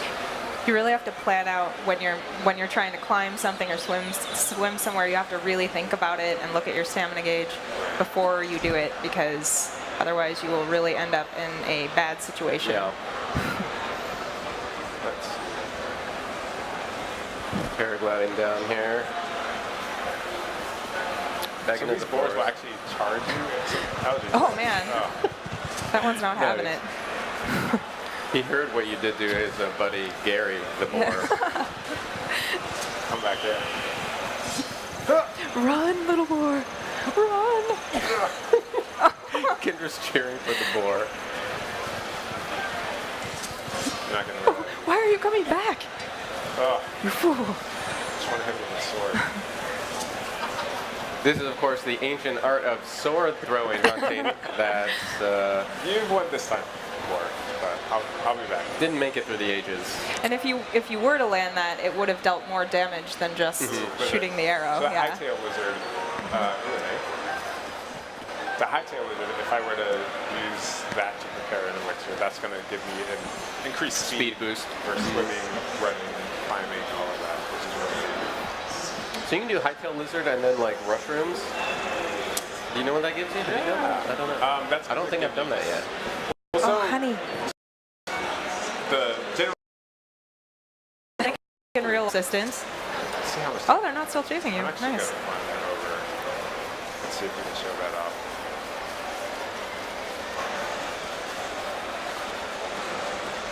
I just love love this. the ambient sounds. And look at this huge tree. I love just Oh, kind of nice. the world they built. It's absolutely incredible. And it's he's fallen down and hollowed out. There's so many kind of unique little set pieces like this. The level of detail and care that's been given to this to make it feel alive and unique is absolutely. Yeah, I mean, you were talking about sort of the depth of the cooking mechanics, and I remember when we had a video conference with the dev team, and they were like, "Hey, so here's the list of all the foods that you can make with all the items," and it was just this massive document. They were like, "Do you want that translated?" And we were like, "Oh, no, I fear that document. I don't know if we do." Okay, so I forgot what I was going to do here. This game definitely makes me hungry every time I play. I was going to make something gross. We were gonna make something bad, Oh, yeah. do Okay, it. so how? Let's see. I'm So gonna you make made this- all these wonderful That's- things, that's some gross. that just replace hearts, replenish hearts, and some that give you certain abilities and new properties, but But this time, I'm going to take, what is that? A birdwing, a mushroom, a bokoblin thing, and a butterfly. just a bunch of stuff. Creative, Toss it in yes. there. Let's see. And this is kind of a trial and error, you know. You have to be smart. Oh. Wait, that worked? Hey, I haven't look at seen that. this one. Okay, Spicy elixir. Ooh, I'm worried That's about awesome. that. Okay. Sweet. So that wasn't gross enough. Everything you have is tasty. That's the problem. That is the problem. You need to go find some. There's got to be something Gross things. I have. I don't know though. I may have just picked up delicious stuff. But let's try this. And an acorn. I mean, acorns aren't the tastiest. We'll try a butterfly and fish. Fish, butterfly. Oh, fish. there we go. Okay, yeah. I love the sounds. Dubious food. Yeah, So- we can't even look at it. Just don't. It's that gross. Okay. So that's your failure That cooking. was my failure. And that's the thing. You kind of have to experiment, find what you need and what you want at the time. And you can still eat it, and it still kind of totally, helps you yeah. a little bit. Yeah, it's what, 1 heart, I think, replenished? Yeah. All right. And what's cool is like you can spend all this time hunting and cooking and kind of finding out all the food, but you can also just, as you're moving from place to place, kind of find the things that are on the way. You don't have to necessarily go out of your way to always be hunting and gathering. It's just going to happen organically. Yeah, as you explore, you just run into all kinds of things you can collect. Like that. Oh, check it out. man. Oh my goodness. This new Those were my Hylian shrooms. Yeah. Oh, geez. So Oh this my next gosh. one. See, It detached its arm to attack you. what's funny is I'm not really prepared for this fight. I don't know if I'm going to take this guy down. I like that you're prioritizing the mushrooms too as you're running around. You're like, I gotta collect these. This is important. Okay, so I wish I would have made myself like a speed boost so I could more easily move up to that. Yeah, spicy elixir ain't gonna do much for us here. The temporary hearts though. We've got one skewer. Yeah. What we got? So Oh boy. this is Step Talus, one of the major enemies on the plateau here. This a weak is spot. That's all. There's lots. obviously his weak spot. Nice. Get him! One thing I love about this game too is that you'll be walking around and it'll be all peaceful. You're just like, ah, and then all of a sudden, this monster just emerges from the earth and starts Right. back, like throwing its arm at you. It'll happen all over. So I actually just got wrecked in one shot by this guy. No! So I had hit his weak spot enough where it starts spewing. He dropped a very precious mineral, so I'd be able to pick that up and either sell that or use it for something else.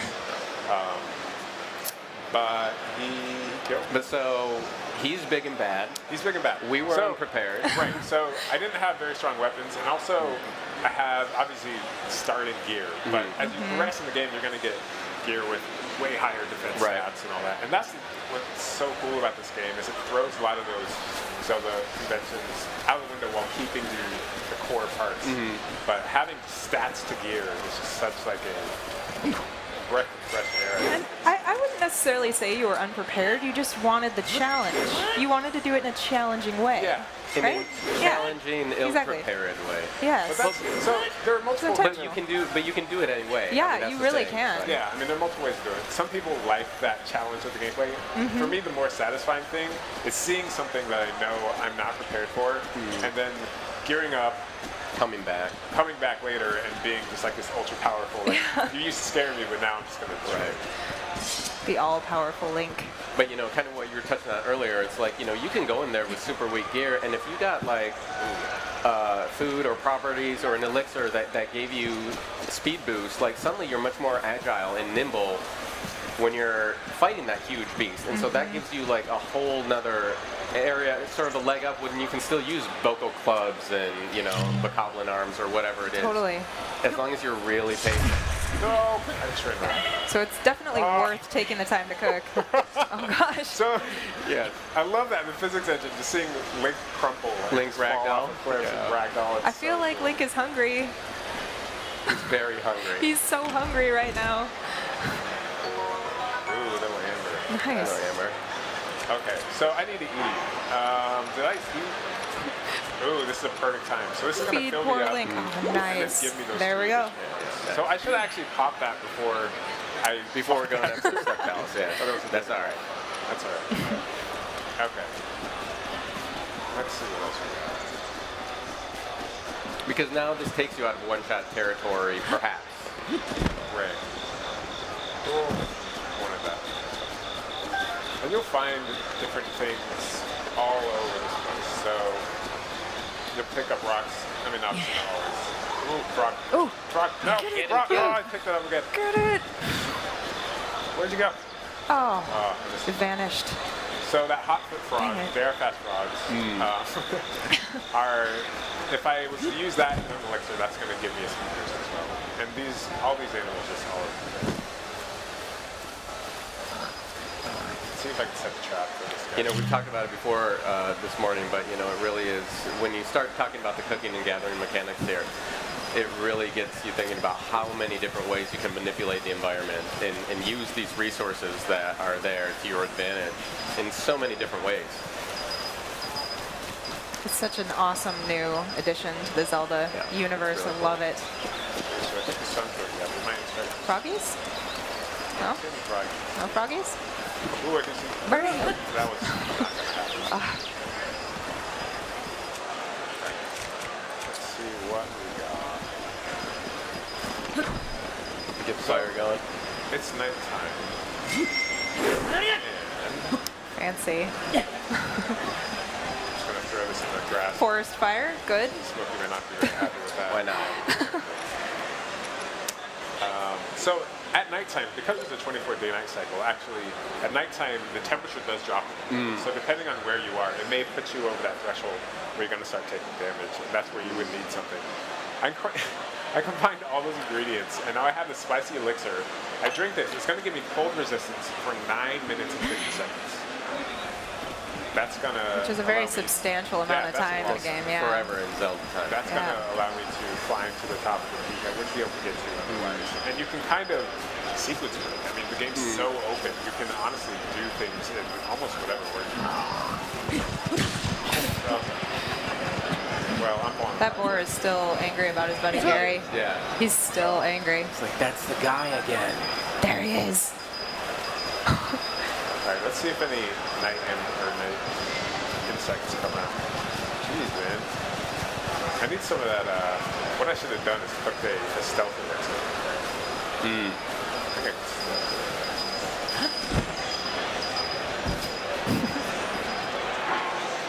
So this is going to be the stealth. What can I cook? Let's see if this looks. I don't think it's Let's try it. Yeah. Why not? Maybe. Good sign for mine. He's pleased. Oh. So I combined the two, but it actually didn't give me. It just gave me hearts essentially. It's not going to give me what I. Again, it's not necessarily one-to-one. Like, this is about trial and error, experimentation. Oh yeah. Absolutely. I found myself just like filling Link's arms with everything in my inventory all at once and then just dumping it in there and doing that repeatedly and actually made a lot of really good dishes. I was surprised. I really want to hit with this, but it's not happening. Something about throwing weapons is so satisfying in this, especially when you wear it down to the last hit. Oh yeah. And you throw it, and then it's a guaranteed critical hit when you're seeing it shatter for extra Yeah. damage across the Bokoblin's forehead. It's always worth that risk. Yeah. Alright, so these guys are not asleep. There's this boar kind of running around the camp. Nice. Oh. Oh, man. It's coming. You've been found. It's like so excited to see you. Threw a rock over the wall. Did you see that? Just barely made it over the wall. I'm trying to. They're not the sharpest enemies. So they hide from Smitty's trying to be sneaky here. He wants to. Oh my gosh. Did I say sneaky? Brutal.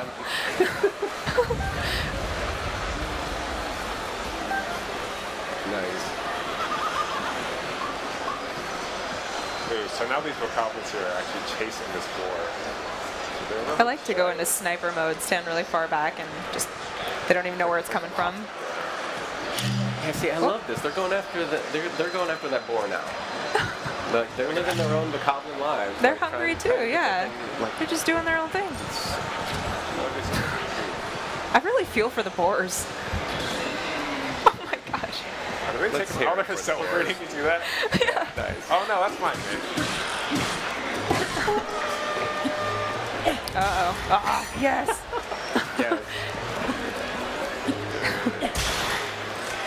Throw everything I got out there. Nice. All right, that's just about all we have time for. Thank you so much for watching the Hunting and Gathering section, Nintendo Treehouse Live at E3, and stay tuned to check out Shrine up next. Bye.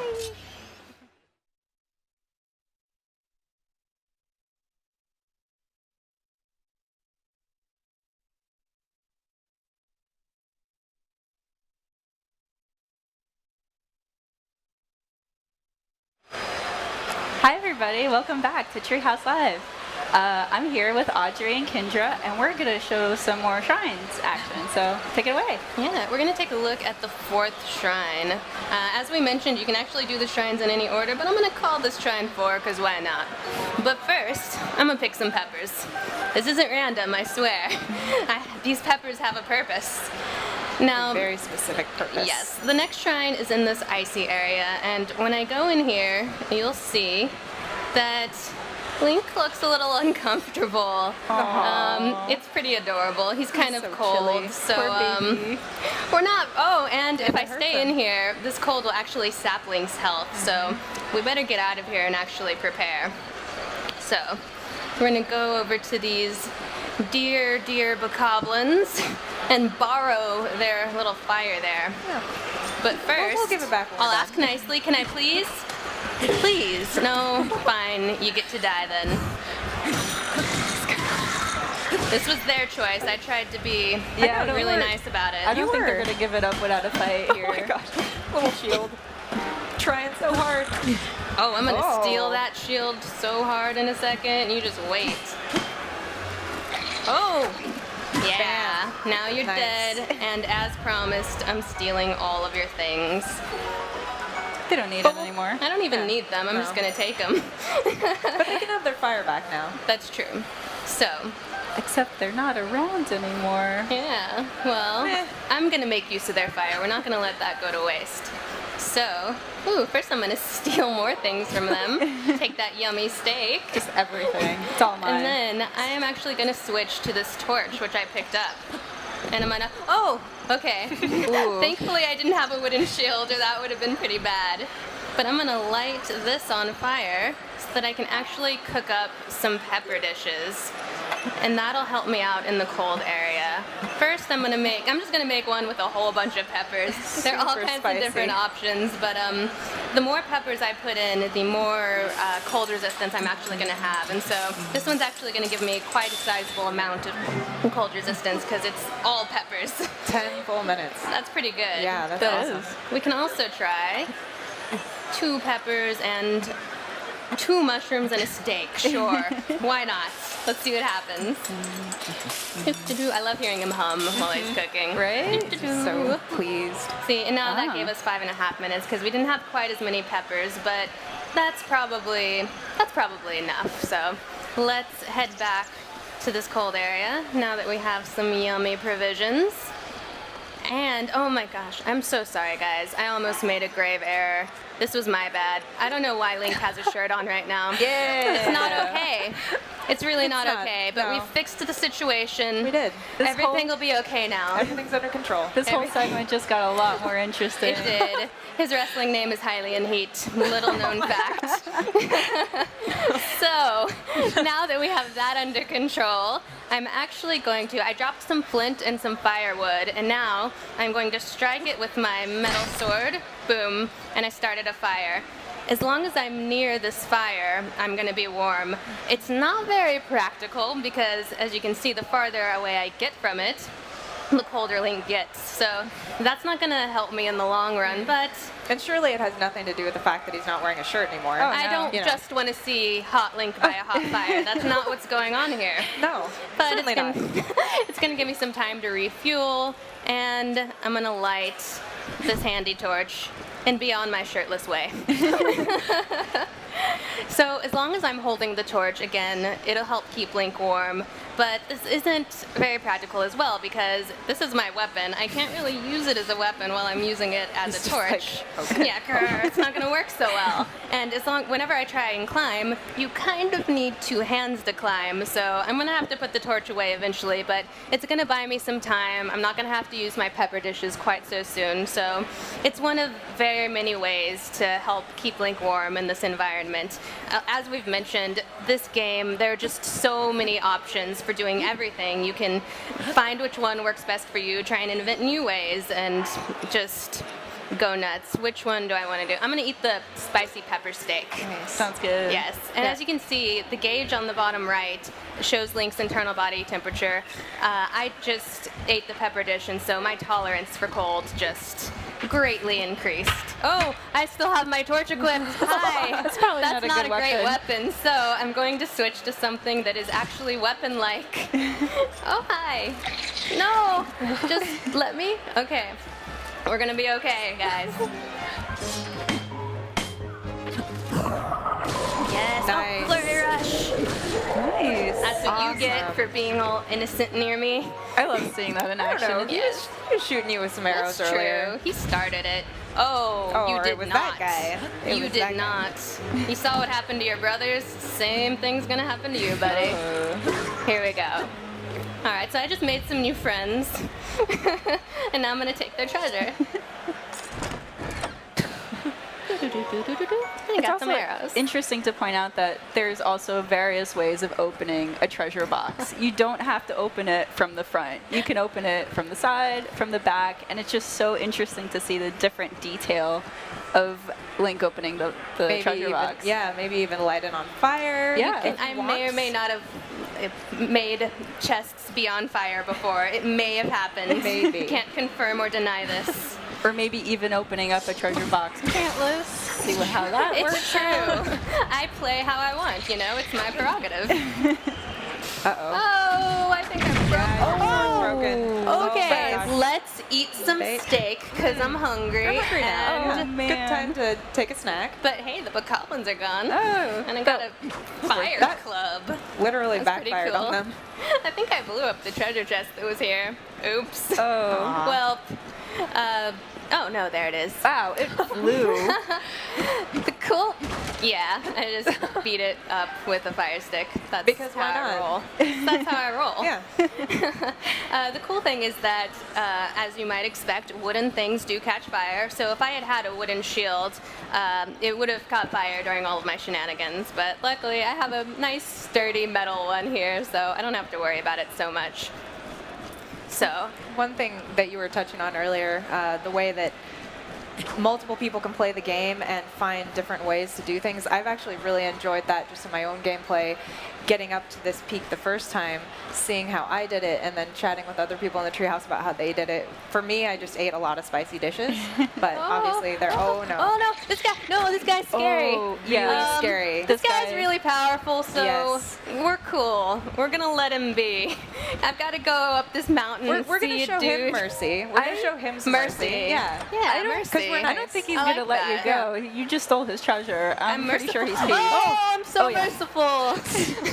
I'm gonna run and be merciful over there now. He came with a vengeance. Oh gosh, let's be friends. Oh my gosh. He knows about all of his friends who I killed.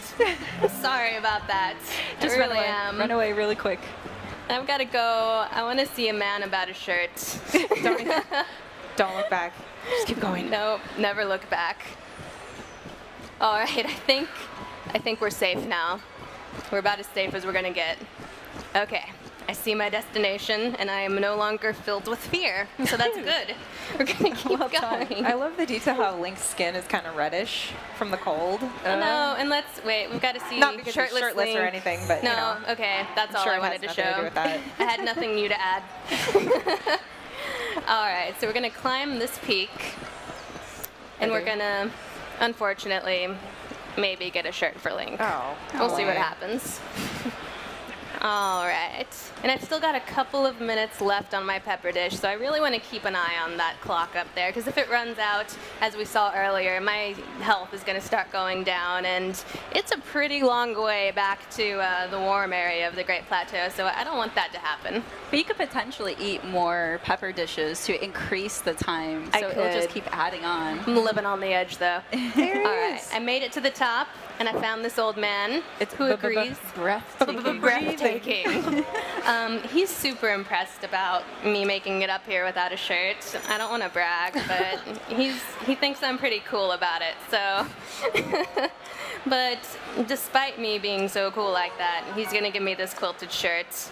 He took pity on you. He did, yeah. So either that or he's like, get some clothes on. yeah, we're gonna put the shirt on just to humor him. He's old, you know. Oh, I'm gonna bomb him. No, that's mean. See how scared he is? Yeah. He's like, he doesn't trust ready. me. He's ready for battle. What happened? Why are you doing this? He doesn't trust me yet.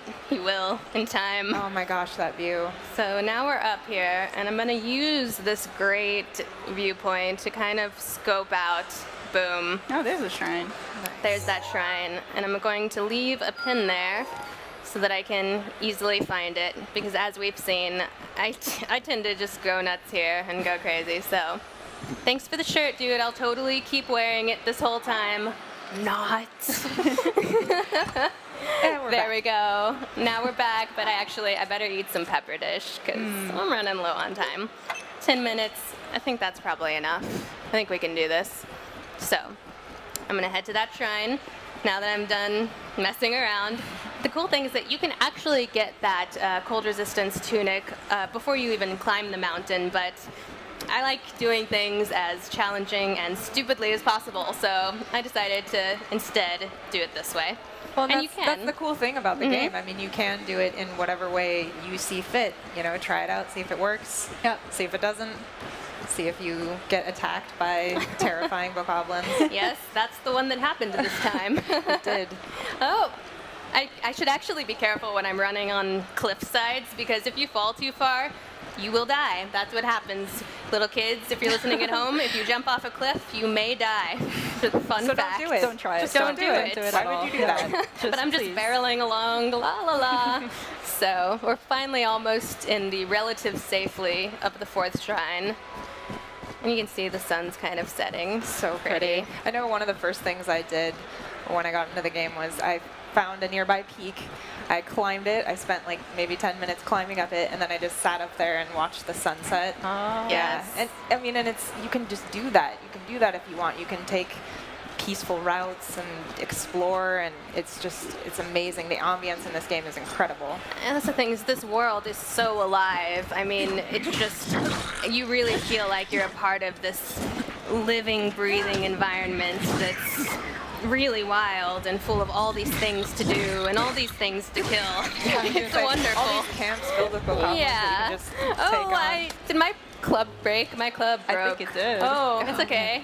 Actually, I have just another got one. a- Oh, got a hi. flaming cold. Oh, man. Oh, did you set my shield on fire? Oh, he totally did. Good What a sir, monster. that is not nice. But actually, we just saw the Bokoblins pick out items from the environment and use that to defend themselves and attack Link. So that's actually pretty cool too. It's that so dynamic. awesome. Yeah. They're crafty.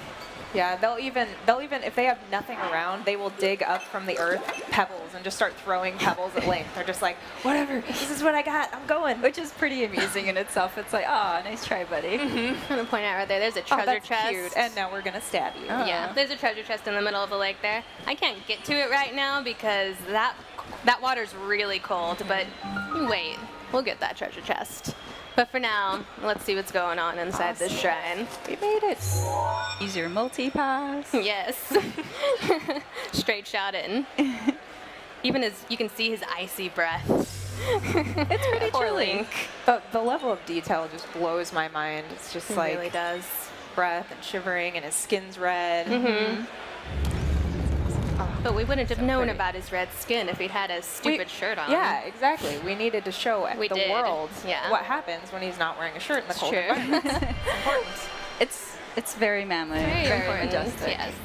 Now we're finally getting into the shrine, and here we're going to get the ice pillar rune. And as you might expect, it's going to let us actually make ice pillars, and it's pretty cool. You can use this in conjunction with all of the other runes throughout the world to solve all kinds of cool puzzles. And this one is going to I really like the ice pillar one personally, because anytime there's a little bit amount of water on the ground, you can just create this pretty sizable pillar out of nowhere. And it's pretty fun. Got the mysterious voice in the distance. Yeah, I know. I'm gonna do the thing. It'll be cool. All right. Here, we can kind of get a look at this before we get going. And now I'm gonna update my Sheikah slate. Give me your powers.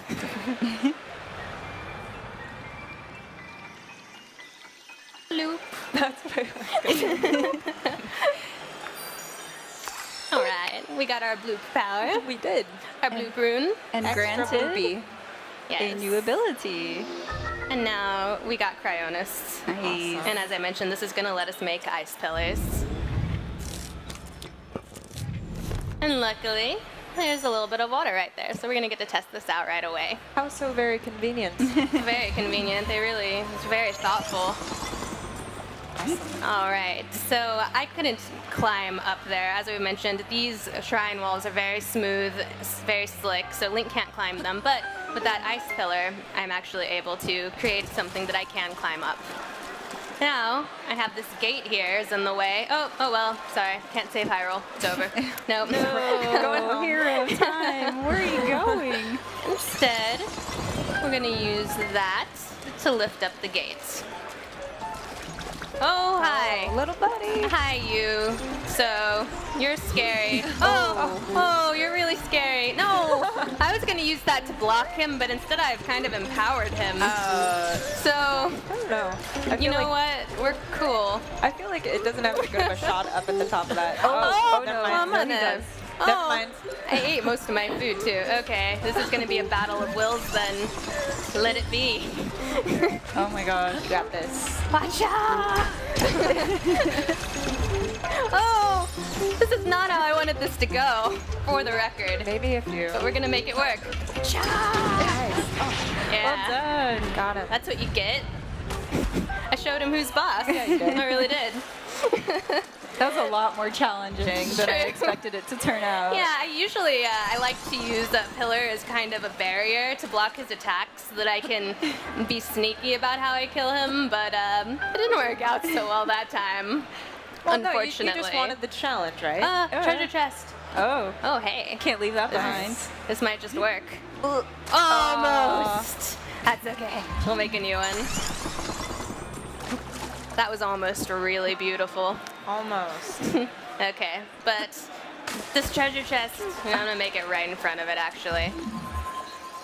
You go there.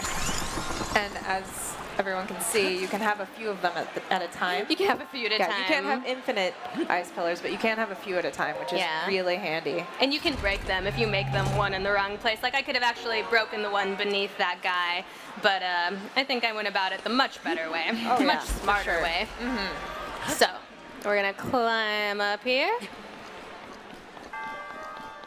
And where are you? I know you're around here. There you are.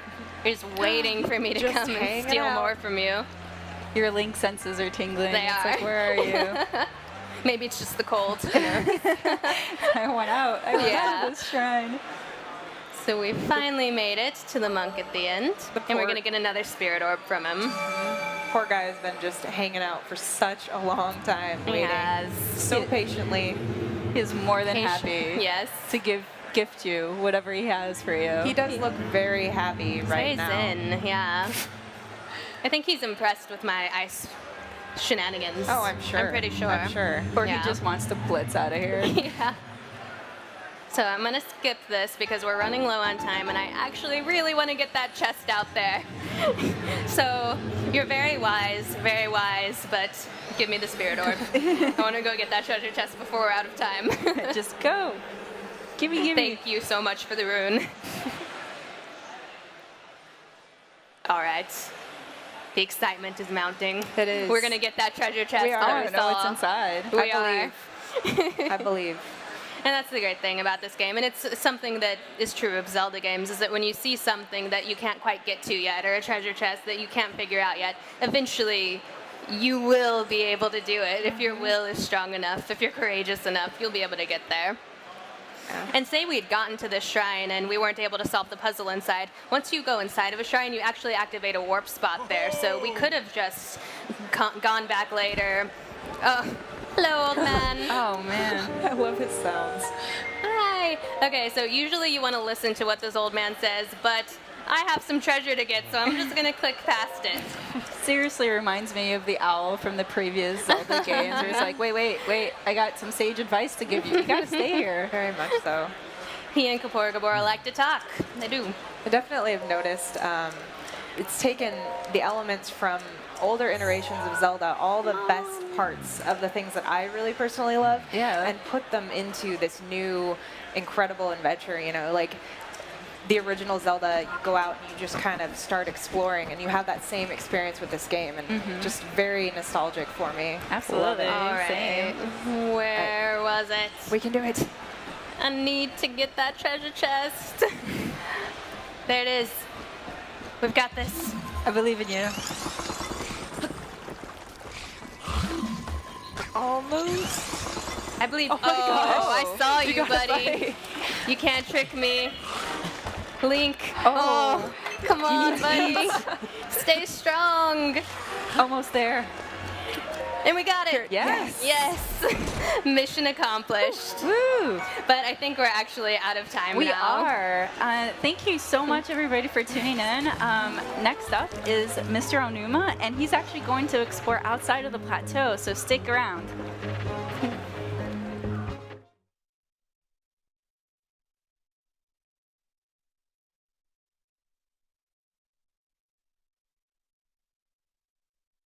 Hey folks, welcome back to Nintendo Treehouse Live at E3. I'm Sam, joined by my colleagues Chico, Bill, and Noriko. And we have a special guest with us this segment. Anuma-san is going to join us. Now, in the last few segments, we've given you a little bit of a taste of what you're going to find in the plateau. During this segment, we're actually going to take a little bit of a stroll around the outer edge, though, so we can see what kind of stuff we're going to be running into later on in the game. で今回は大地の周りの方ですね、をちょっと探索してみましょう。はい。下手ですね。ああ、言われました。Hey Chico, you're なん not. でそんなツッコミするん You're です not か very good at this. And folks who are maybe just tuning in, this is Legend of Zelda Breath of the Wild. And yeah, wow. That's It's just amazing a cool view. horizon. すごい綺麗な景色です。 Is another tower? あれ、向こうにあのタワーかな。I was wondering, Anuma-san, if you could talk to us a little bit about the different challenges that your team faced realizing a world of this scale. こんなに大きい世界を作るっていうので、開発側で直面した難し難しい体験とかそういうものはありますでしょうか。やっぱり広い世界でもね、ただただ広いだけじゃなくて、で今回登ってまたそこから飛び降りるみたいな遊びができますから、要所要所にそういう高い場所を用意して目指したくなるようなものをその周りに置いていくっていうね、そういう構造をとってますよね。So it's a huge world, but we also wanted to create this vertical world as well, where Link will climb up high, and then where he can see these buildings or elements that are surrounding him. And we wanted to create something, an environment where he wanted to, we wanted to create something that he would want, and the player would want to go and search. Incredible the different terrain that we see here. こうやって望遠鏡で見るとね、あそこ行ってみたいなっていう場所がいろいろあるっていうのがいいですよね。So the greatest thing about this is that when you use a telescope and look afar, you can see all these landmarks or elements that you want to go and check out.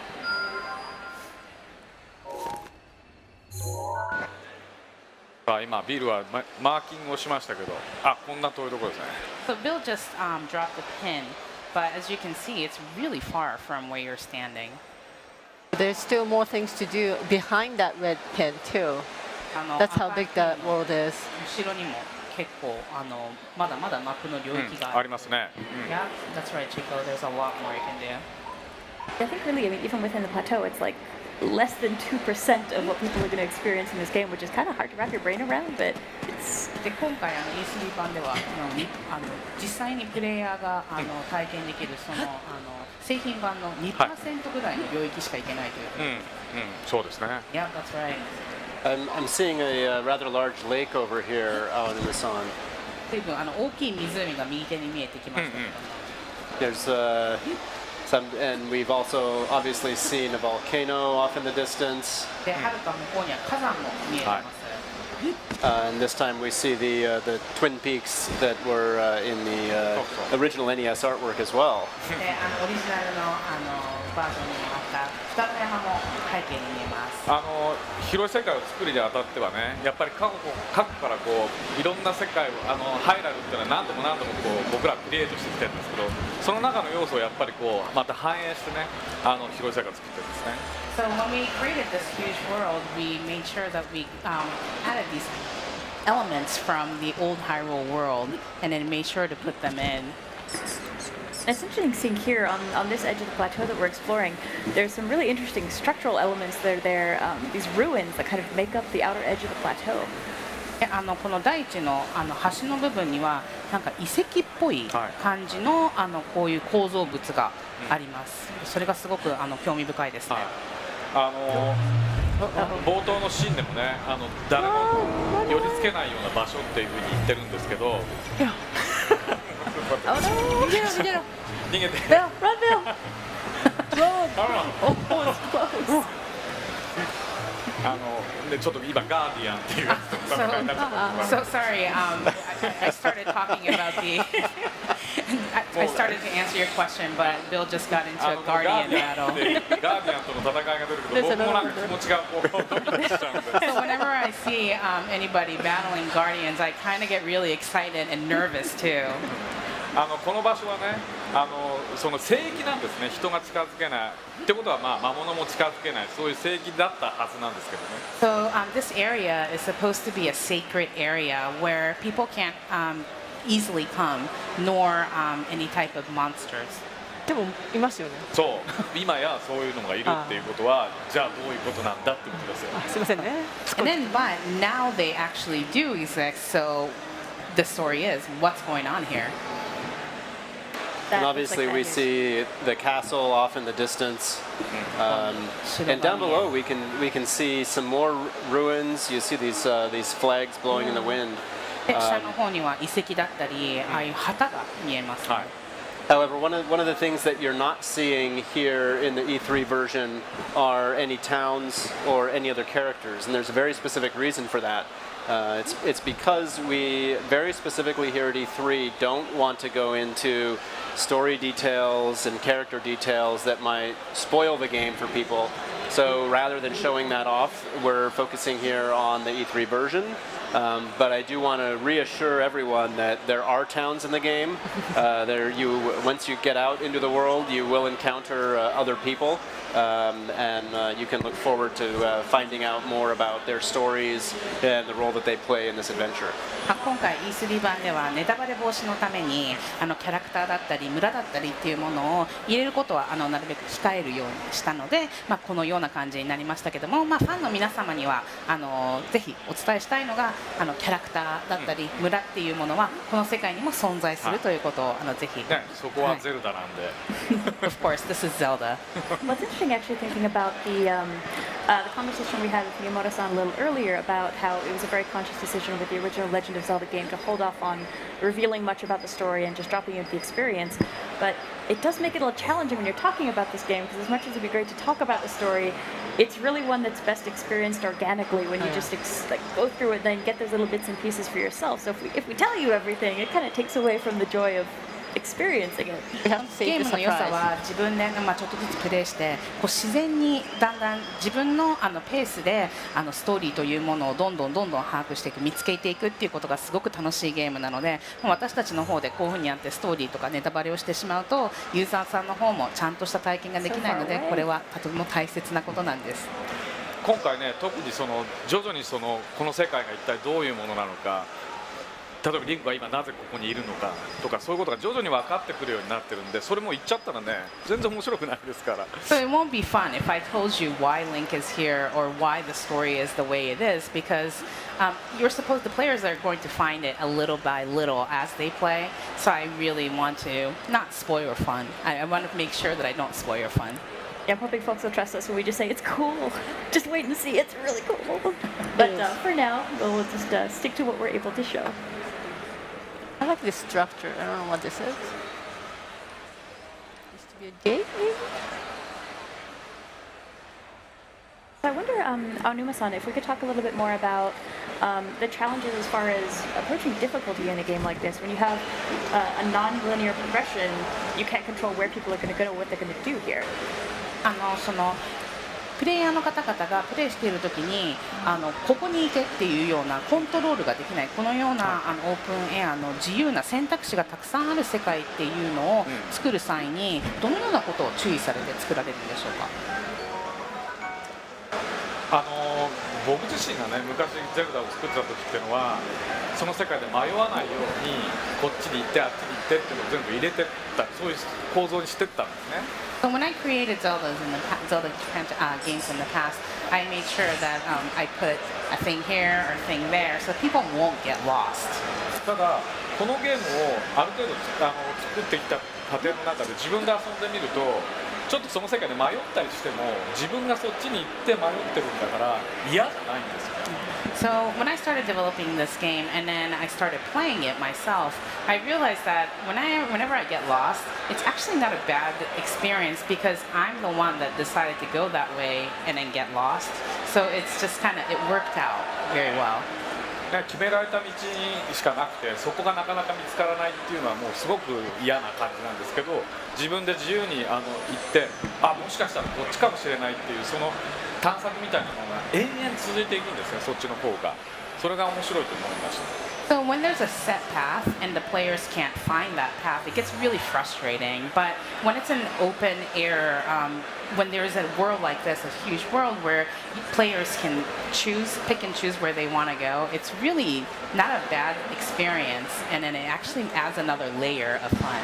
It doesn't feel like I'm lost. I'm just like doing the long route to get to my destination, and then just enjoying more things to do.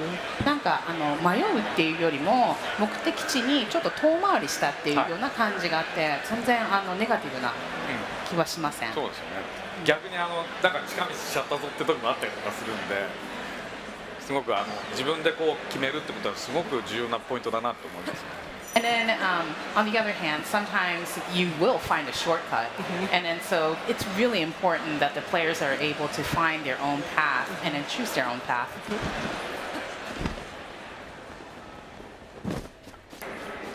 Now the other thing that we notice as we start to climb around the outer rim of the plateau here is the way that the geology changes out in the world as well. Take care of a few keys right there. Get those out of the way. But clearly you have sort of separated from the plateau that we're on is sort of this other rocky high point here. And then I think as we get kind of closer to the mountains on the other side, we'll get a look at some other terrain that we don't see in other parts of the world. ここの端っこの方を大地の端っこを歩いていくといろいろな地形というものが見えてきまして、で今までいたエリアからこう比べてみますと、こういうふうな岩のゴツゴツした山だったり、あとはるか遠くにはまた違った地形っていうものが見えてきます。Sunrise. So beautiful. セントラルハイラルって、ここの地名は言ってるんですけど、だから周りにあるのはその中央に向かっていろんなね地方があって、これ昔ハイラル平原というのがあって、その周りにこう地方がこうあるみたいな構造とちょっと似てるんですけど。So we call this the Central Hyrule, and then as you can see, there's a lot of different areas and districts that surround it, and then it's kind of similar to what we've created in the past as well. なのでこのリンクはこの大地から飛び降りるんですが、その先にどこに行くかは本当に自由なんです。So eventually Link will jump off of this plateau, but wherever the player wants to go is up to them. They can choose wherever they want to jump from. And what's interesting is that actually choosing where to jump off the plateau will have an impact on what you experience next in the world, because the plateau itself is so big, and jumping off on one side of it, is going to leave you obviously in a very specific area, and it may not be the area that you're actually hoping to get to. It just depends on where you decide to jump down. 大地自体がとても大きいので、そのプレイヤーが飛び降りようとした場所によって、体験がそれぞれいろいろなまた体験ができる。で、本当に例えば行きたかったところとは反対側のところにたどり着いてしまうかもしれないけど、それもまた醍醐味の一つ。So it's important to have the warp spot opened up so you can travel between the different warp spots. But I think they'll usually avoid opening up those warp spots, so it make it harder for you. ワープできるそういうポイントっていうのはちゃんとアンロックする必要がありますね。でビルはアンロックしたがらないから。そう、ここら行きたがらないタイプなんで、後で自分が苦労するっていう。なんでそんなことするのI actually, when I first jumped off the plateau, playing back at the office, I went all the way to the far side of the map without checking any of the shrines of trials and without opening any of them up, so that by the time I got to the far side of the map, I realized it was going to take me a while to get back. ビルが初めてプレイした時にここらに全然入らなかったので、これマップの一番最後向こう側何があるんだろうって走ってったら、これ戻るのにまた同じぐらいの時間かかるんだなっていうので、かなりびっくりしました。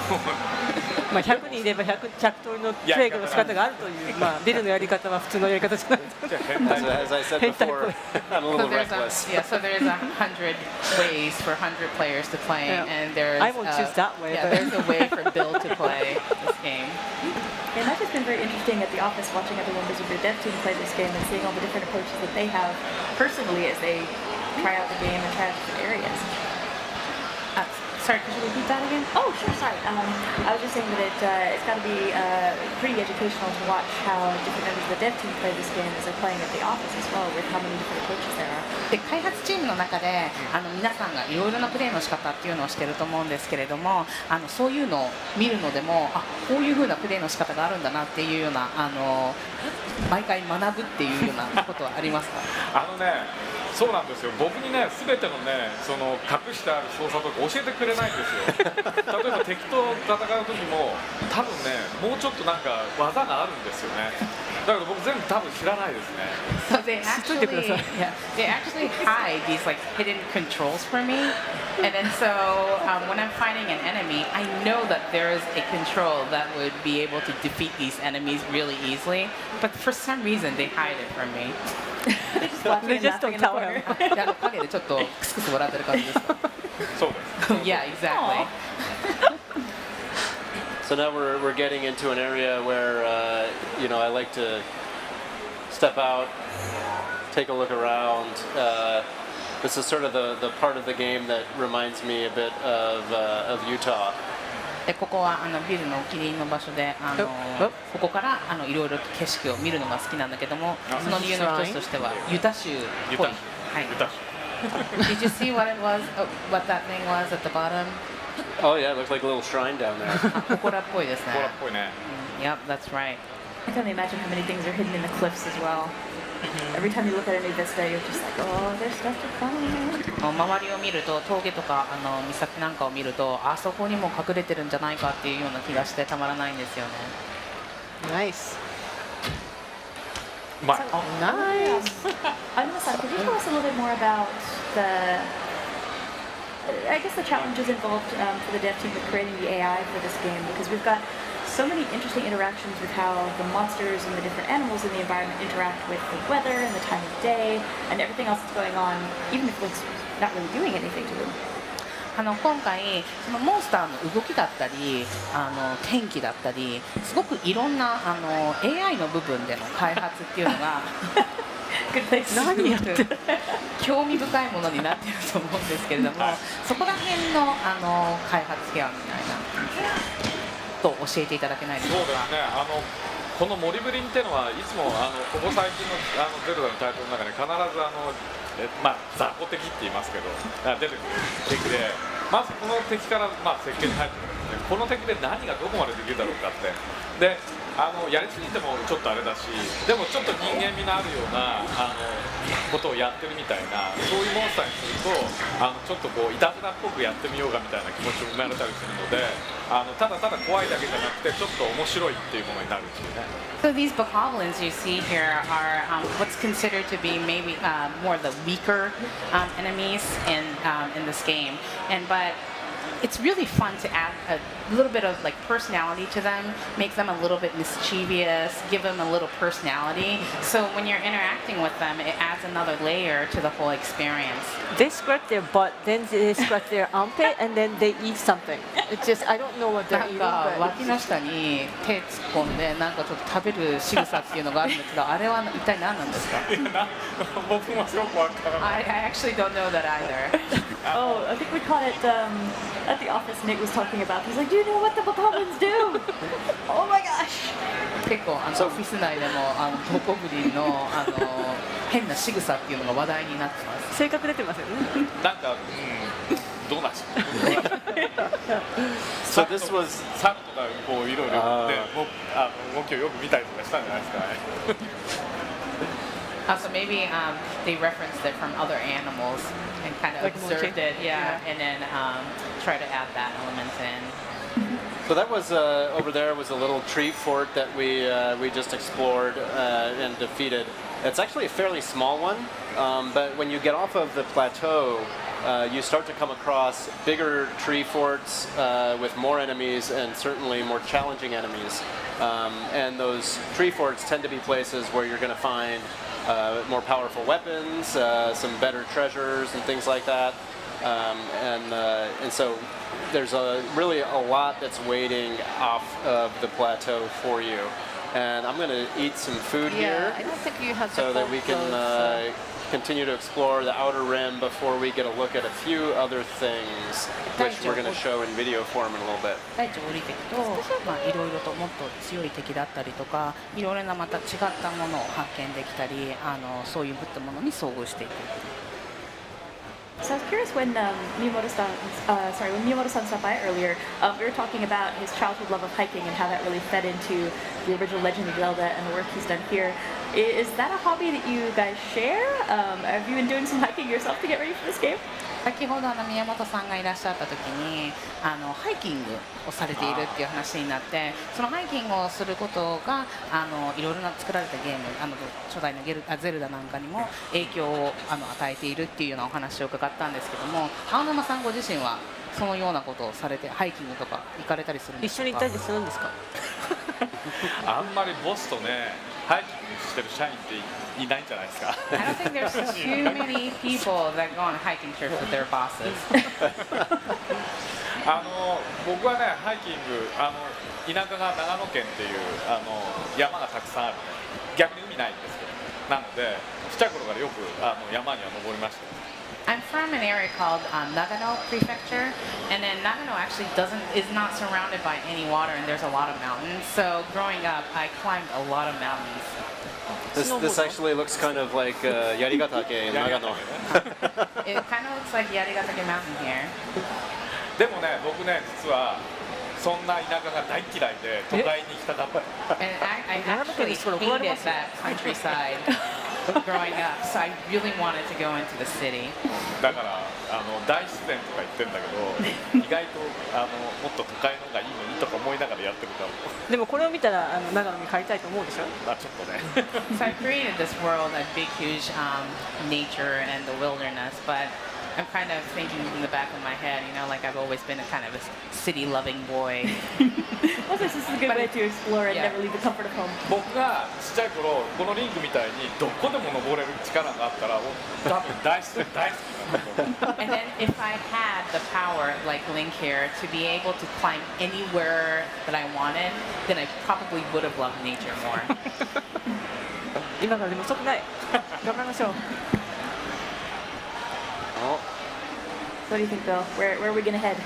Well, I think what we're going to do is I'll climb up this way and see if I can, it's been a while since I've been skiing, that being June and all, I was going to do some quick shield surfing down the mountain, and then we were going to take a look at some videos that Aonuma-san brought. Oh, that's right. That are going to take us actually off the plateau for the first time here at E3.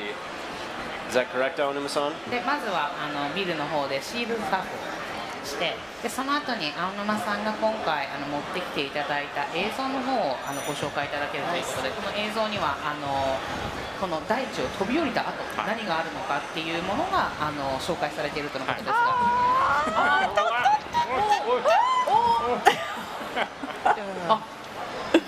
See, Bill always ski. He doesn't snowboard. There's a reason for it. So ビルはスキー派でスノボー派じゃないんですけども、それにはこのような理由があって。That is the perfect time to go to video. ゲームオーバーになったということで、では次は映像のご紹介。そうですね。パラセールでね、大地以外のところを飛んでる映像です。これね、ビルが言ってた双子山です。So this right here is the Twin Peaks that Bill was talking about earlier. I'll be paragliding all around the area. ちょうど大地を逆から見てる。So you're actually looking at the plateau from the other side here. It's an amazing view. はい、次はね、ユタ州。So this is what Bill calls Utah. Hello, Street Pass Utah friends. So interesting. Even from this height, I'm seeing so many things that I want to explore down there. この高さからでも、ここ行ってみたいな、あそこ行ってみたいなっていうようないろいろなロケーションが見えます。Link has different hairstyle too. なんかリング髪型が違う。ちょっと服もまた違ってるのを見てます。And then he may have different clothes on here too.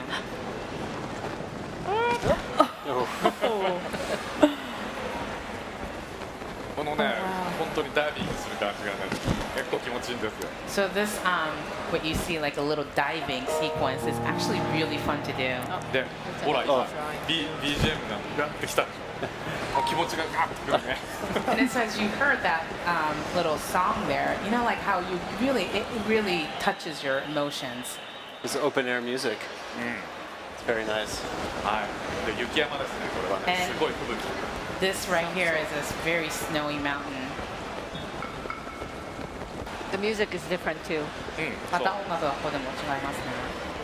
Yeah, I really love how with the audio, you get such a sense of presence in the environment. Because you're hearing little bits of music, but you're more often paying attention to the animals, the sounds of the wind in the trees, and it really immerses you in this experience. Nice.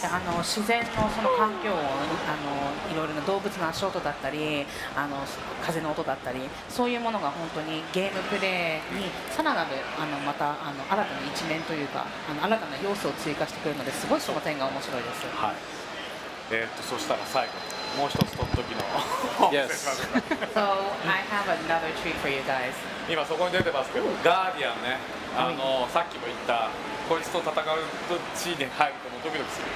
さあ始めましょう。So Guardian that you saw on the big screen. E3 版とは違って足を持ってバーッと追っかけてきます。 So unlike the one you see in the E3 version, it actually the legs move and it comes after you.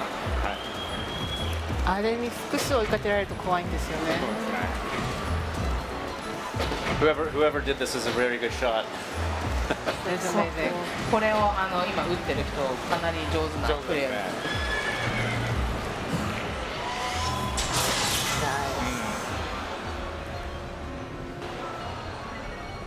Oh wow. He makes it look easy, but I don't think it's that easy. 随分簡単に見えますけども、全然簡単じゃないですね。そうですね。スタッフの中でもゲームプレイすごい上手い人が撮ってくれたんで、こういう綺麗な感じになってます。多分途中でバーってやられて。私は簡単に死んでますね。 So I had one of the staff members that is really good at gameplay had played this game, so I can take a footage. Yeah, well, Link is supposed to represent the Triforce of Courage. I have not yet had the courage to try to defeat a Guardian. ちょっとまだガーディアンを倒す勇気というものをまだ私はリンクのようにはないそうです。そうないです。だってずっとゲームを続けてきたら、あ、いけそうって思うようになる。You just continue playing, and then one day you'll feel like you're ready to go. You get there. When you do it, can you call us in your office so we can watch? Because I want to see how this goes. I think it's going to be a chance. できるようになったらビルのオフィスに呼んで見せてください。 So Anuma-san, is there anything else that you'd like to share with us? We've got, I think, a little bit of time left before we have to head out. もしアヌマさんの方からまた何か他にもファンの方々に紹介したい内容ですとか要素なんかがあればお話しいただけますでしょうか。いやもうね、言いたいことは山ほどあるんですけど、この2人に止められてますから。2人 There's a lot that I really want to share, but these two are holding me back. Wait a minute. You should say things like that. People are going to start sending me. でもね、今回その E3 版でリンクができることってのは、まあ基本のことはね、体験してもらえると思うんですけど、まだまだもう先にいろんなものがあるので、ぜひそれは製品版を期待してほしいと思いますね。So I think you could get the basic experience from the E3 version, but please do understand that there's a lot more waiting for you with the release version. Excited. Hopefully soon we'll be able to share more details and little bits as we go. But Anuma-san, thank you so much for joining us and sharing your time here. I know you must be extremely busy here at the show, but it was really great to see you again. And everybody else, please come back soon. We'll be getting some more gameplay going. Thank you for joining us. Folks are watching again. That was Legend of Zelda Breath of the Wild, which is going to be coming out for Wii U and NX next year. And stay tuned. Actually, we've got kind of a cool surprise coming up next. We've been given special permission to check out a couple of shrines that are off the plateau. So we're actually going to take a little bit of adventure down that way ourselves. That's right. There's four shrines on the plateau here in the E3 version. And I think we're going to take a look at maybe 2 more that are not available on the show floor version and that no one has seen before, and that'll be coming up in the next segment. Yes, so please stay tuned, and thanks so much for joining us. ありがとうございました。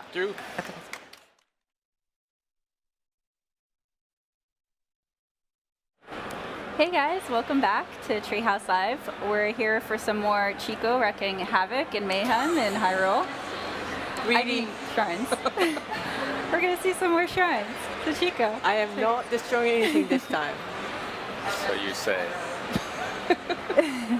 So everybody knows that we've had the E3 demo. We've got 4 shrines that are on the plateau for the demo. But what Chico's going to walk us through here is 2 additional shrines that... Outside the plateau. Outside the plateau. No one has seen this yet. No one's seen this before. And yeah, nobody... This is first time. This is a little exclusive, non-show floor exclusive. So. Yeah. So we just want to make sure, we just want to show like there are a lot of different types of shrines and trials. And this one's definitely much bigger than the ones you've seen on the Great Plateau. I think the monk is over there, I think. So we have to go all the way up there. Looks like there's like huge like wheel thing. So let's go. There's something inside, like a porky metal something. That wheel thing looks like a giant constellation wheel. Looks so cool. That I don't like those. Oh, yeah, they look a little dangerous. I don't know. Do I want to go in there? Ah! Nice. There's only one entry point. It's inside. Yeah, it looks like it. Okay, so I have to go up there. Whoa, whoa, whoa, whoa, oops, oops, oops. I guess I can't go that way, then I just have to go there.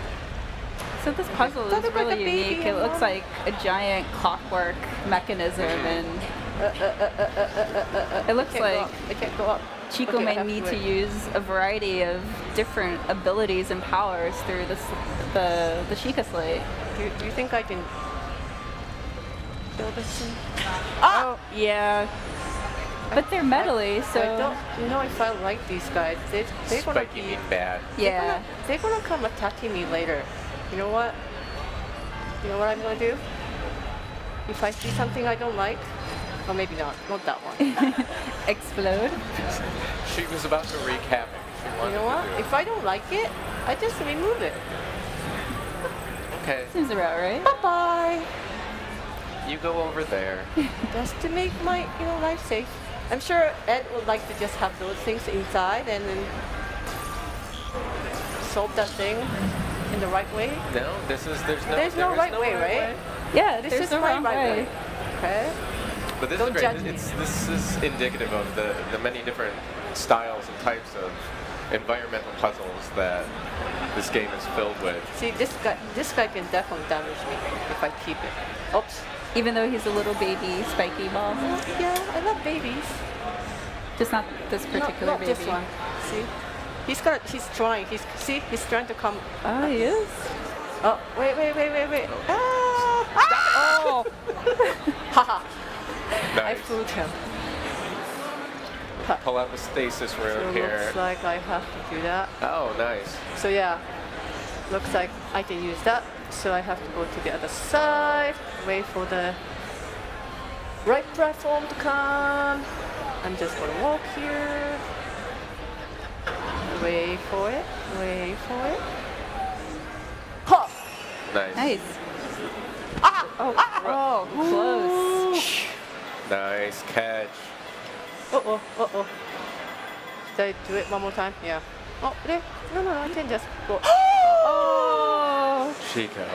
Did I die? Oh. I did die. Okay, you know what? We were wrong. There is a wrong way to solve this puzzle, actually, and I think that was it. So. Next time I won't. Yes. Sorry. One thing that's really cool about the rage sometimes is that you can let it continue to go for the duration of the timer, or you can actually break it early. Oh, that's right. Yeah. Cross points in the game where you find it. You'll want to do that, yeah. Okay. This time, I'm not gonna get the babies out. Keep the babies I inside. love the design. Yeah. It's so cool. The more I see of this game, it's just like more and more sort of breathtaking moments. I can't go until the next. Oh! See? Those babies remember me. They're out to have you. I am not. They're leaving yeah, them. they do. No. They're there to kill me. I Now am it's not. personal.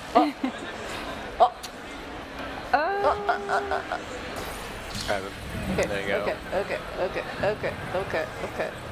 So, mommy's gone.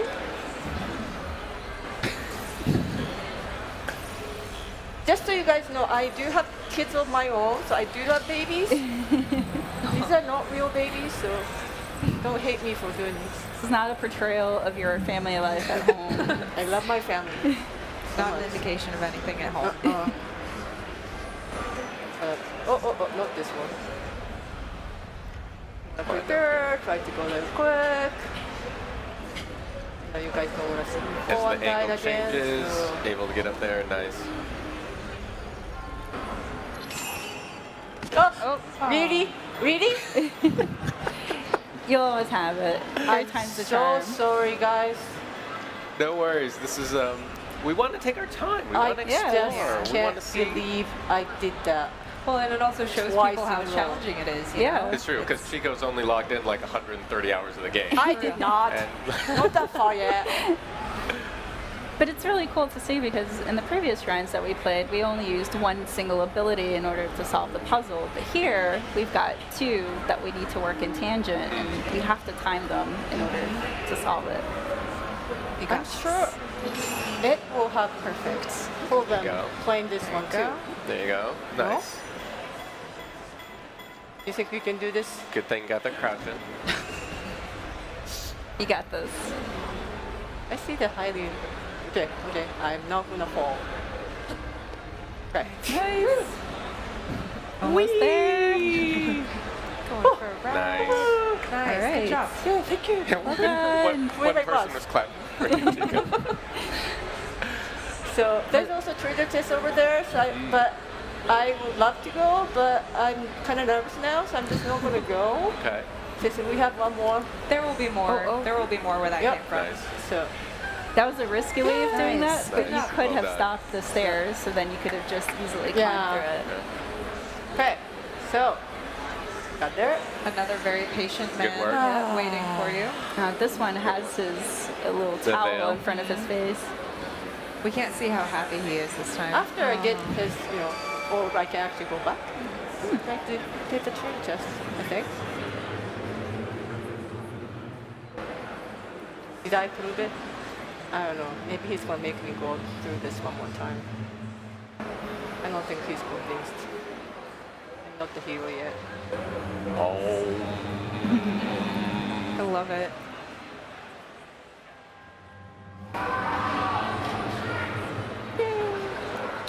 Be So then relieved. I opened up this warp spot in front of the shrine. So if I can use this place to travel further out from here and come back later. Having the warp spot is very nice and helpful. I love having those. So those of you who are just tuning in right now, there was an earlier segment that we talked about the spirit orbs that you gain completing the shrines. And in the Treehouse Live version, the spirit orbs would allow you to get the parasol. But in the real game, there's something extra special that you can actually obtain with all of them, but we're not going to talk about that. Might be a bit of a secret. Yeah, one might say. It's something for you to just find out for yourself. Okay, so that's the end of it. So That's we're gonna cool. move on to the next one. Good work. Yeah. Good work. Well done. Thank you. Swap out. Even though I died, did I die twice or once? You died once, and you failed a couple times. So. That was intense. Okay. Way to be supportive. Keep it Yeah, up. I know. Yeah, this is. I'm trying to be supportive through accuracy of language and events, and it's not working out. Is You it? mean tough Okay. love, right? So You did great. It was we're in awesome. the next one. This one seems a lot bigger than the one we just did too. So this is one of the bigger one I experienced so far. Looks very different. Very high. Wow, look at that ceiling. Amazing. It's kind of beautiful. Okay, and obviously there's Survey this the giant area. ball in front of me.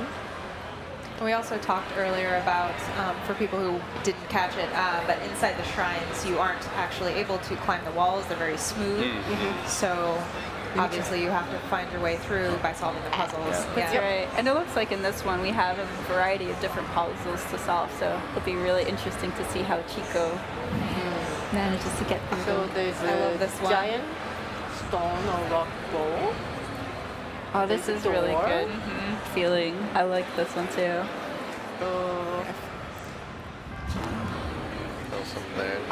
So Chico's going to do it with magnesis, but the way that I actually did it when I first went through was locking it. You use stasis room Yeah, on yeah, it, yeah. With stasis, and then hitting it multiple times, and then it just slammed open the doors. Yeah, I tried that too, but I did it like when I was standing right behind the ball. Oh, yeah, When and it then it came back and backfired. it just killed me. So Yeah. I don't think people want to see me die twice in the one segment. So I decided not to do that. It is kind of hard to judge where it's going to go flying, Yeah. so into your face is probably not the preferred method. But yeah, there's multiple ways to solve many different kind of puzzles. And some people just run and try to prove they're good at it, and then I just can't. I'm not good at it. I know I'm not that great, so I'm just gonna be safe and My have first to time get through there. there, I totally just booked through there, and I was like, oh, I sweet, have that to wasn't so wait. hard. That's Went back scary. and I haven't done it again since. Once is enough. No. There's a baby guardian thing. Oops. Wait, do I have? Yeah, I do have both. Look out. You'll lure them. Does he know I'm here? Lure them around the corner. Oh, he doesn't know. He's waiting. Just hanging out. Oh, nice. Nice shot. Setting things on fire again. Oh, nice. Yes. Typical And the fire is the rock solution too. to everything Yes, in this game. I agree. Guidance. So we already did like 3 different puzzles in this shrine. It looks like there's more to do it. Let's see what's next. I wonder if I can move this thing. No, it's too big. Oh wait. Don't pass that one up. Yeah, that's I know. right. Can't leave the treasure I already behind. left 2 treasure chests in the last shrine. And each time you get a new item, the description pops up, but that's only going on in the demo specifically because each time we start a new string, we then are collecting those for the first time. But in the full version of the game, once you collect something, it pops up just once, and then that's it. There's nothing in it. Yeah, and then I actually like having those information come up because that way I know exactly what I'm getting and how, how... Wait, stop! What? Why are there so many of these guys? They're very aggressive. Oh, let me do it. That's impressive. Shots. Awesome shots. There's another one. I know there's another one. It's Is he just trying to hide hiding from in the me? corner. I think it's afraid more of you. scared of you. Yeah. It knows that you're a pyro, Chico. Ha! Oh, no. Nice shot. Nice. Well done. Awesome. Sorry. So it looks like there's another big stone wall or door. There's something on this side. Can't go through.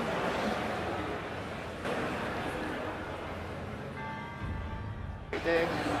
Oh, there's a monk. So I have to go over there. It's up top. So I guess we have to go around. You don't fool me anymore. There's nothing in it.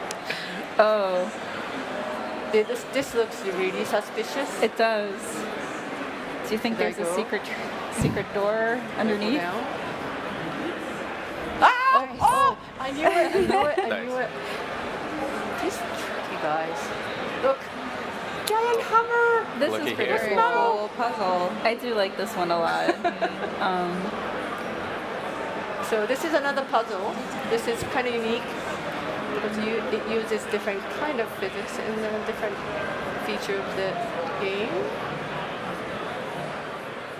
So what I can do is actually using the Wii U gamepad, and then the hammer actually moves as I move. So Knock it. oh, Almost. oh my God. Okay. I don't want to do it too hard. There's just goes flying. Oh, wait. Oh! Oh, no. Try again. Had you never done that before? The terror on your face. It's gone. You're going to solve this puzzle. You had another. Yeah, Yes. that's nice. Nailed it. Yay. Oh, you did it. That must be the best feeling in the world right now for you. I love If how I the do have classic the bowl. Zelda sound effects are orchestrated now. Yeah. It's so pretty. Yeah, I don't mind having those usual or anything, the music going on constantly, but having those kind of a special moment with the sound effect is very nice. It just allows you to soak in the ambience of the shrine and, appreciate its mysteriousness. Yeah. I like playing this game wearing headphones because I want to be in this world, experiencing it with Link. Completely immersed. Okay, Yeah. another puzzle. You're not fooling me. You already fooled me once. Oh, nice. I hadn't done that before. Okay. That's good. So there's another door. There's a roll. Oh. Ball. Giant switch. Huh. Oh, this will be fun. And there's the door. It looks like the ball needs to fly over to the other side of the room. But then there's that thing stopping the ball. Wrapped up in some ivy or something up Ooh, there. I can actually do More that. fire. I like that touch. If you don't have fire arrows in your inventory, you can just use regular arrows, go to the nearest fire pit or something, and then automatically have fire arrows. Yeah. Or if you have flint, wood, and a metal object. Yeah. That's true. Okay. Jump. Go. What? Why the ball is not going? Yeah. Oh, that's right. Yeah. Yeah, I give it a have little to bit time of- it, don't I? It looks like it. Okay. I can do this. Take 3. I can do this.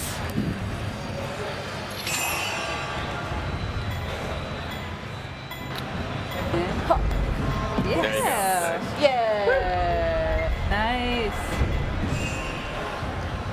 Got this.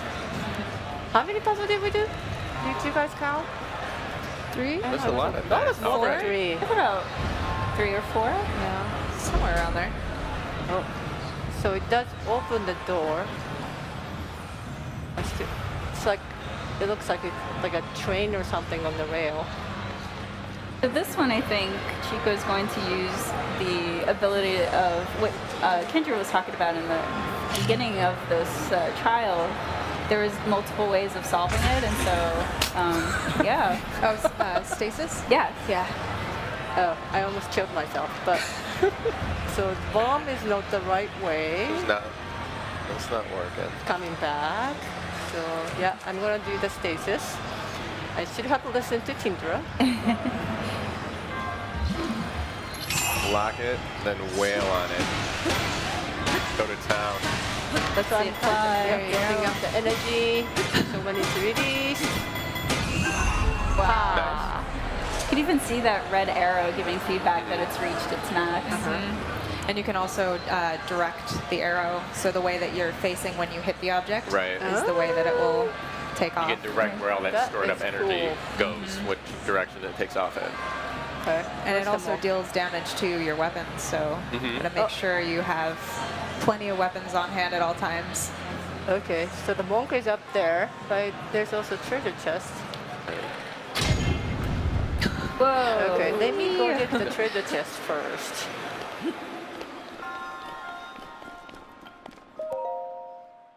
I'm the kind of player I want to collect everything I can find. And I am feel too. bad. Yeah. I'm a bit of a completionist in that aspect. I need to find everything and look for everything and collect everything. So I already feel bad about leaving those treasure chests in the last dungeons. I mean, shrines. You're making up for it now, though. Yep. And picking up the arrow I used. Don't drop that arrow. I know. Go for a ride. Nice. Ah! We did it, almost. Let me see the view from here. So, where did I start? So I actually started from here? What is the water thing? Down there. Wow, it's so labyrinthine. Oh, it's hard okay. to get So your over there, bearings. yeah, Top to right the, corner. in the right corner, and I started doing that one. Yeah, there are a lot of puzzles in this one, so it's a lot different from what we saw in the Great Plateau. It's a giant labyrinth of just all these different trials, and it certainly met its namesake, so it was cool. Okay, so let's get the spirit hole. Another one. I like that touch. Like, ooh. Yeah. I love that shattering. Like Yes. it's like What is that? What's that line? It's Fractal. like, is it energy? Is it a solid? And it comes out in these like little like magical, beautiful splinters. Yeah, and it reacts only to Link's touch. Right, right. It's really cool. Can you pronounce his name? His name was kind of hard to. Kamyatach. Yeah, I'm not gonna try. I can't do that. Just not. You're developing your Hylian accent very well, Chica. Sorry. Jeez. Sounds good. Okay, so that's the end of the second special dungeon. I mean, Yeah. keep saying the shrine, no trial. Yes, it is a shrine. Yeah.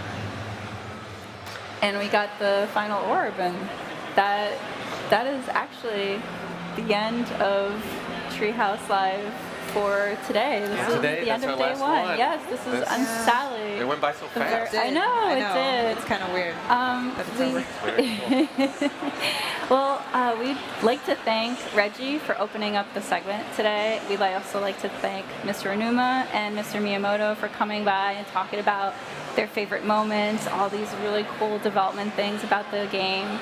I want to thank personally my Treehouse family over here, the crew, the entire Nintendo family and crew behind us that are keeping the engines running and making the entire booth amazing. It looks super, super cool.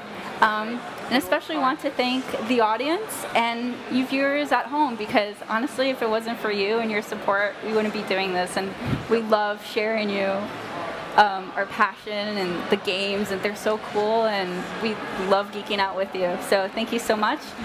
So again, this is the end of day one of Treehouse Live. There is more tomorrow, so stick around. We have so much more to talk about. And up next is Nintendo Minute, so stay tuned. Have a good night. Good night. Thank you.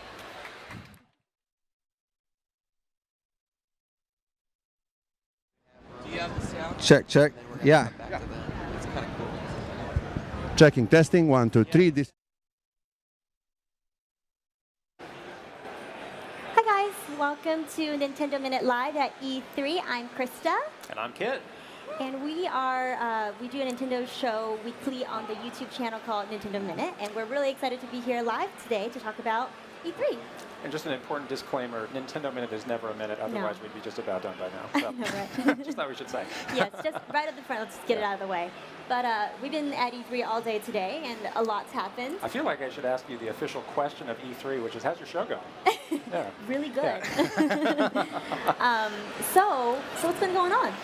I think a little bit of Zelda, perhaps, might be going on. Just a little bit. Just a little bit. Yeah. Just a smidge. So let's talk about Zelda, The Legend of Zelda, Breath of the Wild. Yes. So we just saw a ton of gameplay from Treehouse Live today, which has been really amazing to see the game and see our Treehouse friends play through lots of sections of the game. So what are you thinking? What do you think of it? Well, why don't we talk about the name of the game? Why don't we start there? I Yeah. think, a lot of people are wondering, what's the subtitle going to be? Will there be a subtitle? So Breath of the Wild, what does that mean? Let's break that down. Yeah.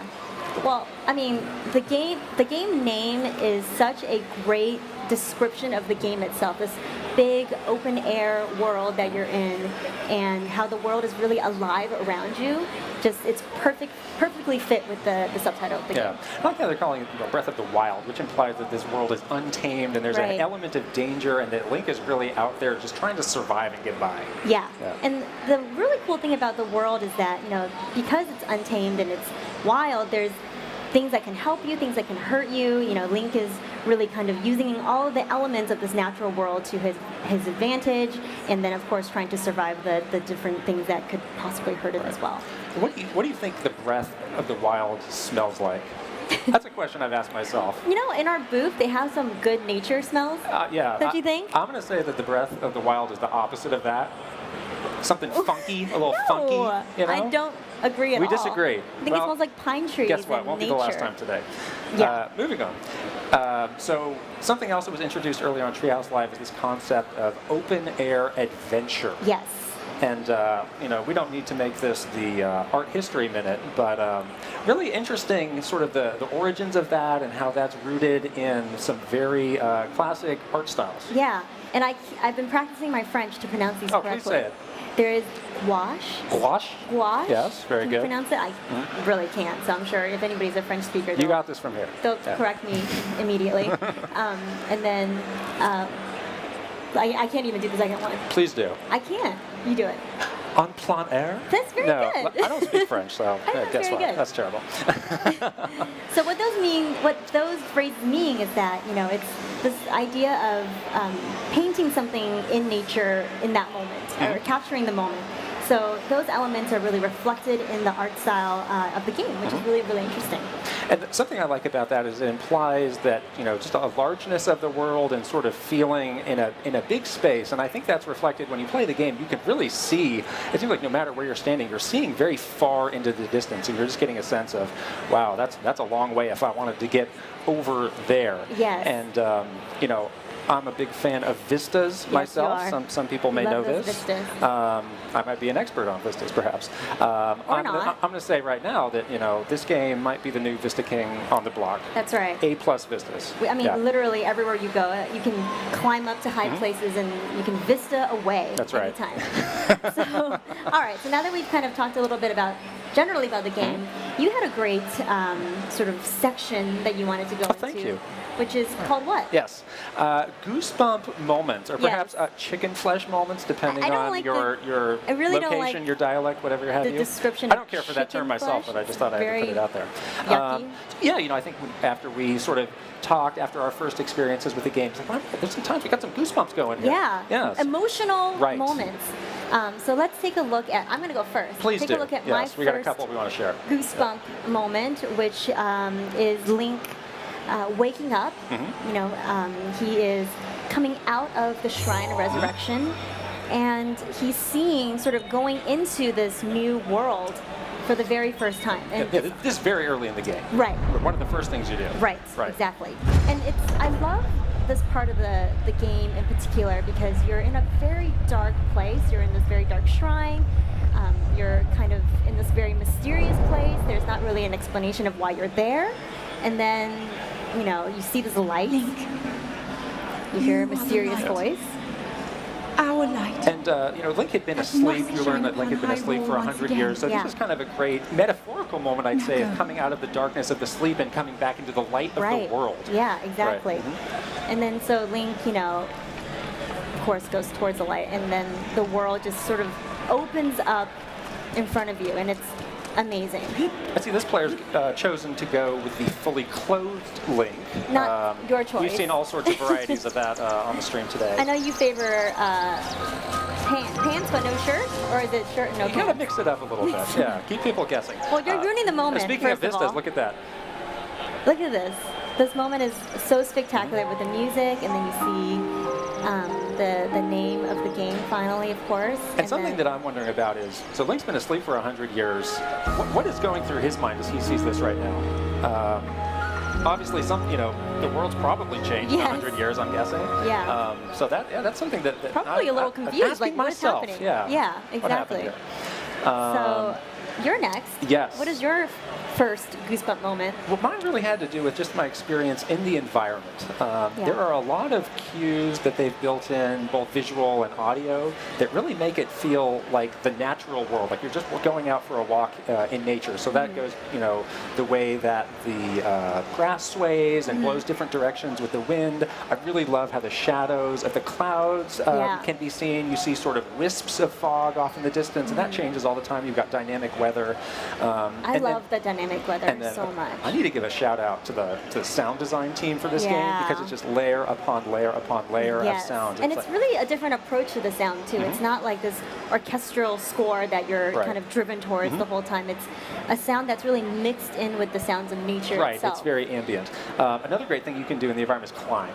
And that's really exciting because you can basically climb anywhere. You just jump and you pop right on. Yeah, he's like sticky. You start climbing up, and a lot of times the climbing can become a puzzle in itself as well, because you might say like, well, I don't have enough stamina to get all the way up this sheer cliff, but maybe there's sort of an outcropping where I can take a breather and then continue on. So I really like that part a lot. Take in the environment first before you make a move, because you don't want to get into a situation where you climb halfway up and then I think we have a clip of the climbing we can show here that sort of illustrates how this works. Yeah, it's really amazing. It makes the world so open. It's both, vast and also vertical as well.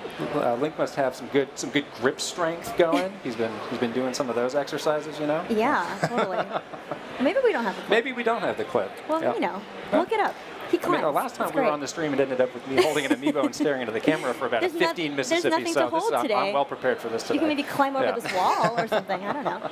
All right. Yeah. Well, we'll continue on here. You also have another. What's your other goosebump moment? Had to do with how the battles in this game play out. You can really approach battles in a huge number of ways. A lot of times the game's like, well, I'm just going to walk up and whack these people with the sword a couple times. Here we have a clip right now. But you can get really creative. So here you see Link pushing a boulder down. One of the first times I was playing it, I sort of asked myself, well, I have this axe and I can chop down these trees. What would happen if I chopped down a tree near these enemies? Right. And I wasn't able to take out the enemies. I had some sort of Villager and Smash Brothers aspirations. Didn't quite happen. But it did kind of get in their way, and they were really like thrown off, and then I just jumped in and finished them off. And that was like sort of the aha moment of, oh, there are a lot of things that I can do. I think it's the question of like, can this happen, or am I able to do this? And most of the time most of the time you can, and you can experiment, and it's really cool. And not only that, you have a really kind of a large variety of weapon choices that you can like pick up as you defeat enemies. And those all play really differently. I think early on we saw people with that woodcutter's axe being a very slow but powerful weapon. You saw him sort of jabbing away and with the spear. Break too, so you have to be this careful. is such a great moment. Oh yeah, I love watch this. This person has like the best aim ever. Look at this. And of course, explosions, obviously. Yeah, who's playing this? They're really good. Yeah, it wasn't me. Somebody on our team. It wasn't me. Treehouse, obviously. All right, back to you though. Back to me. Yes, my favorite thing ever is the Wolf Link amiibo. You know how I have a special place in my heart for Wolf Link? You have a number of dogs. I have a Let's number of dogs. just set the stage here. I think they are Wolf Link inside. But the Wolf Link amiibo came out, of course, with Twilight Princess, and having that sort of function in Breath of the Wild is amazing. It's so cool. And as we're seeing here, how you build up that amiibo in Twilight Princess HD carries over. I might need to borrow your save data. You're a little bit further in that than I am. I don't know. Well, I got some time to work on it. So yeah. And maybe you can borrow it. So it's super easy. After you build up your save data, you can tap in the Wolf Link amiibo into The Legend of Zelda Breath of the Wild, and then look who shows up. It's really cool how you get a partner this way. Link is at times alone in this big world. Yeah, this it can be is a sort little of lonely. kind of a little bit of a safety blanket for him. It's like a companion. He knows somebody's got his back. Yeah. And you made the interesting point that it's kind of two Links. It's Link plus Wolf Link, who is still Link. Right. So wait, what now? How does that work? I don't know. I'm not going to think too much about that. It doesn't matter because Wolf Link is awesome. Right. So Wolf Link can help you hunt. He can sniff out when you've hunted something. He can also help you defeat enemies, and he's pretty good partner. And I like how you can only bring him in once a day. I think that adds sort of an element of strategy of if I'm going to do a really long play session, maybe I'm going to wait until I really need him Wolf Link to do that. I need Wolf Link all day, every day. That's just me. All right. Yes. So much for Zelda. But before we saw Breath of the Wild, we saw Pokemon Sun and Pokemon Moon. Yes. Right. So we should definitely talk about that a little bit. I know we've had lots of arguments, or I guess heated discussions, on like which version you're playing and which starter you're choosing. There's been constant discourse, I would say. Let's roll the video we have for that, and I think we can sort of talk over that, hit some of the high points of that. But I mean, well, let's just get this out of the way. What starter are you leaning towards? Obviously, we have not seen the advanced evolutions of these, but what are you going to go with? I don't know. Really? This is a test of your friendship. No. You don't know me at all. You don't know me at all. I knew it. Come on. Yeah, whatever. Litten is my choice. Why is that? I really like fire starters. Okay. I had a fire starter for like the last couple of Pokemon games, and Litten is, I think it's going to be good. It's going to be a good choice for me. I love the design of it as well. I don't know. I'm just very drawn towards it. Well, what do you think of my choice? Owlet? Yes. See? I need a Pokemon that can turn its head all the way around. Oh my goodness. That's the criteria? I like that, and I like how they talked about that earlier today. That's They're true. like, they had some we good. wanted to give There is these gameplay footage or a trailer that shows that. Yes, let's run that trailer because it really shows it. And they talked about how they want to give these starters a lot of personality through their animations. They did a great job with that. Yeah. The other thing that's really cool when we were watching the gameplay today is how they really gave you more of a connection as the trainer to your Pokemon, Right. The Pokemon that you're using, and you have like sort of this dynamic camera where you're standing behind your Pokemon, and it really gives you more of a connection to that. And you can actually see your trainer in the battles, which I really like a lot. That's what I mean. And you so get cool. that sense of scale of, well, how big is this Pokemon versus this other one? Now you can like really tell. Look at Litten. Yeah. Look at that face. I'm looking. Are you looking and at I'm feeling pretty good about my choice. Oh, there. See the. I love it. Grass and flying. That's true. Yeah. That's good. The dual. That's really good. And the fire. There's no flying there. I really like the fire starters though as a choice for me. Oh.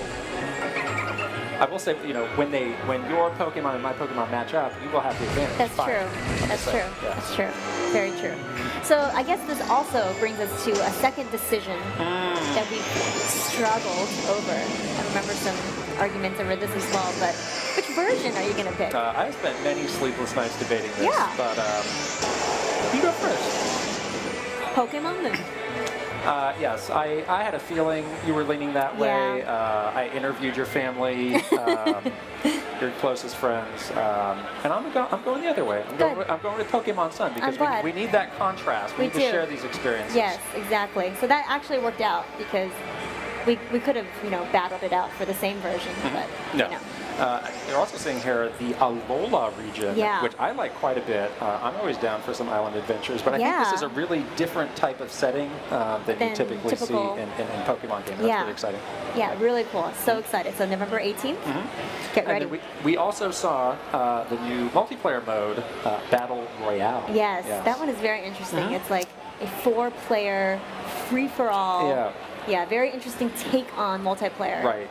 So I feel like that mode lends itself well to some mind games. Oh goodness, I mean, it's just a free-for-all, so who am I going to attack? You. You can also gang up on one person. What? Like, make friends with the 3 other people. Yeah, alliances. And then turn on them. Like, I think that'll be up your wheelhouse. Pre-make your alliances, beforehand. And then break them. And then break them. Right. Of course. That's how you do it. This is how you play the game of life. I'm a very loyal person, so You're I wouldn't not, do that. actually. Yeah, I think we're showing a little bit of Battle Royale now, which is kind of interesting. Look at that. It's very kind of a stadium feel I love to it. how they come out of these entryways that look like different Pokemon. But there's a huge crowd cheering you on as you do this, very dramatic. It's like somebody running through a banner or something. Let's do this. There's the winner right there. Yeah. Wow. Say no more. Look at that. Maybe not. Yeah. Also, a lot of great customization options on the trainers as well. Yeah, so all the different clothing options. Yeah, it's very cool. I think, usually in Pokemon games, there's always sort of a new twist to the way that multiplayer is approached, and this is a very interesting way to look at it for Pokemon Sun and Pokemon Moon. And the way that it works is the match ends when the first trainer is essentially wiped out. Right. So that's interesting. That may go against your first instinct. It ends maybe sooner than you think. That's what I'm saying. You have to make the most of your time because you don't know who's gonna. And you need to strategically swoop in and get the last hit. That's right. Yes. Or put everybody to sleep, which is mine. We don't need to talk. I know that you're sensitive to this topic. I'm not good. Okay. No, that's the thing. you really are not. No, it's not. All right. Anyhow. Okay, so let's move on. What else? We actually did something really fun Monday, Yes. which seems like yesterday. Okay, it Right. totally is yesterday. Today's Tuesday. But it feels like We've lost all track of time. I don't know what time it is. Whatever. So Monday we were on the YouTube Live at E3 show. Well, not us. Not but, us. Yeah, but not exactly us. Nintendo. I'm taking things very literally today. You clearly are. But we had a really fun Nintendo segment on our indie games. Yes. On the YouTube Live at E3 show, which was really fun. Yeah. And we had 4 games that we were featuring there. Jolton Valhalla Edition, Rumbo Pocket, which is the 3DS version of Rumbo, which is a game that you and I both really, really liked. Yes, we did. Axiom Verge and Severed. Yeah. So here's a little bit of Jolton Valhalla edition. I love the art style for this game. It's really awesome. This is sort of based on some Norse mythology. Yeah, it could be like your heritage. My What do heritage you know about is represented on this screen. Yes, please give us a history I'm not lesson. an expert, unfortunately, No, you- but so I'll stop there. But this has a mode that is exclusive to the Wii U edition, so that's very cool. Yeah. Runbow Pocket you touched upon. They announced a new character, which is Shantae, Yeah. of course, from the very long-running series from Way Forward. Yes. That's really cool. That game has all sorts So of guest many characters. guest characters, which is what makes it so unique and so fun. Right. There's Shovel Knight and all sorts of other characters. It's a really great multiplayer game. It's cool to see how they've adapted this for 3DS. Yes, exactly. Yeah. That should be really fun. We played this with the developers not so long ago, and we did not win. No, we definitely did not win. I definitely was we may have come in last place. not very good at this, but and by we, I mean myself. Oh. Yeah. you, yourself, and you. Yes, exactly. And then Axiom Verge is a game that is really cool. It's kind of like a Metroid-inspired game. I like that the name of the developer for this is Tom Happ Games because it was made by one guy named Tom Happ. Yeah, like he worked on this game for like 6 years in his house. That's amazing. And this game looks awesome. Like, kudos, Tom. Yeah, I mean, what you hear frequently about this game is like, hey, if you like Metroid, you're going to love this. Right. So yes, I have been showing some restraint. I've not played this game yet, and when this comes out on Wii U, I'll be all over. Yeah, I think they said summer, so you don't have to wait much longer for that one. Yeah. And then lastly, we showed a really cool trailer for a game called Severed. Yes. And it sounds kind of scary. The art style, well, I mean, it's like chopping things. So there's a lot of touch screen. At Drinkbox Studios, they did Guacamelee, so they have a really good pedigree. But yeah, you're using the touch screen to sort of slice things, navigate the environment. Right. Also a game with a cool, really interesting sort of bright art style. And then some really cool gamepad integration that's been added here. It's really fun. I don't know why, but to me, the art style of that game looks kind of similar to Runbow. It looks like things are kind of cut out of paper and sort of like stacked upon layered. one another. Yeah, totally. So so we had a lot of fun on that segment on Monday, and check out. We have trailers on all of these. Full trailers are on our YouTube channel, so go ahead and check that out.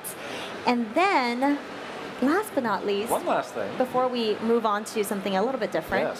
We have a special message from someone you might know. A special someone. His name is Mr. Aonuma. Hope you know him. He's been on.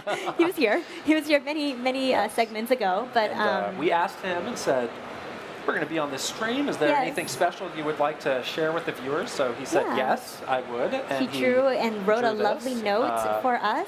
We did not speak Japanese, but we've been told. Well, you can read the English word, which says open air. Half of it, yes. Can you read that? I can. What?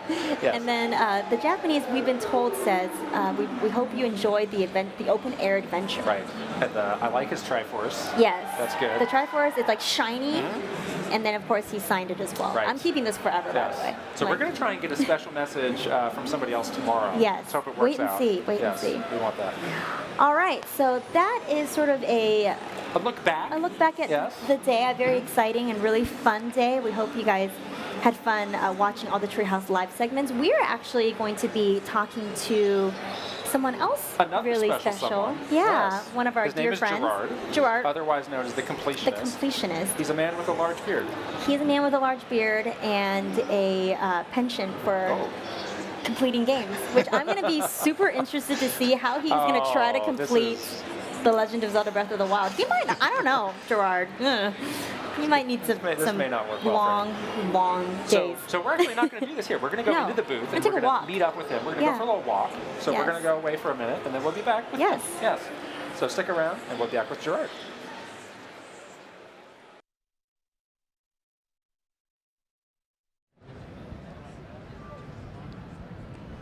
All right. Well, we promised a man with a large beard, and we delivered. Yes. Yep. it's a little bit on the cleaner side today. You're looking sharp. You're looking sharp. Yeah, Did you thank get you. ready You got for the us? E3 haircut. I tried to, yeah. I appreciate it. That's I nice. usually put gel in my hair, but because I was running here, it kind of just sweats away. So I just got the beard going. Awesome. Well, this is Gerard, the completionist, if you don't know already, and we are so happy to have you here with us to talk about The Legend of Zelda Breath of the Wild. Thank you guys for having me. I'm excited to be here. I'm so glad this is the year for Zelda. I know. It's always so fun to We see all are. Link back. Yeah. We got this great view of our booth out here. This which is crazy thing. Trees, incredible. I know. Smells and Sounds food. and wind and all the things. Now, you guys at home can't really hear or see that well, but this thing changes from night to day, back and forth the There's whole thunder time. and lightning and all sorts of things. Something that's amazing about this booth is there are actually secrets in it. So depending on where you stand, like you can activate that food pot and the food just kind of bubbles up and down. I accidentally did that. Did it scare you? I scared. There was a little myself. young girl who was at the booth, and I scared her. I felt really bad Oh, you because should I feel got bad. terrified myself, and I walked towards And it you're and the one started that coming walked towards alive. it. Yeah, totally. Well, so we're in this awesome booth. You had a chance to play the game today. Yes, I did. I got to play both the 15-minute demo and the 25-minute demo. Nice, It nice. was So the you big- got some good hands-on time, yeah? Yeah, there was the explorative demo, and then there was the the story. More story-based. Yeah, kind of Yeah. what we saw in the beginning of the Treehouse earlier this morning. Right. So we want to talk to you about the more sort of open air demo. So what did you think? Just first impressions. Oh my gosh. Oh man, it's definitely a lot bigger than I thought it would be. Zelda has kind of been known, especially in the 3D era of games, to be a lot more confined to the maps, zones and that kind of things. This kind of has that whole thing of if you can see it, you can touch it, and so you're running around and you're climbing trees and collecting things from said trees and trying to hurt enemies below by jumping off and attacking them, or maybe you want to cut down the tree. I mean, it's really Link can kind of transform his property, the land around him, and it's really, really well done so far. Yeah. And can you believe that the demo that you played today is only a small portion of the game? Like 2%? Less. Less than 2%. Yeah. You're trying to kill me, man. I can't complete every game out there. That's what I said. How does this impact your life? Right. I was very curious to hear about this from you. The beard will get bigger and bigger and bigger. And eventually, I'm going to be the old man that we see. In that's just going to be me. I'm just going to be walking around, just like this the whole time. That actually out works to for you. here. It's a good Consider look. this. Yeah, I like this. Frighteningly accurate. So good beard game confirmed. Yes, absolutely. Yeah, Mr. Arnuma was talking, when we were talking with him, he said after Skyward Sword, he did hear from fans that wanted more of that connectedness of the world. So it seems like that has really come through in Breath of the Wild. Yeah. And, this game is all about sort of breaking the conventions of the Zelda series, going in new directions. For me personally, I think there's maybe 3 or 4 times where that's happened throughout the series. I think Zelda 2 was one time, but maybe you couldn't call it breaking conventions because the conventions hadn't been set yet since it's just the second game. Sure. I think Ocarina of Time, obviously going from a 2D to a 3D game, that was a big change. I think Wind Waker kind of was Wind too. Waker, that's the last one. So much water everywhere. And maybe that is one of the very close comparison points to this game because like that, Where it was again, just like, the environment you are using. I'm looking out on the open sea, and this is my world, so I'm going to do this. So to me, I felt a lot of similarities to that, and that's my favorite Zelda game. Yeah, I was going to say even just looking at the logo of The Legend of Zelda Breath of the Wild, it looks decaying. It looks like it's been left alone. It's been aged. And even the Master Sword itself is rusted and it's wrecked. And it's got it's wrecked. It's got Don't chips say that about the missing in Master it. Sword.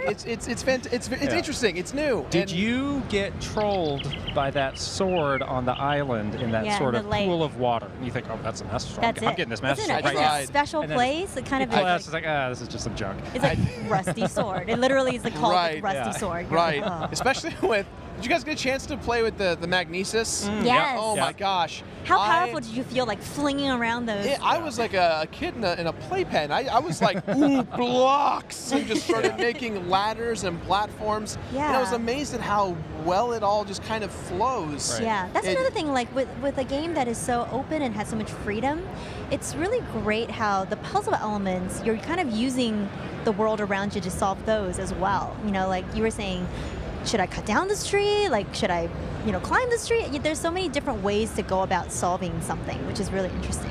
Yeah, I think one of the more unique functions I walked away kind of falling in love with was using the Wolf Link amiibo from Twilight Princess.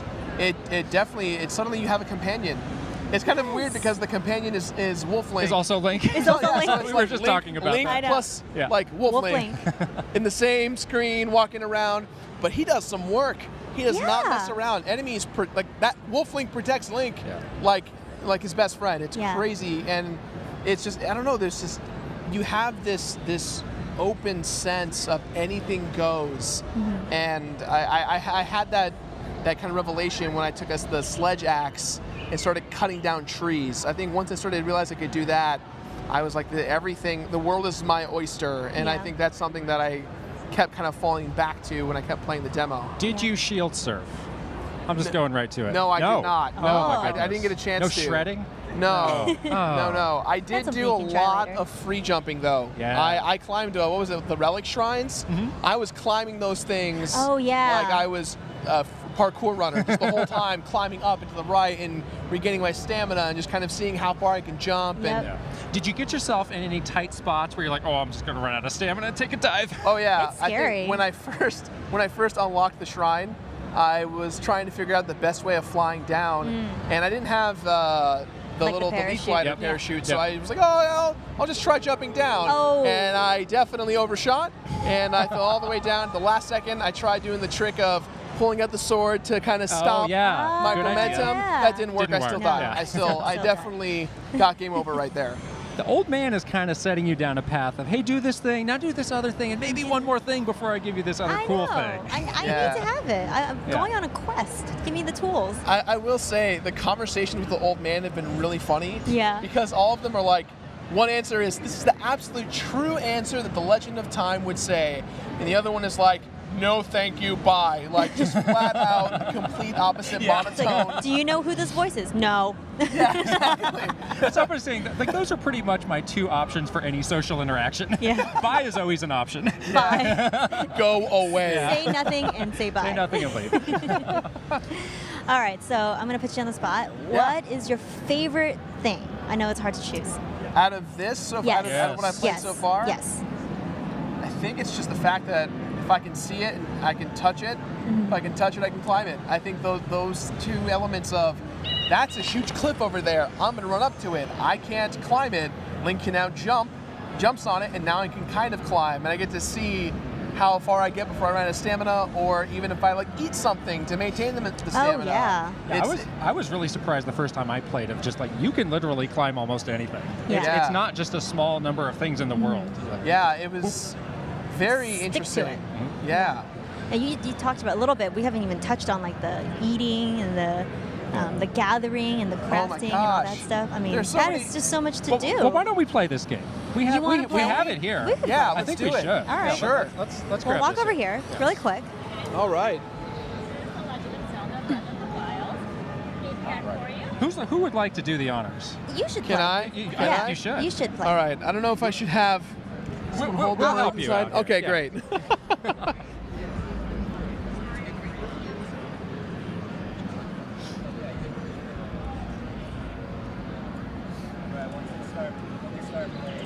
So we do have our Wolf Link amiibo here. I know. We do. I might be tempted to use it just because You should definitely use it. I think I'm going to use Yeah. it. All right, we're already here. Let me hand this mic off to someone real quick. Or can we move the camera actually behind you and see this game here? Yeah. Let's get you situated. Did okay. you have a favorite weapon? The sledge axe. Oh. Yeah, that was the coolest thing You're I going for found pure so power. far. It's slower, but it's like ridiculous. I didn't mind it. It felt powerful. It felt great. I love how everything has question marks on it, as if I've never seen it before, like an arrow. Arrow? Bow? What What's this? An arrow? All right, let's try and get this wolf, the amiibo in here. All right. There we go. And I think it should be okay now. There we go. There. I like how he comes in like Twilight Princess style, exactly right? like the game, yeah. He's got the Midnight Twilight Princess stuff going on. I love it. It's the best. So your Wolf Link has 3 hearts. So when the hearts disappear, he disappears. What I'm saying is be careful with Wolf Link. Be gentle. I love how I haven't even done anything yet, and already Wolf Link is just like, got your back. He's so fast. He's scoping the area, trying to get everyone out of my way. Well, it seems kind of true that if you were out with a wolf, the wolf might have a better sense of what to do than you would. Yeah. If you just drop both of us in the wilderness, I'll take the wolf. Yeah, it's a fair point. Getting distracted, chasing this board, chasing other stuff.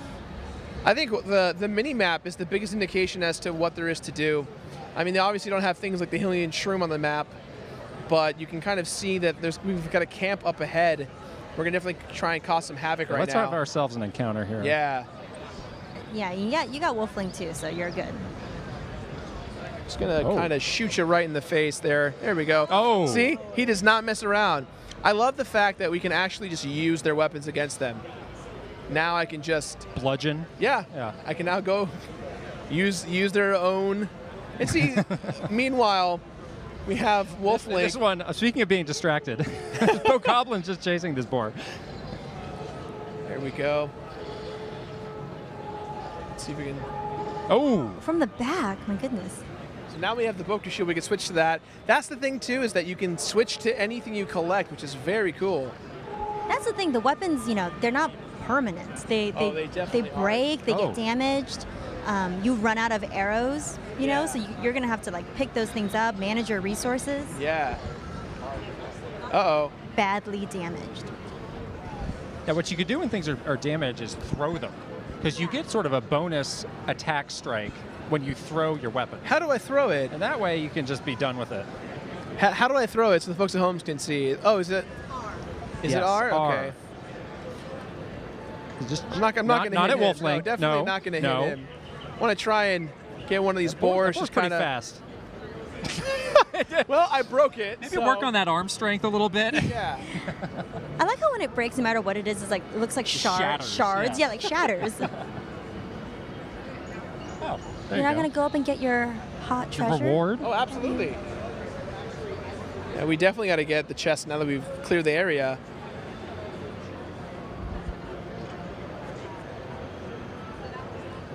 Opal, a valuable ore that's often inlaid with intricate spiral pattern, usually traded with rupees, but also used in accessories. So it looks like we're going to have a little crafting in terms of equipment as well, on top of weapons and... You will find these spots, it's sort of like a vein of mineral where you can just hit it and ore will just come out. And I really like the sound effect because you can sort of hear your weapon getting duller as you're hitting it. Yeah. This does not sound good for this sword or this axe or whatever I'm using.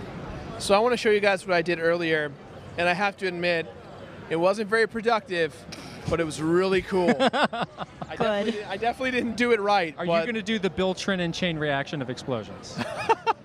Close. He really likes to explode the meat cooking on a spit for some reason. Not sure what the obsession is, but okay. But that's the thing too with this game. You can kind of do a lot of stuff where you're like, I don't know why I want to do this, but I do and I can. So one of my favorite things so far that I've discovered is the magnesis. I'm trying to remember how to use it. I think there we go. This is just. I feel very powerful. Yeah. Oh, too powerful. Too powerful. I'm sorry. See, what I was trying to do earlier is I didn't get a chance to do it because I ran out of time. But there's you can see on the mini map there are 2 chests. Oh yes. That are just sitting in the swamp. Tantalizing. Yeah, and so last time I'm gonna try and do it today. I tried to build a ladder or a platform up, like a ramp to get onto it. And I don't know how effective I'm going to be this time around. Let's find out. So we're going to drop that right there. Oh, careful. Oh boy. Oh, I think you need more. One more at least, yeah. If only we hadn't broken that cube over there. Yeah, if I didn't break that, there is one more cube. There should be one more. Yeah, at least one more try. You were like a menace with that first cube. I like how Wolf Link is just like judging you, like, ugh. He looks. What are you doing now? All right, let's see. There are a couple more. Let's see. All right, I don't want to hurt you, Wolf. I need you to just be careful. Oh, the tree. Woo.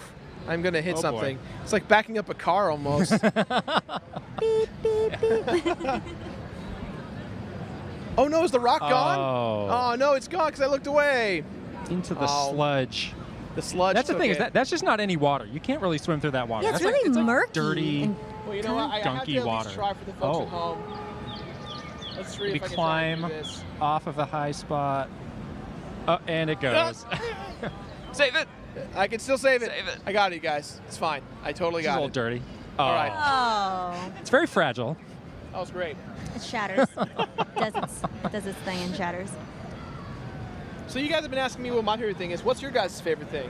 Well, you took mine. Mine is Wolflink, for sure. Wolflink? I just love Wolflink so much. I mean, how can you go wrong with Wolflink? You can't. I had myself a little adventure going into the very cold area up the mountain. Did you get up there at all? Not yet, no. I mean, that's a very different place than Mhm. you are right now. There's not a lot of green. It's all snow, and you Yeah. have to wear the right clothes. Or you're eat the you're gonna food. freeze. Or Yeah, eat the or eat the food. spicy food, Yeah. or you're gonna freeze. And there's a lot of climbing that comes into play there, Mhm. and I did some sick shredding down on the way down with the shield. My shield actually broke. Like So that, shield that hurts your shield. So boarding. maybe don't do that with your best shield. Yeah, I went down a hill with a shield, and my shield broke, and I fell off a cliff. So that was. This is really cool. Oh, the sneaking? Yeah, and you can see how much noise you're making. Wolflink kind of ruined my cover, but that's okay. He's got this. He's telling you that he's got this. Oh, I'm gonna need like a top 10 Wolflink takedowns video when this comes out. Totally. Have you guys scaled one of these relics yet? Yeah. So pretty. It's beautiful, and you can get up there and get a really good view of kind of the world all around you and see all the things in the distance. There's another big tower off there. Yeah. Yeah, So we have another enemy camp over here somewhere. Oh yeah, it's in the skull. I Oh, think. the skull. Inside of the skull. Well, I'm sure Wolflink's going to take care of it. If I were a bokoblin, I would live inside a skull. Oh no, you need that. Put it away. Put it away. All right, There cool. we go. All right, let's change it up. It has changed from day to night in the booth. Yeah. He played all day. Let's put it Oh, away. magnesis. Just going to go ahead Oh, and. doesn't even get see him. you. Oh. Oh, come on. No. Do no it. you're, there. Oh, whoa. Oh, this other guy. There we go. There we go. Ooh, That Wolflink one's is- got more equipment. Wolflink is just in that. Oh, He's, Wolflink, I got some bad news. Maybe don't look at that. Bye-bye, Wolflink. Oh, boy. But there are explosives. There are. The Wolflink- silver lining. Oh. Oh. I think that one had way more health than Gerard. the other one. Oh, Well, no. this may be a good place to stop. Yeah. You got a little ambitious. Yeah, over. got worked Sorry, up. guys. That's fine. Well, that's very awesome. Thank you so much for being with us today. Yeah, thank you guys for having me. It was a lot of fun.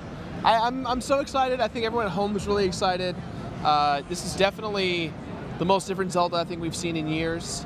And I think that it's got a lot for new players, but enough to bring everyone, who may have missed out on the more recent ones back home. And I'm very excited to see if this is only 1% of what's in the game. I don't even want to know what the other 99% is. Just get ready. Get that beard ready. I'll get there. Yes. I'll get there. Awesome. Well, thank you, and we'll see you soon, I'm sure. Yeah, you guys know me. I'll come whenever you want me to. Yeah. Yeah. Back Thank and you. call. Yeah. Awesome. All right. Bye. Bye. So, that is the end of our programming for today. Yes, it is.